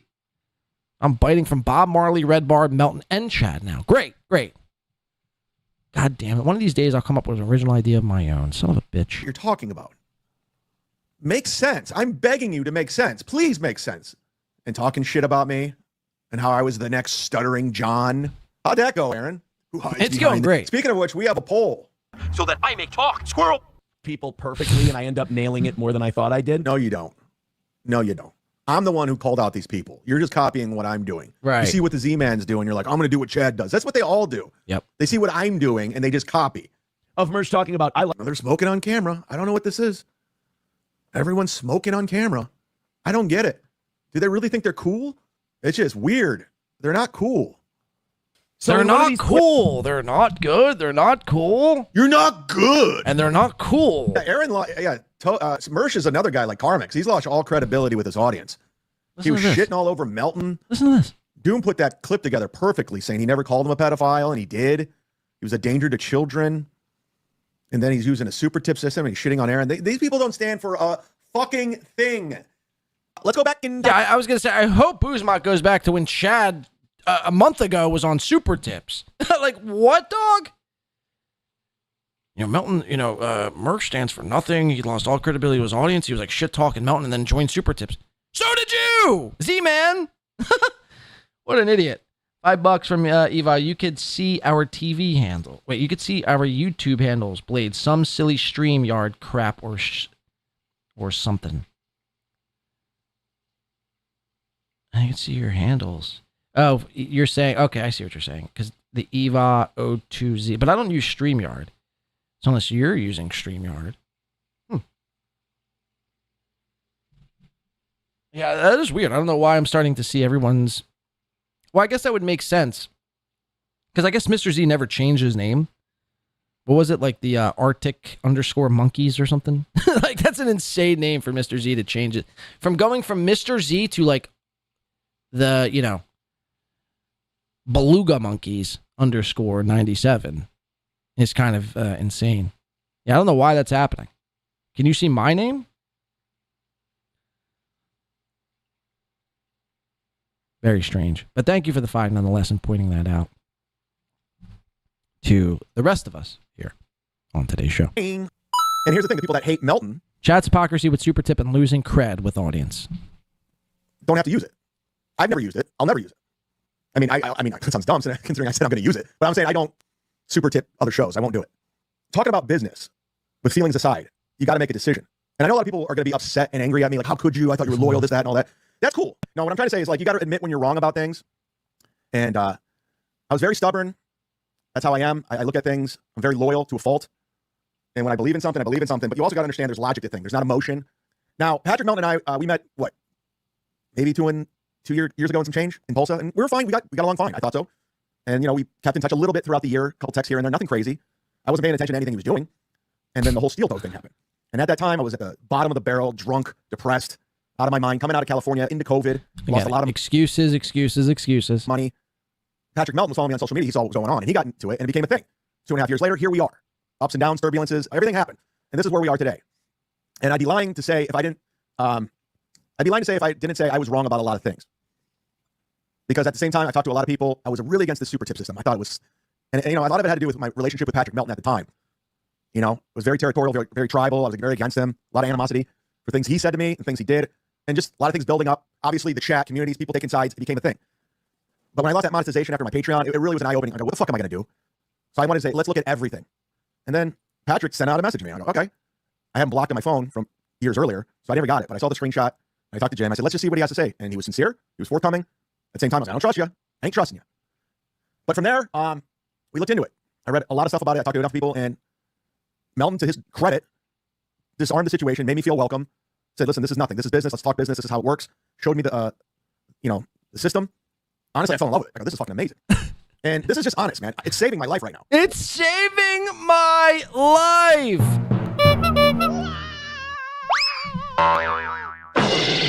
Patrick Melton is single-handedly rejuvenating my entire career and saving my life, guys. What?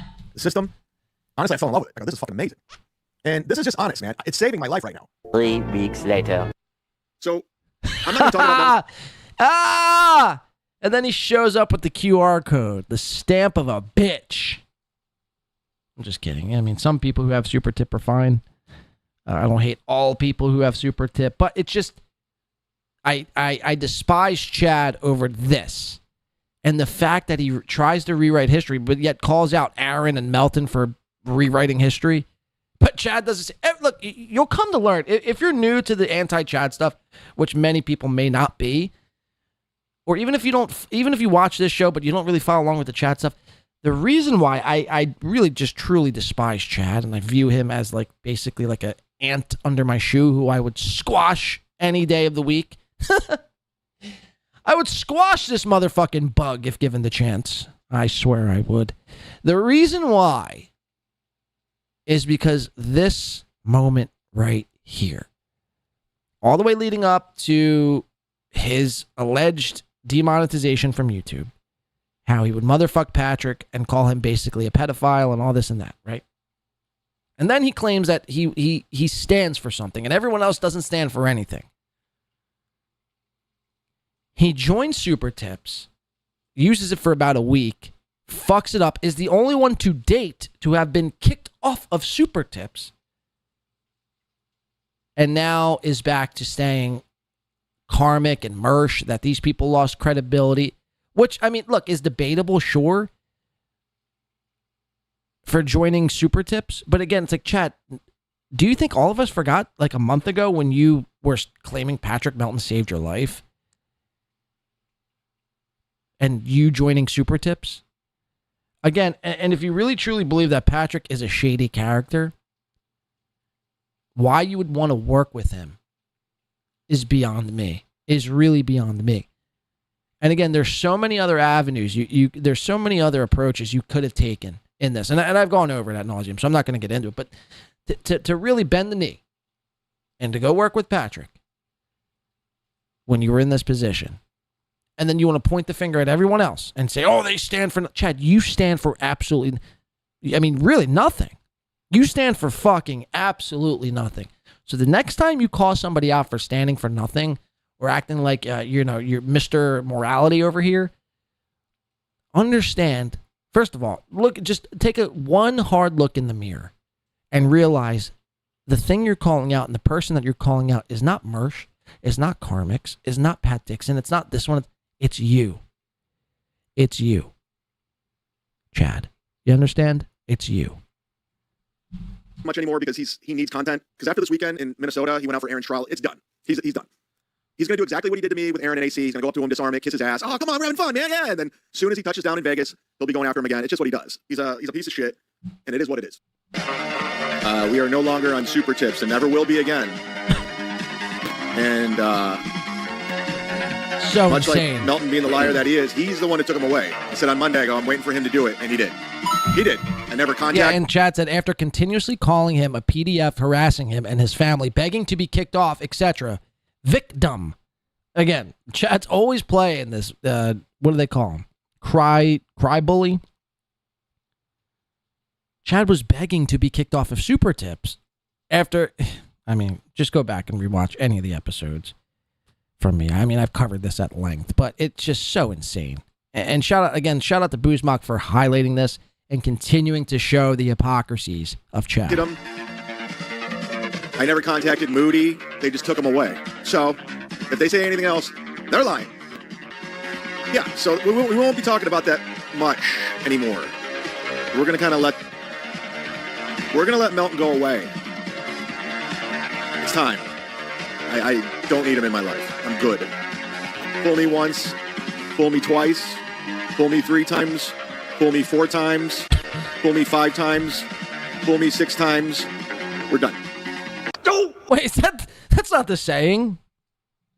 Fool me 1 time, shame on me. Fool me 2 times, shame on you. Or fool me once, shame on you. Fool me twice, shame on me. However the saying is. Chad's so dumb. Fool me once, fool me twice, fool me 3 times, 4 times, 5 times, 6 times.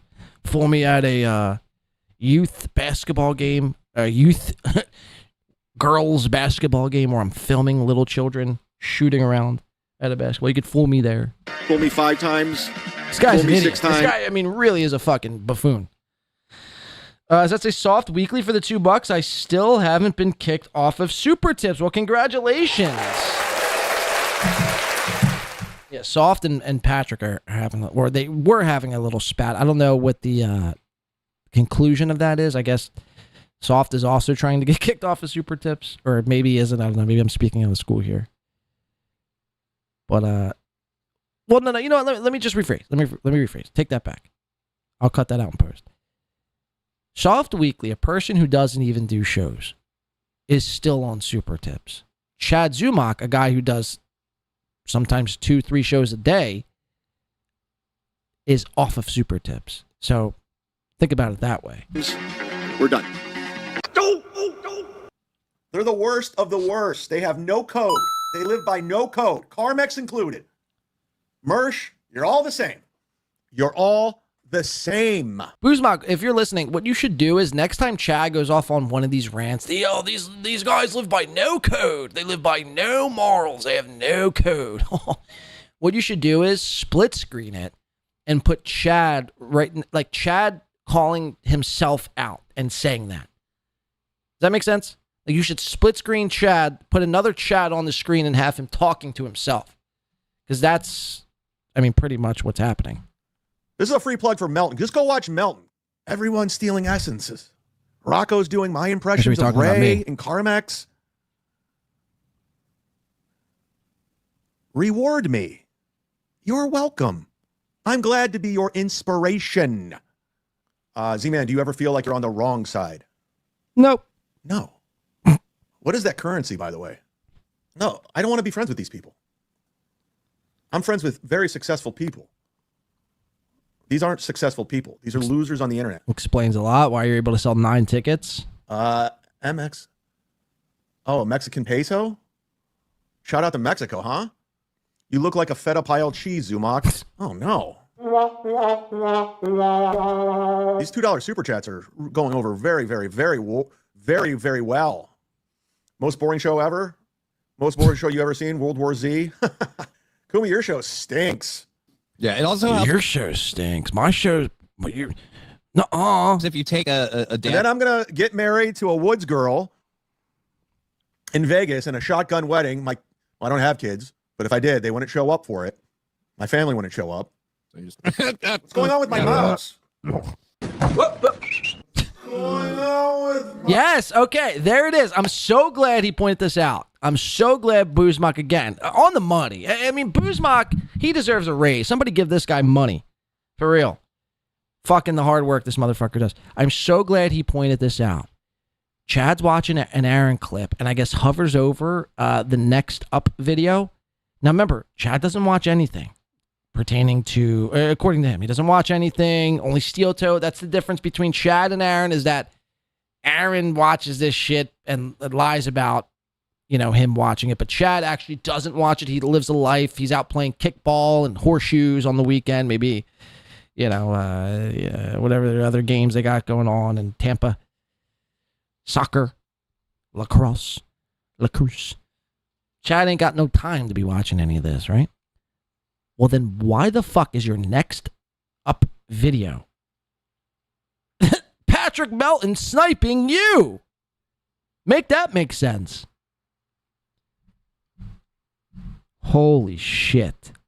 So again, when I say Chad watches everything, he's watching Cardiff, he's watching me, he's watching Melton, he's watching Tukey, he's watching anything that has to do with Chad, he's tuned into. He ain't riding his bike. He ain't walking the streets of Tampa. He ain't writing new jokes. He ain't installing carpet. He ain't moving a couch.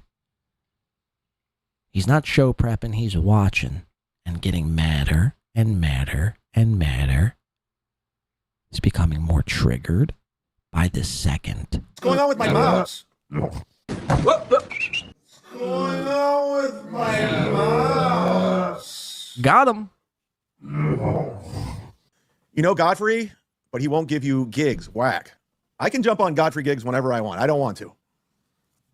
I toured with Godfrey long enough. I just want to do shows for 9 people. Long enough. Godfrey's a good friend. Yeah, that's why I'm every not time going to Richmond, That's why every time Godfrey's in Tampa, he doesn't call you. Virginia for $600 anymore. Those days are behind me. You won't go to Virginia for $600, but you'll travel to Sarasota, which is pretty far from you, for $100. Besides, Godfrey don't put me up. If they don't have a comedy condo, I'm not going. I'm not. But he's a good egg. He's a funny guy. We love him. It's Z-Man fan XOXO. And then he gets into He's got this hilarious photo. Kind of weird. We're not into weird stuff. But he gets these streamers and they're hilarious. And they don't know who the fuck I am. This guy's smoking weed. Yo. All right, let's jump ahead here to 2750. What happened? What happened? Where did I go? Imagine looking up to somebody and you put them on some, Mount Rushmore thing. And Mount Rushmore thing. It's just a Mount Rushmore, Chad. It's not a thing. It's a Mount Rushmore. All of a sudden, that guy is shitting all over you. Let's go back in time. Send me the link. Hey, send me the link. We're a team. Hey, you know what? I'll stick it to Kevin. I go on Gino's show for 50 people and no money. In my mind. You're an idiot. I wasn't. Well, you don't have a about mind. you. That's why you never thought in your mind. I was having a fun Saturday. I'll go talk to Gino for a couple minutes. Chad, were you drinking? I was. Okay. So I was intoxicated, so I made a bad decision. Okay, so you made a bad decision. So there were consequences. Again, using alcohol for every excuse, man. Again, this is a 50-year-old grown man. You can't, at a certain point, you have to stop blaming the alcohol. It's you're making the decisions ultimately. A bad decision. It's just typical stupid Chad. Like, do you think you would have done it if you hadn't been drinking? No. Again, the point is, like, go do Gino's show. But why the fuck should I pay you? Nobody's watching his show, so you run over to his show. I was only on for 10 minutes. It says right on the YouTube Times thing, 30 minutes. But now you want me to pay you? What did I pay you last week? They sent you weekly 10.99s to remind you? You fucking idiots. I appreciate it. Wow. Imagine. We Literally, just I did. just threw a show together today just because nobody was on. You're welcome. It is crazy when Aaron and Opie read shitty things about themselves, like on this. Like there's been a couple trolls sending shit today. I didn't even put it up on screen because I don't give a fuck. Like what? I watched will it. put super chats on the screen. Even if some of them are trolling, I don't give a fuck. But you skipped one saying Zumock a week ago. Or like, there's no obligation to do so. By the way, I just got information, like during this clip, that Melton's been sniping me the whole time, and I had no idea. This is it. That's how ineffective it's been. That's how much it doesn't matter anymore. I'm keeping it going because I know what's going on behind the scenes. I'm getting the DMs of what they're doing. So dog whistle to Dick and such to strike Melton again with no result. Keep playing with fire, bro. I love it. Keep playing with fire. Let's go back in time.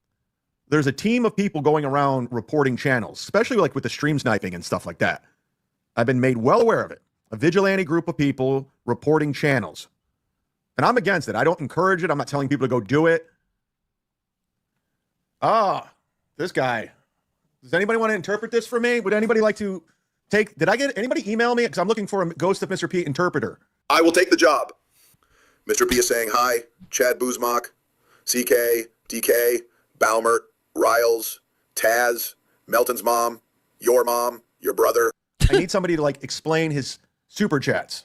He's mentally It's pretty simple. Right. Just hi to all these people. ill or drunk or both. You can be mentally ill and drunk. I don't know who. Okay, I know who Reels is.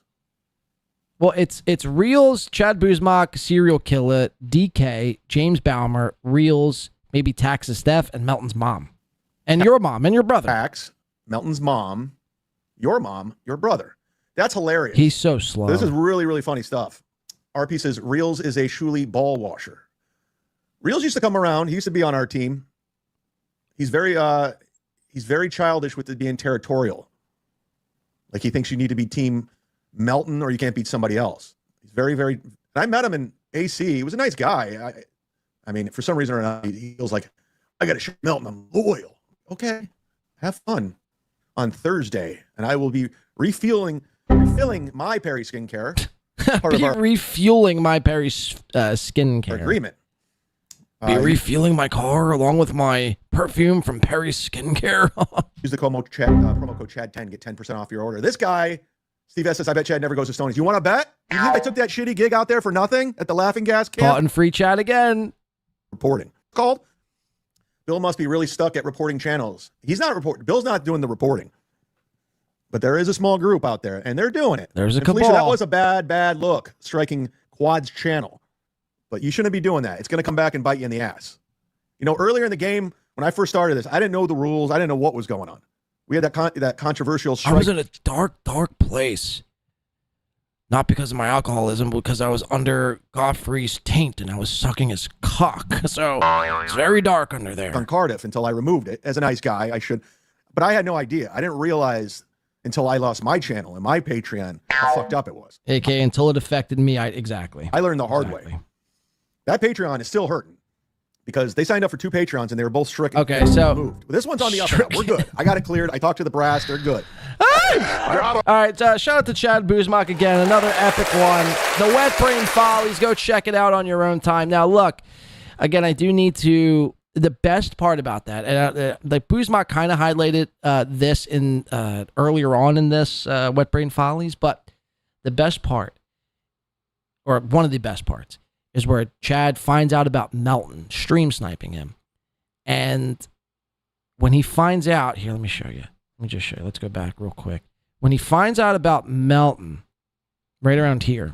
The whole time. And I had no idea. That's right here. Like during this clip that Melton's been sniping me the whole time. Right here. When Melton's been sniping me the whole time. If you play this clip out, when Chad's done watching this Cumia clip, again, the next up video is Melton's video of him sniping Chad. So again, it's just lie after lie with Chad. I mean, it's beginning to be, it's just so hard to keep up with all the lies that happen in a singular hour and a half Chad Zumock episode, a World War Z episode, and he does 5, 6, 7 episodes a week. I mean, it's becoming steel toe-esque, where it's like they say so much, it's so hard to keep up with. So thank God for guys like Chad Zumock, and thank God for A-loggers who document this shit. Because I try to keep up with it as best as I can. I can only catch so much. You got to give it to, some of these other clippers and Zumock and so on and so forth. So we do appreciate that. Thank you, Chad Zumock. And I'm being serious. I don't know if even Chad Zumock wants this, but if anyone has any extra scratch lying around and you see you're able to leave a super thanks on Chad Zumock's video, definitely consider doing that. Because, again, some really good work when it comes to Chad Zumock. And it bothers Chad. That's the best part about it. He, what you could say, becomes a little bit more triggered.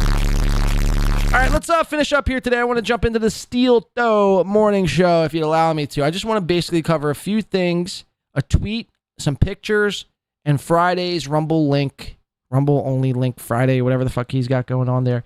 So without further ado, let's jump into the Steel Toe morning show from this past week.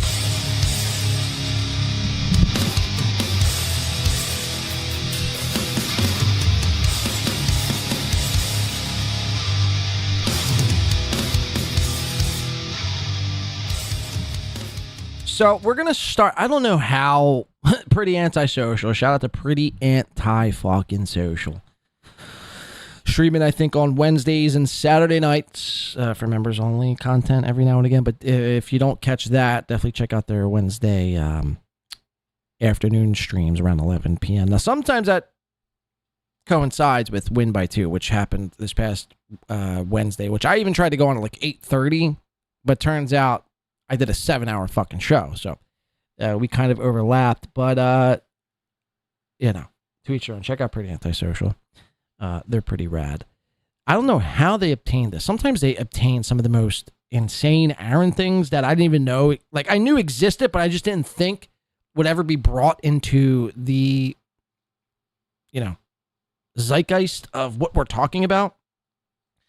I don't know how they've acquired these photos here, but this is, again, a guy, Aaron, who wants you to believe that he was a jock in high school. He would bully guys like Carl. Pathetic fucking loser and stupid fucking guys like Melton. Win by 2 is funny. And he'd bully all these guys because he was, so jockish. He was such a jock. Now, again, we're going to show you Aaron Imholte, I think, sophomore, junior, and senior year high school photos. I don't know how they got it. I really don't know how they got it. It's incredible. Aaron looks like a fucking dork, and Aaron would be the guy. Not saying that I was a jock in any stretch of the imagination, but I would bully guys like Aaron who thought they were like cool, but they were like the pudgy kid. And they were always like the one in dodgeball who would like always like he was a tryhard. You could tell Aaron was a tryhard in high school. He was a gym class hero. Shout out to the band Gym Class Heroes. He was a gym class hero. He'd always like try extra hard at kickball, dodgeball. He would always try to be like, trying to get the attention of the gym teacher. Like, hey, coach, look at me. I'm killing it. Meanwhile, like his team loses every fucking dodgeball match. His team loses every fucking, shuffleboard match.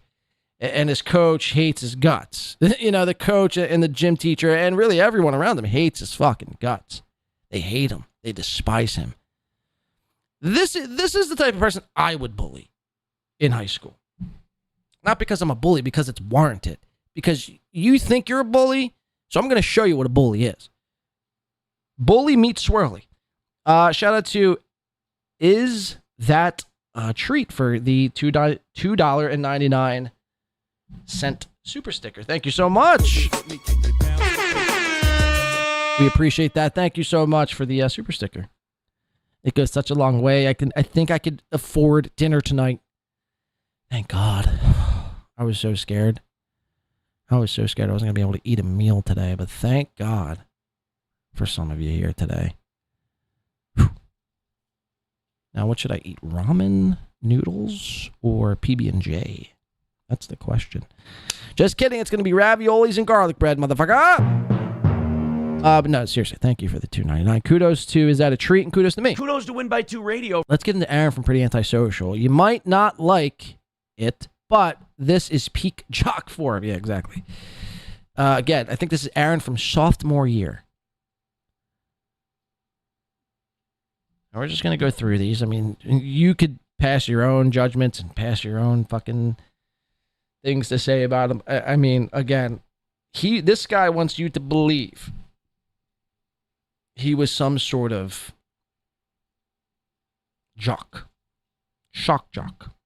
Jock. Aaron Imholte, I believe, as a junior.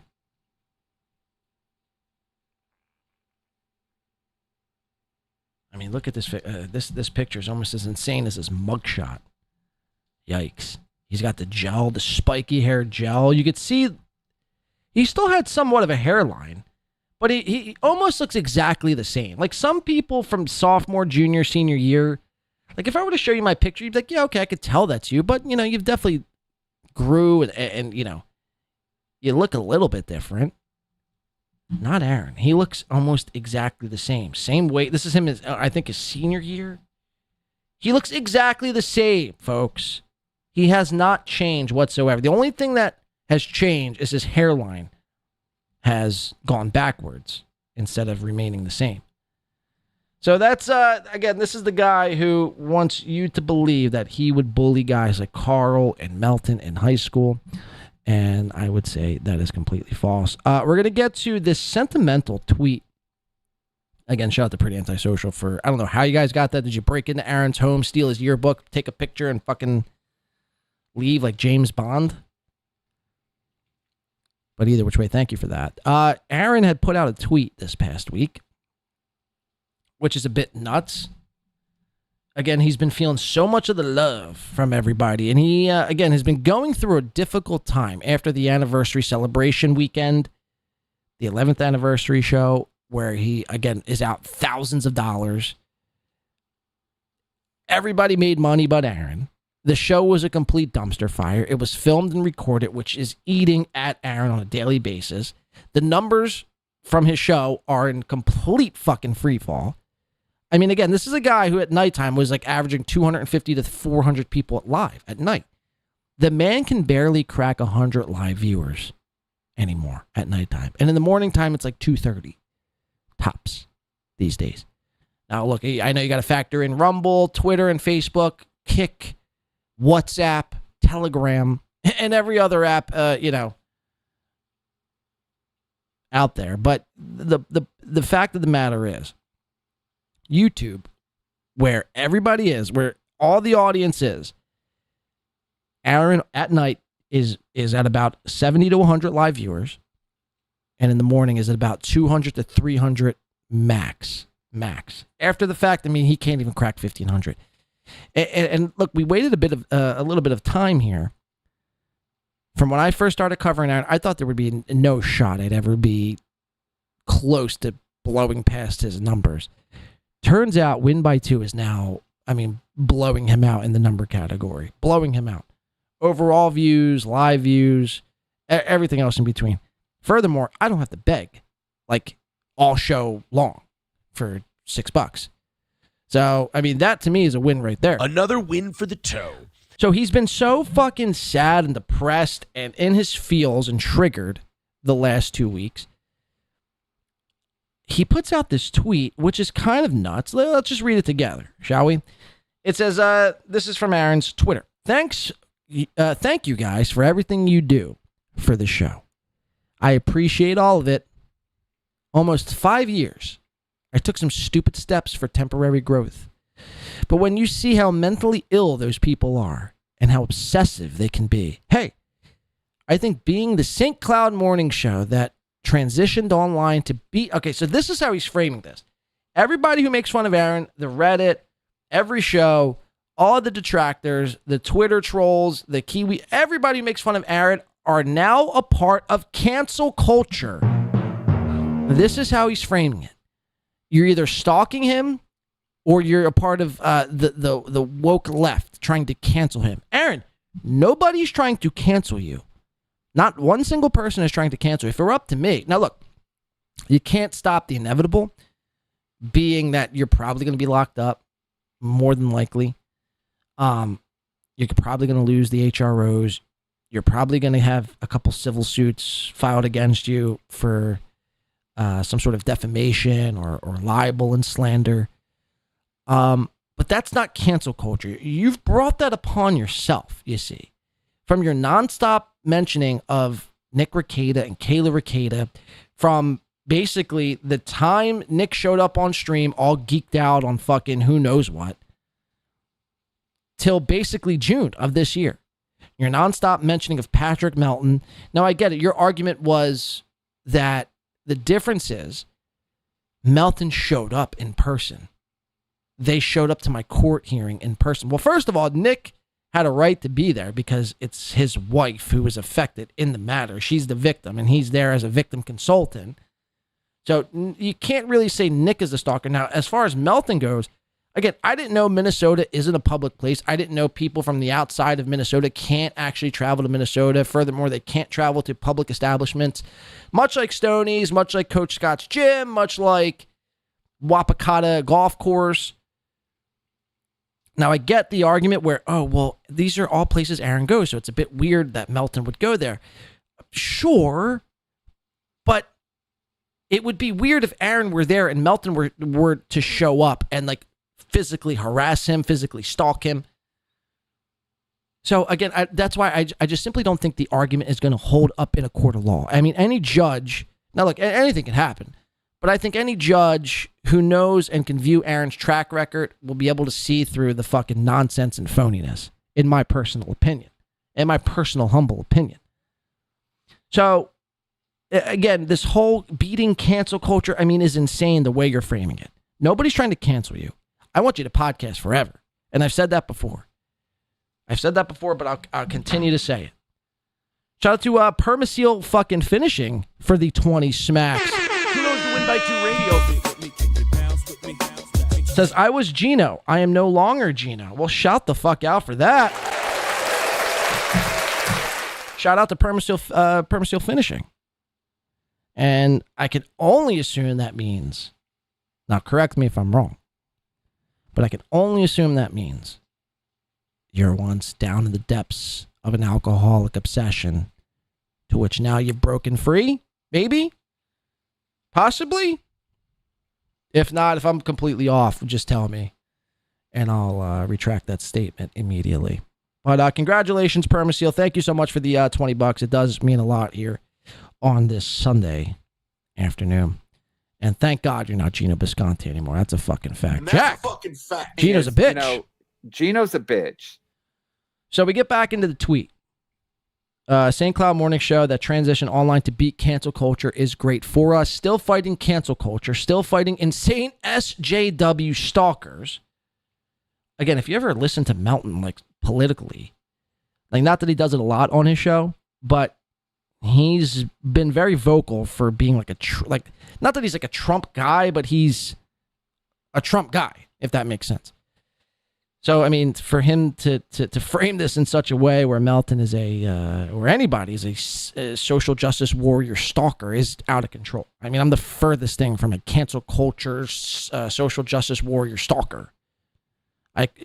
Aaron, you have to understand, you are, like it or not, you are the content, man. And we're covering your every move. And I know that pains you because I know you probably never thought that you'd be this way, the jock that you once were in high school, crushing puss and slamming fucking Keystone Lights. You probably never thought there would be a day where everyone would be pointing and laughing at you. But guess what, motherfucker? Here we are. Again, maybe take a hard look in the mirror like Chad should do, like Gino should do, or maybe like Permaseal Finishing should do. Take a hard look in the mirror and be like, what am I doing? What am I doing wrong? And is there anything I could change? Is there anything I could fix? I'd venture to guess there's plenty, but, who am I? Goes on to say, and still fighting the perpetually offended and sensitive. An internal win, for the toe. Another win for the toe. Let's have fun tomorrow. Thank you again. So that's his insane tweet from over, what was that, August 7th? So that's a couple of days ago. So I think that was Thursday. And then he goes on to his Rumble Friday stream, which is crazy. We're going to play this last 15 minutes of Aaron's Rumble Friday, and then we're getting out of here. This is insane. The title of this episode says, Nobody triggers them like the toe. Let's check it out. This was Friday, Steel Toe.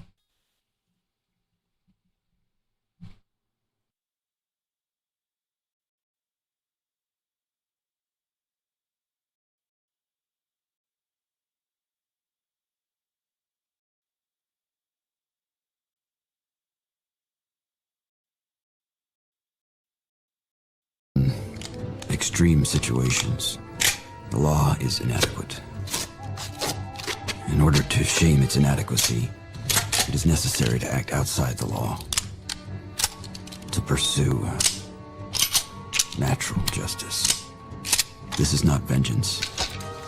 Revenge is not a valid motive, it's an emotional response. No, not vengeance. Punishment. Punishment. Tonight we have a chance to say, yeah, you're right. We're too extreme. We're too wild. We're too out of control. We're too full of our own shit.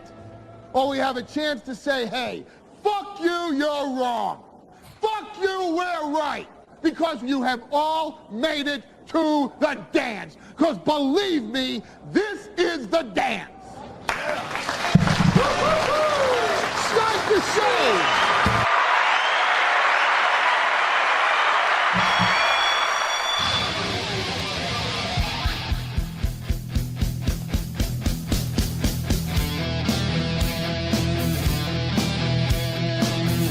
Oh my God, I'm hideous. Don't look at it. Oh my God. It won't stop. It's harsh.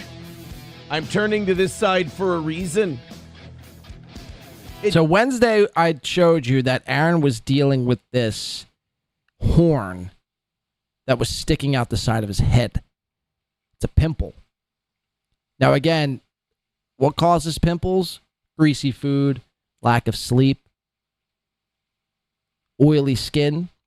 But behind door number 4, what causes pimples at a ripe age of 38 is stress. Stress is causing this man to break out. Now, again, I think it's hilarious because, again, Aaron, much like myself, too, don't get me wrong, when I see, Patrick Melton with a pus pocket on his face, there's nothing that makes me fucking more excited than to see big, giant, red pepperoni-style pimples on a grown man's face. All the meanwhile trying to call other people ugly and hideous. It's funny because Aaron would be the first to attack Patrick's pimples. The irony now that you have this fucking shiner on the side of your head is so bad where you can't even face us is incredible. It's incredible. Talk about a chef's kiss. Talk about the irony, karma, and everything else. I mean, it's insane. Let's listen. Doesn't matter what you do with this thing. It just keeps coming back strong. Now because I lanced it and I apparently didn't get it right, it's scabbing over. It's a full-on AIDS lesion at this point. Look at that damn thing. I can't, if I turn this way, I can't see it. Because I try to, you ever do that thing where you look retarded? Holy shit. You ever do that? I'm trying to, if I can see, I can't see it. Because it's not over here. It's over here. But I can't see the goddamn thing. Welcome to the program. My horn is still horny. We've got a great show for you. It was another perfect week for the toe.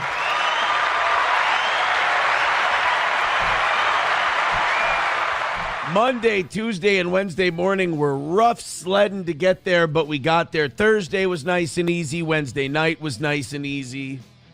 So we had a couple. We had about half our shows this week were nice and easy, but we had some tough ones in there. It was a well-fought week. Thank you guys so much for your generosity. I left on the Steel Toe, or on the Toe Boys page, on my personal Facebook page, and on Twitter, I left a very kind message for all of you who support this show and have kept it going for 5 years since we left radio. Acknowledging we took some bad turns and got hooked up with some real sociopathic weirdos.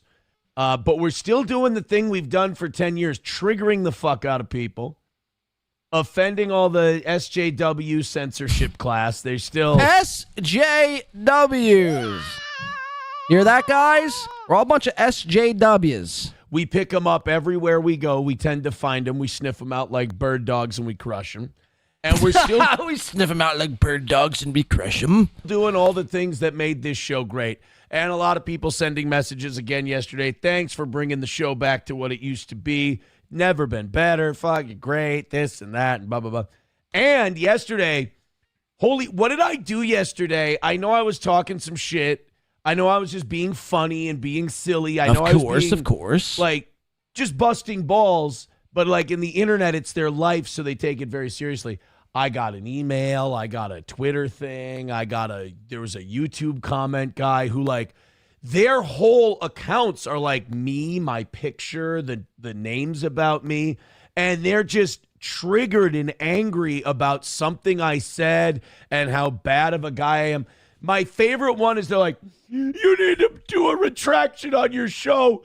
You said something that wasn't, you're a liar. That's their big one because they don't go out in the real world. So they don't realize when you do a talk show, you just talk shit. It's not lying. You're making fun of people and talking shit. Like there wasn't really a chicken that crossed the road. These people would write me and go, there was no chicken. I saw that road. And it's a joke. Calm down. I am filled with such happiness when that happens. I love it so much because it's just there can't be a bigger win for the toe. Of course. When people are like, I listen to your show. First of all, thank you. I know you do every second. And they're like, you lied about this and that. I'm like, you understand I don't care about the thing you're saying I lied about. It's not lying. I'm talking shit and making fun of people. And it's like a really big deal to them. And I'm like, bro, you're talking about podcasts. See, I've heard this argument before. We're doing a show, so, we're just being hyperbolic. You can't take everything so serious at face value. But then you can't begin to use this argument and then call out other people for lying, which you have done in the past. Like, you can't have it both ways. You can't be like, oh, well, people that call me out for being a liar, well, I'm just doing a show, but then simultaneously be the guy calling out other people for lying. You can't have it both ways. That have between 600 and 800 people watching them at a time. Like, you're not talking about a big deal. You're not talking. Aaron, you have maybe 300 watching you at any given time. What the fuck are you talking about? About Gaza or anything like that. You're talking about a guy who's busting the balls of a guy you like. And by the way, if you want to let me know that it's hitting, if you want to let me know that I'm above it all, controlling it and shitting all over it, keep writing to me. So we triggered the shit out of everyone yesterday. Triggered. If you take things too seriously, this show will fucking bury you. If you take shit too seriously and you make me like your life, you're never going to get the satisfaction that you want out of like following me like a stalker, because I will never take you seriously and I will always goof on you publicly. That's fine. That's, I mean, completely 100% fine. The problem is, Aaron, every step of the way for the last 2 years, I mean, look at everyone else compared to Steel Toe. Everyone else, even Chad, stupid Zumock, has basically did this. They rose up, and Steel Toe completely plateaued and fell off the face of the fucking earth. Because people see through your fucking bullshit. They see through your shenanigans. They see through your lies. They see through your cavalier attitude and ability to just act as if you were winning, when in reality, you've lost every step of the way. Again, some of the things that have come true in the last 2.5 years plus were only dreams of mine 2.5, 3 years ago. Every step of the way, every fucking step of the way, from the divorce, from the polycule cuckfag retard, to the not one but 2 arrests, from you being such a scared little bitch you had to go fucking file an actual, not 1 but 2 HROs in court, exposing yourself as being a fucking scared little twat. From outsiders talking shit on you. I mean, every step of the way, man. Every single step. Your goal is becoming increasingly harder and harder and harder to make. From your quote-unquote friends robbing you blind. Everywhere you go, you bring yourself. And the thing about yourself is, you're a wacky fucking clown. And every opportunity you do and have to step on a rake and fuck yourself a little harder, you take that opportunity and you do just that.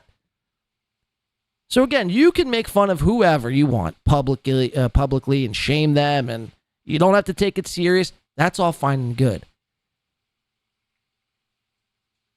No one, I mean, I'm having fun. I'm having the time. These last, I mean, really, 1.5 years has been the time of my life covering this shit.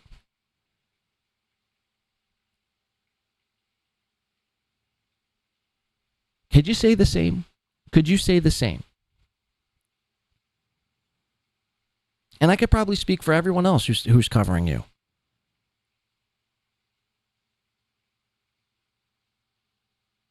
Can you say the same? I don't think you can. I do not think you can.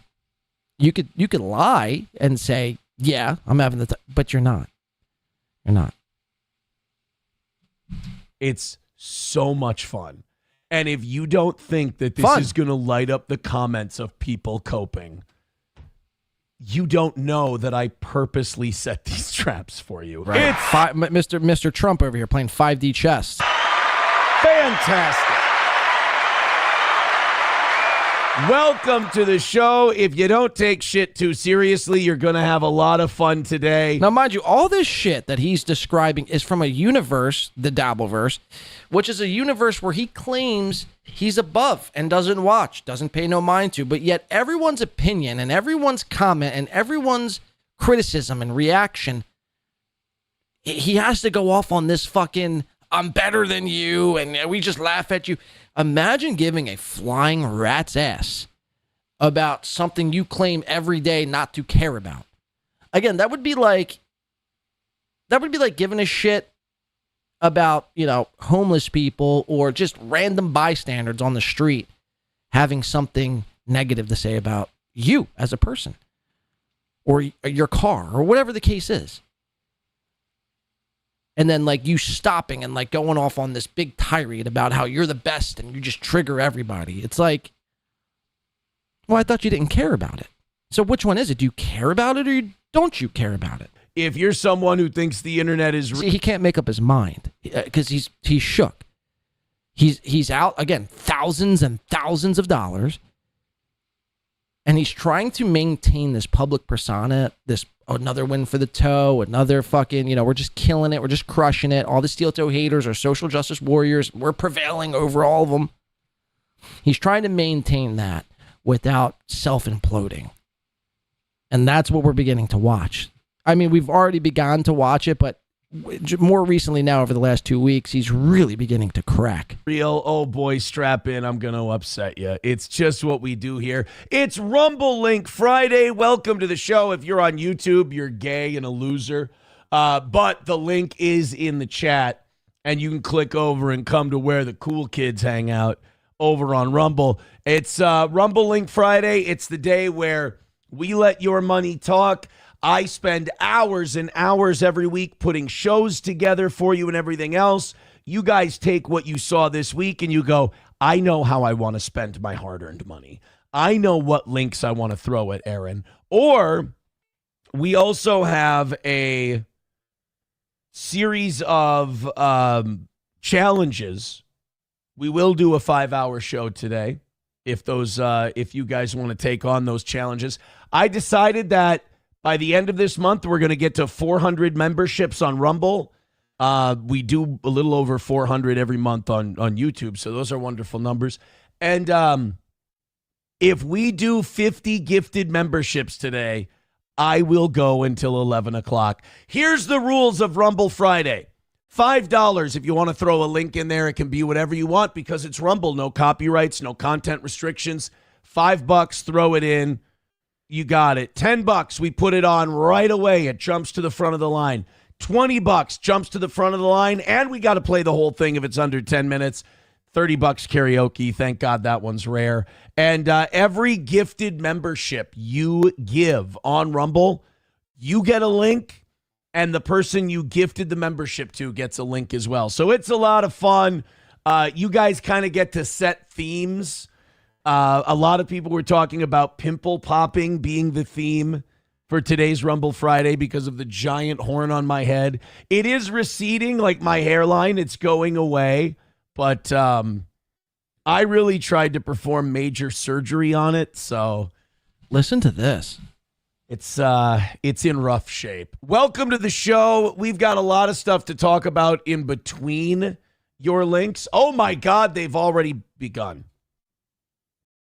And if you notice, he's got another pimple bulging out of his cheek right here. So again, the stress, and he's got another one over here. I don't know what the fuck this thing is. So he's got almost like the Bermuda Triangle worth of pimples all on his fucking face. Somebody's got to play connect the dot. And here's another one right there. So he's got 4. He's got 4 fucking 4 big welts on his face. I mean, if you didn't know any better, you would think this was Patrick Melton doing a stream here. Somebody needs to play connect the dots. Look, you can go from the top, bing, bing, boom, bing, and then come up here. Nice 90-degree perpendicular angle here with zits. Let's keep listening. He's going to tell us how he tried to pop this pimple. This is nuts. Free speech coach says, did Horny get $50 for co-hosting? No. You don't understand. Remember, it paid $50 to co-host. Remember that? It paid $50. You guys got to remember how this shit works. You guys got to remember the steel toe hater copes. Remember, I didn't pay Johnny $50, which is insulting. My bank account drained a lot more than that over that weekend. But there's also the rumor that Johnny paid $50 to be on the anniversary show. That's the one I want to go with. Approachable says, you've finally eaten so much butter, it started seeping from your pores. No, the Nova says it's getting darker like cancer. The reason it's getting darker is because I keep fucking with it. I'm like a high schooler. So I poked it with a needle. I tried to drain it. And I poked it with a needle. I tried to drain it. Kept hacking at it. Squeezing and squeezing and squeezing. Sitting in the parking lot of Quick Trip. This is true serial killer shit. Waiting for the kids to get there. So he meets his kids at Quick Trip? Like what? Why not just pick them up at the home or get dropped off at your house? You have to meet your kids at Quick Trip. So while he's in the parking lot waiting for his kids to be dropped off to him, like any good family, any good dad, would do, wait in the parking lot at Quick Trip, popping his zit on his forehead. You get gas, so I'm just like, come to Quick Trip. And then they get bubblers, so they're happy. They get bubblers, so they're happy. And I'm sitting there in the mirror just squeezing it, just trying to drain it so it's not this giant hump on my face. And I really did it. I scratched it. I picked it. It looks like shit. So he's sticking, I mean, again, you can't make this up. He's sticking needles in his fucking head. Probably he didn't take any time to sterilize the needle. It's probably just like a rotten, rusted needle that he found laying on the ground somewhere outside. And he's jamming in his forehead trying to drain this pimple. That's not working, so he's squeezing it to death. That's not working. So now he's scratching the pimple. And he's in the Quick Trip parking lot waiting for his children. But they get bubblers, so it's cool. So we could just meet at Quick Trip. I don't think they've actually met at Quick Trip. This almost sounds like a drug deal. It almost sounds like Aaron was... Like, you meet drug dealers at fucking Quick Trip. You know what I mean? You don't meet your family at Quick Trip. I mean, even if you were meeting your kids, wouldn't you say, hey, can you pick me up? Let's meet at the Home Depot. Let's meet at the movie theater. Let's meet at, IHOP. I mean, anywhere else but Quick Trip. So this almost sounds to me like maybe Aaron is... I mean, there's a lot of rumors going around that Aaron is possibly messing around with the Cristal. Not the bubbly either. The hard drug kind, crystal meth. The stress has gotten to him so bad. The lack of money coming in. Everyone hating him. His so-called friends, Gino and Keanu, taking advantage of him, robbing him blind. All this is compiling up, the arrests, the HROs, everything. So now he's possibly turning to crystal meth, and he meets his drug dealer at a Quick Trip and trying to hack at a pimple in the process. That's a theory. I'm just posing a theory. I'm not saying it's true. I'm just saying it's a theory. It does, again, it just seems a bit nuts and bizarre to meet your ex-wife and 3 kids out of every spot you could pick a Quick Trip. I don't get zits anymore. So like when I get a big one, I pick at it. I do everything your parents told you not to do. Awful. Veldrain starting us off with IA Alex. Thank you very much. Yeah, Eric Cartman says about the anti-steel toe people, says, why so serious? It is really funny. Nova says, why is people calling you when you lie, hating on you? Because they're saying that I'm lying when I'm joking around and fucking with people. Or I'm just doing it's a show. Hilarious. Right. It's a show. Right. We're putting on a show. Guys, what you're opening up is basically, it's a dangerous thing to open up. So you're basically telling people it's okay to lie as long as it's under the, pretext of doing a internet show. Lie all you want. It's basically what you're saying. John Cena isn't really beating the shit out of a guy. And now you're comparing yourself to John Cena? I mean, okay. So, like, if there's, like, Nova, you do, no offense, I like Nova, he's okay. But you're another guy who kind of thinks this internet shit is real. Like, you think this is, like, a documentary. It's a little fucking mentally ill. No offense. Like, I come from the real world, so you guys have all these mental illnesses. He comes from the real world. Think yeah. All of us come from outer space. We come from the land down under. None of us are from the real world. Got it. And I'm going to teach you guys a lesson. This is between life and internet on this one, because I'm a life guy, so a lot of you are internet people. I'm going to teach you like how the outside world views this shit. I was born in the internet, raised by it, molded by it. Normal because you reinforce each other. I know you're never going to admit this. It's fine. I'm just telling you like it is. So we come from a world where we fuck around. And you guys can't handle that for some reason. I don't know what it is about the internet, but you guys are like, and I know Free Speech Coach is upset by this, you are like SJWs. You're like the oversensitive cancel culture type. This is You're insane. like, I don't like this guy. He's got to be the worst thing ever. It's like, don't let me trigger you so much. I don't know if you grew up with like friends. Like, what are those? When you tell your friends. I mean, seriously, that's rich coming from you. You just had to pay 2 people you claim to be your friends $3,000 to hang out with you for a day and a half. sensitive about something, so they bust your balls about it more. That's what I'm going to do. I'm your heel. And right now, I'm giving you the game. I'm handing you the game and telling you how it goes, and you're still going to fuck it up. No offense. And then MSO says, I don't believe you. Thank you. I appreciate it. MSO timing like that. Let's go to Fauci's Pangolin says, so I jacked to April and she isn't real. Cool. No, that's not it. Oh, and by the way, Nova, no, I didn't put those out over internet shit. It was over when it became real life shit. So he gets serious. This is about the HROs. Nova says, well, what about the HROs? Isn't that just internet shit? So we're going to learn the difference. No, that's real life shit. Got him again. God, I can't. Nova, I'm sorry that I keep getting you, but it's a little too easy, bud. It's a little too easy.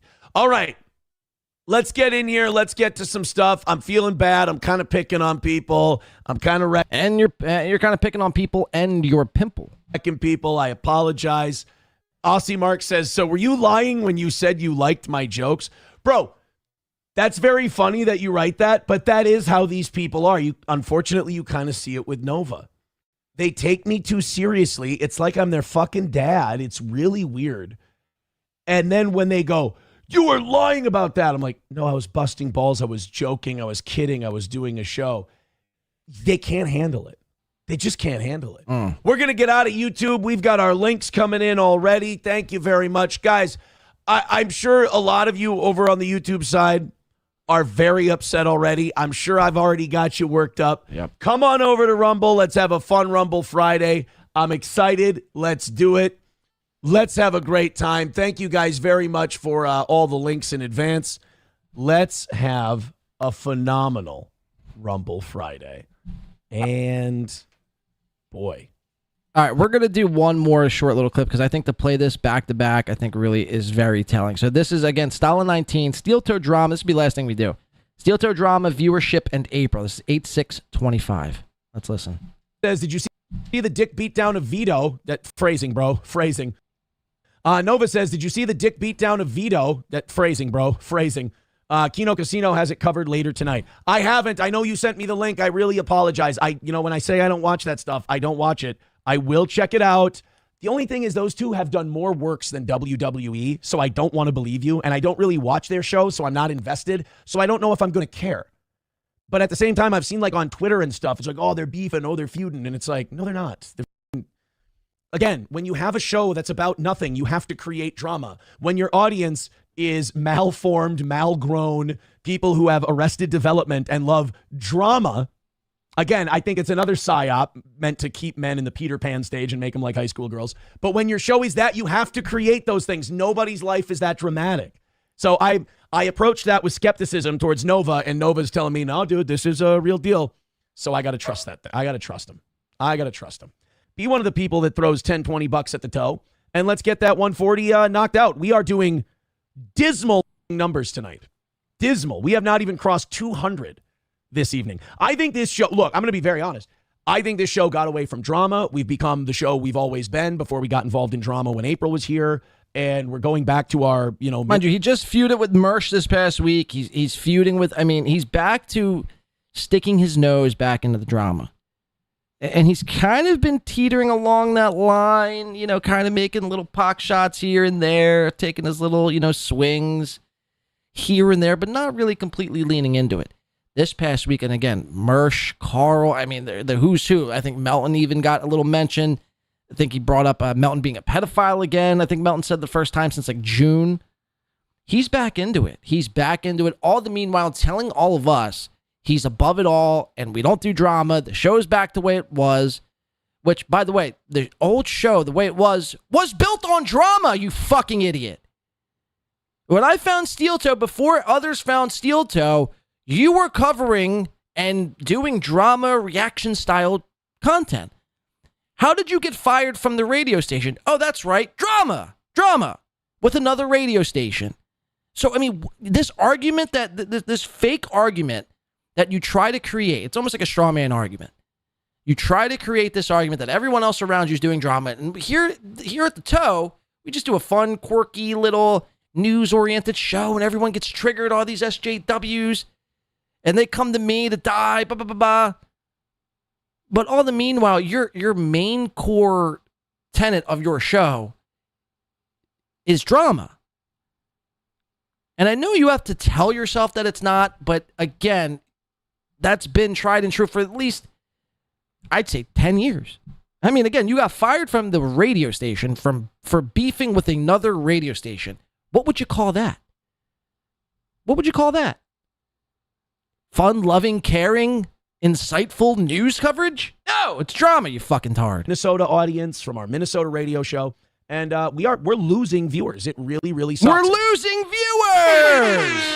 Not win by 2, that's a fact. That's a fucking fact. We're gaining viewers over here. I'm almost wanting to start to turn people away. We're getting so many viewers, new faces, new emails. I don't have to deal with new people. And this week has been the worst numbers for the evening show on record. I mean, it's been... No, they've been worse. I've seen worse. 2 weeks ago, they were pretty bad, too. I mean, they've been historically bad over the last, I'd say, month. Maybe even a little more, give or take. 70s, 80s, 90s. They've been, I mean, seriously fucking just putrid. The morning show, not as bad, but the evening show, and tonight especially, has been the worst one yet. So if you don't think I notice it and you don't think I'm concerned about it, I certainly am. It's certainly something I need to, not really something I need to keep an eye on. I mean, I'm going to do the show that I do. I can't do a show that I'm not good at. Drama-free show. I'm going to continue to do a show that's fun for you guys. We have a good time. We talk about what's going on. So he notices. I mean, trust me, because he's all about the numbers. So when he sees those numbers below like a certain threshold, he's sweating. He's stressing. The pimple is building and growing. There's more pus accumulating inside the wealth due to the fact that the viewers are plummeting. The news, we bust each other's balls, and you know the way it's always been is if I don't make enough money to pay the bills and do the show, then we'll ride off into the sunset. But so far so good. But yeah, the numbers are going to go down. Look, people like that drama shit, and it's been such a negative in my life, and it's been such bad energy, and it's bred stalkers and crazy people, and it's not worth it. I like to have fun. I like to, hang out with the audience. I like to do all that shit, and then I like to, go off and live my life. And if this show affords me the ability to go off and live my life, I don't really care what the numbers are. I just, care that the people who watch it love it and they enjoy it. But yeah, I mean, if you don't think I've noticed that the evening shows have struggled mightily statistically this week, hey, it's I hope it's a mirage and not a trend, but you never know. MSO says, is the viewer count broke? 84. 84. No, it's not broken. I wish it was. YouTube hasn't even clipped 100 tonight. Wow. I think with Twitter and everything else, we're over 200, but barely, boy. Let me see. We're again, the audience is on Twitter. There's no one that chats on Twitter. I don't care if it says you had 300 people that watched. No one chats, and the only interactions you get are from people asking you how Nick's cum taste. I mean, that's it. So you can't really count Twitter. Kick, I mean, I think it's just Moody watching on Kick because, for whatever autistic research he's got going on. Rumble, I mean, we know is at least a 3x multiplier. So when it says 80, I mean, 80 or 90, we're really realistically discussing maybe 25 to 40 tops. And YouTube is really, that's where the audience is. That's where everybody's at. And when I tuned in, like 7:20 Eastern time, I think this was on Thursday night, there was, I shit you not, I took a screenshot and I shared it out on Twitter, I think 70 or 71 people watching. So when you take all that into consideration, I mean, if you're getting on 4 platforms combined, 110 people total, that is fucking embarrassing. And then again, after the fact, your numbers are a complete free fall as well. They're in complete free fall. Yeah, I mean, it's so bad. I mean, it's literally panic season for the toe. You could say another win for the toe all you want, pound your chest, yell from the rooftops, everyone else is spurging out and triggered. Fine, sure. But rest assured, this motherfucker is stressing out every single day of his life, especially since his big celebration day weekend. Yeah, 206. So it's tough sledding tonight viewer-wise, but hey, you guys are doing a great job goal-wise. We're 105 away. I really do appreciate it. So, 100 even away from tonight's goal. Thank you. Look, I'll be very honest with you. If we lose a shit ton of viewers and the goal is knocked out, what would I rather have? Aaron, would you rather get up to 1,000 viewers at a time and struggle to hit the goal, or go down to 600 at a time in the morning, the evening's nowhere close to this, or go down to 600 and knock out the goal constantly, I'd rather have the smaller concentration of passionate contributing viewership, because I just love doing the show. So whatever audience we attract doing the show, that's who I'm doing it for, my friends. Crowder Wears Panties says, still more viewers than Mersh. Well, and more money than Mersh too, but I've been spending it lately. That's for sure. Taste Fairy says, so Mersh has spent a lot of money too, Aaron, on gambling. Well, yeah, mine's been to protect my family. Well, see, I don't think Mersh has gambled in quite some time. I think he's kind of gotten away from that. But he has, in fact, see, this is where your argument's kind of flawed. He has been buying a lot of 7 tabs lately, so much so to the point where he's in full-blown detox. I mean, it's insane. You can't make it up. But no, in comparison, Mersh compared to Aaron Imholte these days, Nightwave Radio alone. I mean, you don't have to, take account for Revenge of the Sis. Just Nightwave alone. Even before Mersh was on Super Tips, this is why, I gave Mersh a little shit. I mean, for whatever it's worth. Why he joined Super Tips in the first place is beyond me, because up until that point, he was crushing. I mean, how many White Boy Summers did he do before the Super Tip integration? So there was no really need to do that to your brand, Mersh, and I understand why you did it, but it doesn't, you know what I mean? I felt like you could have went on, because now Aaron will hold that against you, and it's again, you give Aaron these softballs, he's going to use it against you. But, for whatever it's worth, Mersh, so he is on Super Tips. He's doing, leaps and bounds, to what it is you're doing. Numbers-wise, even though Rumble's 3X, Mersh is pulling like 600 people, 700 people. 3X multiplier, you're talking maybe 300-400 people total. Crushing money. He's, making $400 or $500 a show now. He's killing you. If the choice were up to you and somebody came up to you and like, hey, would you rather be you right now or Miguel Shalai from Nightwave Radio for the rest of time, and they offered you a choice, you would rather be, I guarantee, Mersh right now. Physically and mentally and show-wise. Mersh has been on gambling. That's almost the same thing, right? Papa Shab says, I like chicks with an actual body, not April, who looked like an NBA Jam character in big head mode. Dad, is that you? I think that might be my pops watching the show. We were at the lake, and we were talking about, I was talking about something, and I was telling my dad, I said in passing, I'm like, and I've married some pretty attractive women, and my dad, he goes, what? I was like, I knew exactly what he was doing. And it's like, I go, no, I've married some pretty attractive women. He goes, really? I said, yeah, what? I said, they've been attractive. He goes, the last one? I'm like, yeah, you don't think she was? He goes, come on.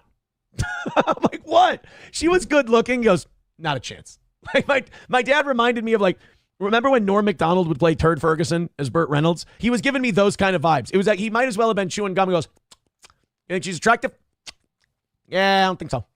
Like he was. No, I do side with Aaron's pops here. April was really nothing to look at. Now for Aaron, April was a 10. But let's be honest. And I've said this before, I say it again, but April, in the real world, you're out drinking at a bar, and, you have your choice. If you're like Permaseal Finishing or Ghost of Mr. P or some of these other people in here, the high rollers, you have your choice at the bunch. Your first choice ain't going to be April. Trust me. Even if she was the last chick there, last call, you'd still be like a little reluctant. The forehead is what really, it kind of scares me away. So I do agree with Aaron's pops here, but the problem is Aaron kind of leans into it like April was this disgusting whore, but she wasn't when she was getting naked in the bikini while you were popping your little fucking boner live on the show, right? She was the hottest thing, and everyone else who said otherwise would just be jealous haters, right? Giving me that, and I'm selling him on it. I'm like, come on. I know you don't like her. I know you guys didn't get along, but she was good looking. He's like, yeah, I don't know. I don't think so. I don't see it. Like, wow, shit. Bapa Shop says she looked like a bobblehead in the bikini stream. I guess losing weight from all the coke didn't help either. I like to think of her, when you guys say April, I don't think of dead April, the one that died and became an addict. That's a different person. I think of the April before all that, who, I guess still moderately bitchy from time to time, but meant well. Mad Move says, funny to... See, I don't even think he realizes what he's doing right now is drama. Like, that is drama. It's might not be Dabbleverse drama per se, but it's personal relationship drama, which I'd argue is worse. Brag how you've married more than a single woman. Maybe it's just me. No. It was in the context of a bigger conversation. It wasn't like a bragging thing. It was more of like we were talking. I can't for the life of me remember the rest of the conversation, but that was part of it. Dad was saying how small her titties were, and I said, I disagree, Dad. They're not that small. Well, they are kind of, but they're good for me, and what's good for me is good for thee. Anyway, guys, Aaron Imholte, he's fucking flailing as of late, spiraling out of control. What can I say? Chad as well, Gino as well. So let's just all today, on God's Day, on this Sunday afternoon now, just all give thanks and praise that we are not one of those three gentlemen. Thank you so much. This has been a fun fucking show. This has been a very fun show. April. Very fun show. Very fun week. And boy, it has been fun. It has been a fucking blast. Again, shout out to Chad Zumock for that amazing video edit earlier. Gino, again, picking his... You're going to have to go back and watch it. How long did we do today? We did quite some time. 6 hours, 6+ hours worth of material. Again, shout out to everyone here. Shout out to everyone who helped contribute on today's show. Shout out for the sub as we're giving shout outs.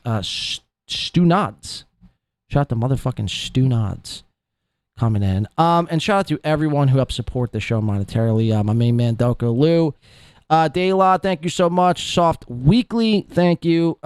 Chris, Mod Chris, thank you so much. Who, What, Why, we appreciate that. Internet Person, Shuli Madoff, Dan from Nice Podcast Stupid, we appreciate 7dub7, which I believe the final count, 7dub7 was 11, right? J-Mo, salute to J-Mo, out there crushing. Kanye West in the building. Just kidding. Kenya K, as it were. Thank you so much. Let's see. We have Christy Webster. Thank you so much. Miss Eva, thank you. Is that a treat?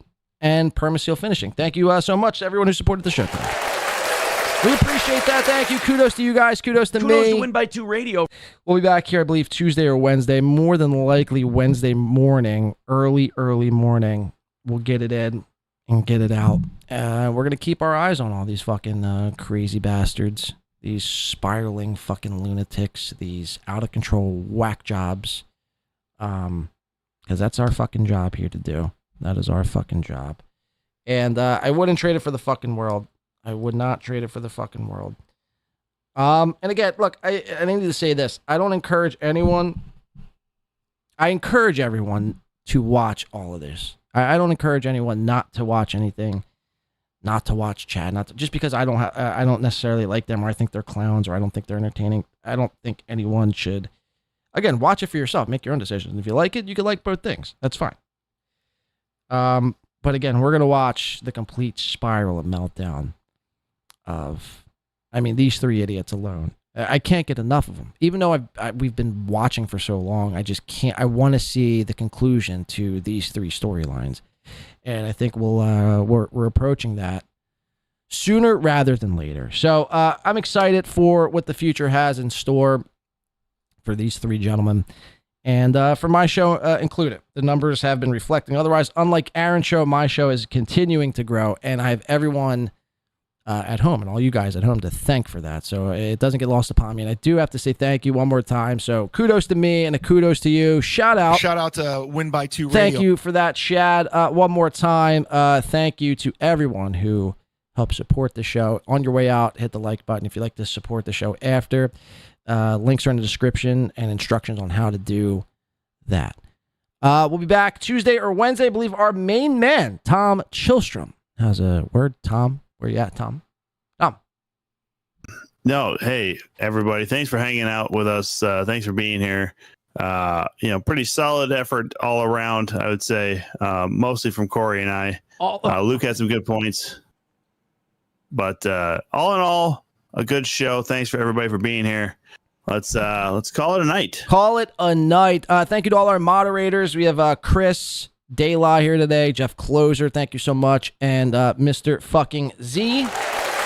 K McDuck, I'm not sure if you were here or not, but either which way, thank you to K McDuck. Made all of our emojis that you can use in the chat at any given time. If you are a member, consider becoming a member on the show. You can watch, you can watch multiple things. You could watch Wednesday's members only stream, and you could watch, I just put up episode 349, which was back in May, but the episode had gotten deleted because of the Kanye West song. And we re-uploaded that yesterday and put it behind members only. So check it out. Become a member today and support the show that way. It's been fantastic, guys. Thank you so much. Enjoy the rest of your Sunday. Enjoy your chicken parmesan or your raviolis. God knows I will. I've been your host, Blade. Thank you so much. We'll see you next time, my friends. Don't do anything I wouldn't do or would do. Coast on by until the very next show, until we meet again in the future at some point. But most importantly, if you heard nothing today, hear this. Stay black, my friends. We'll see you next time. Goodbye.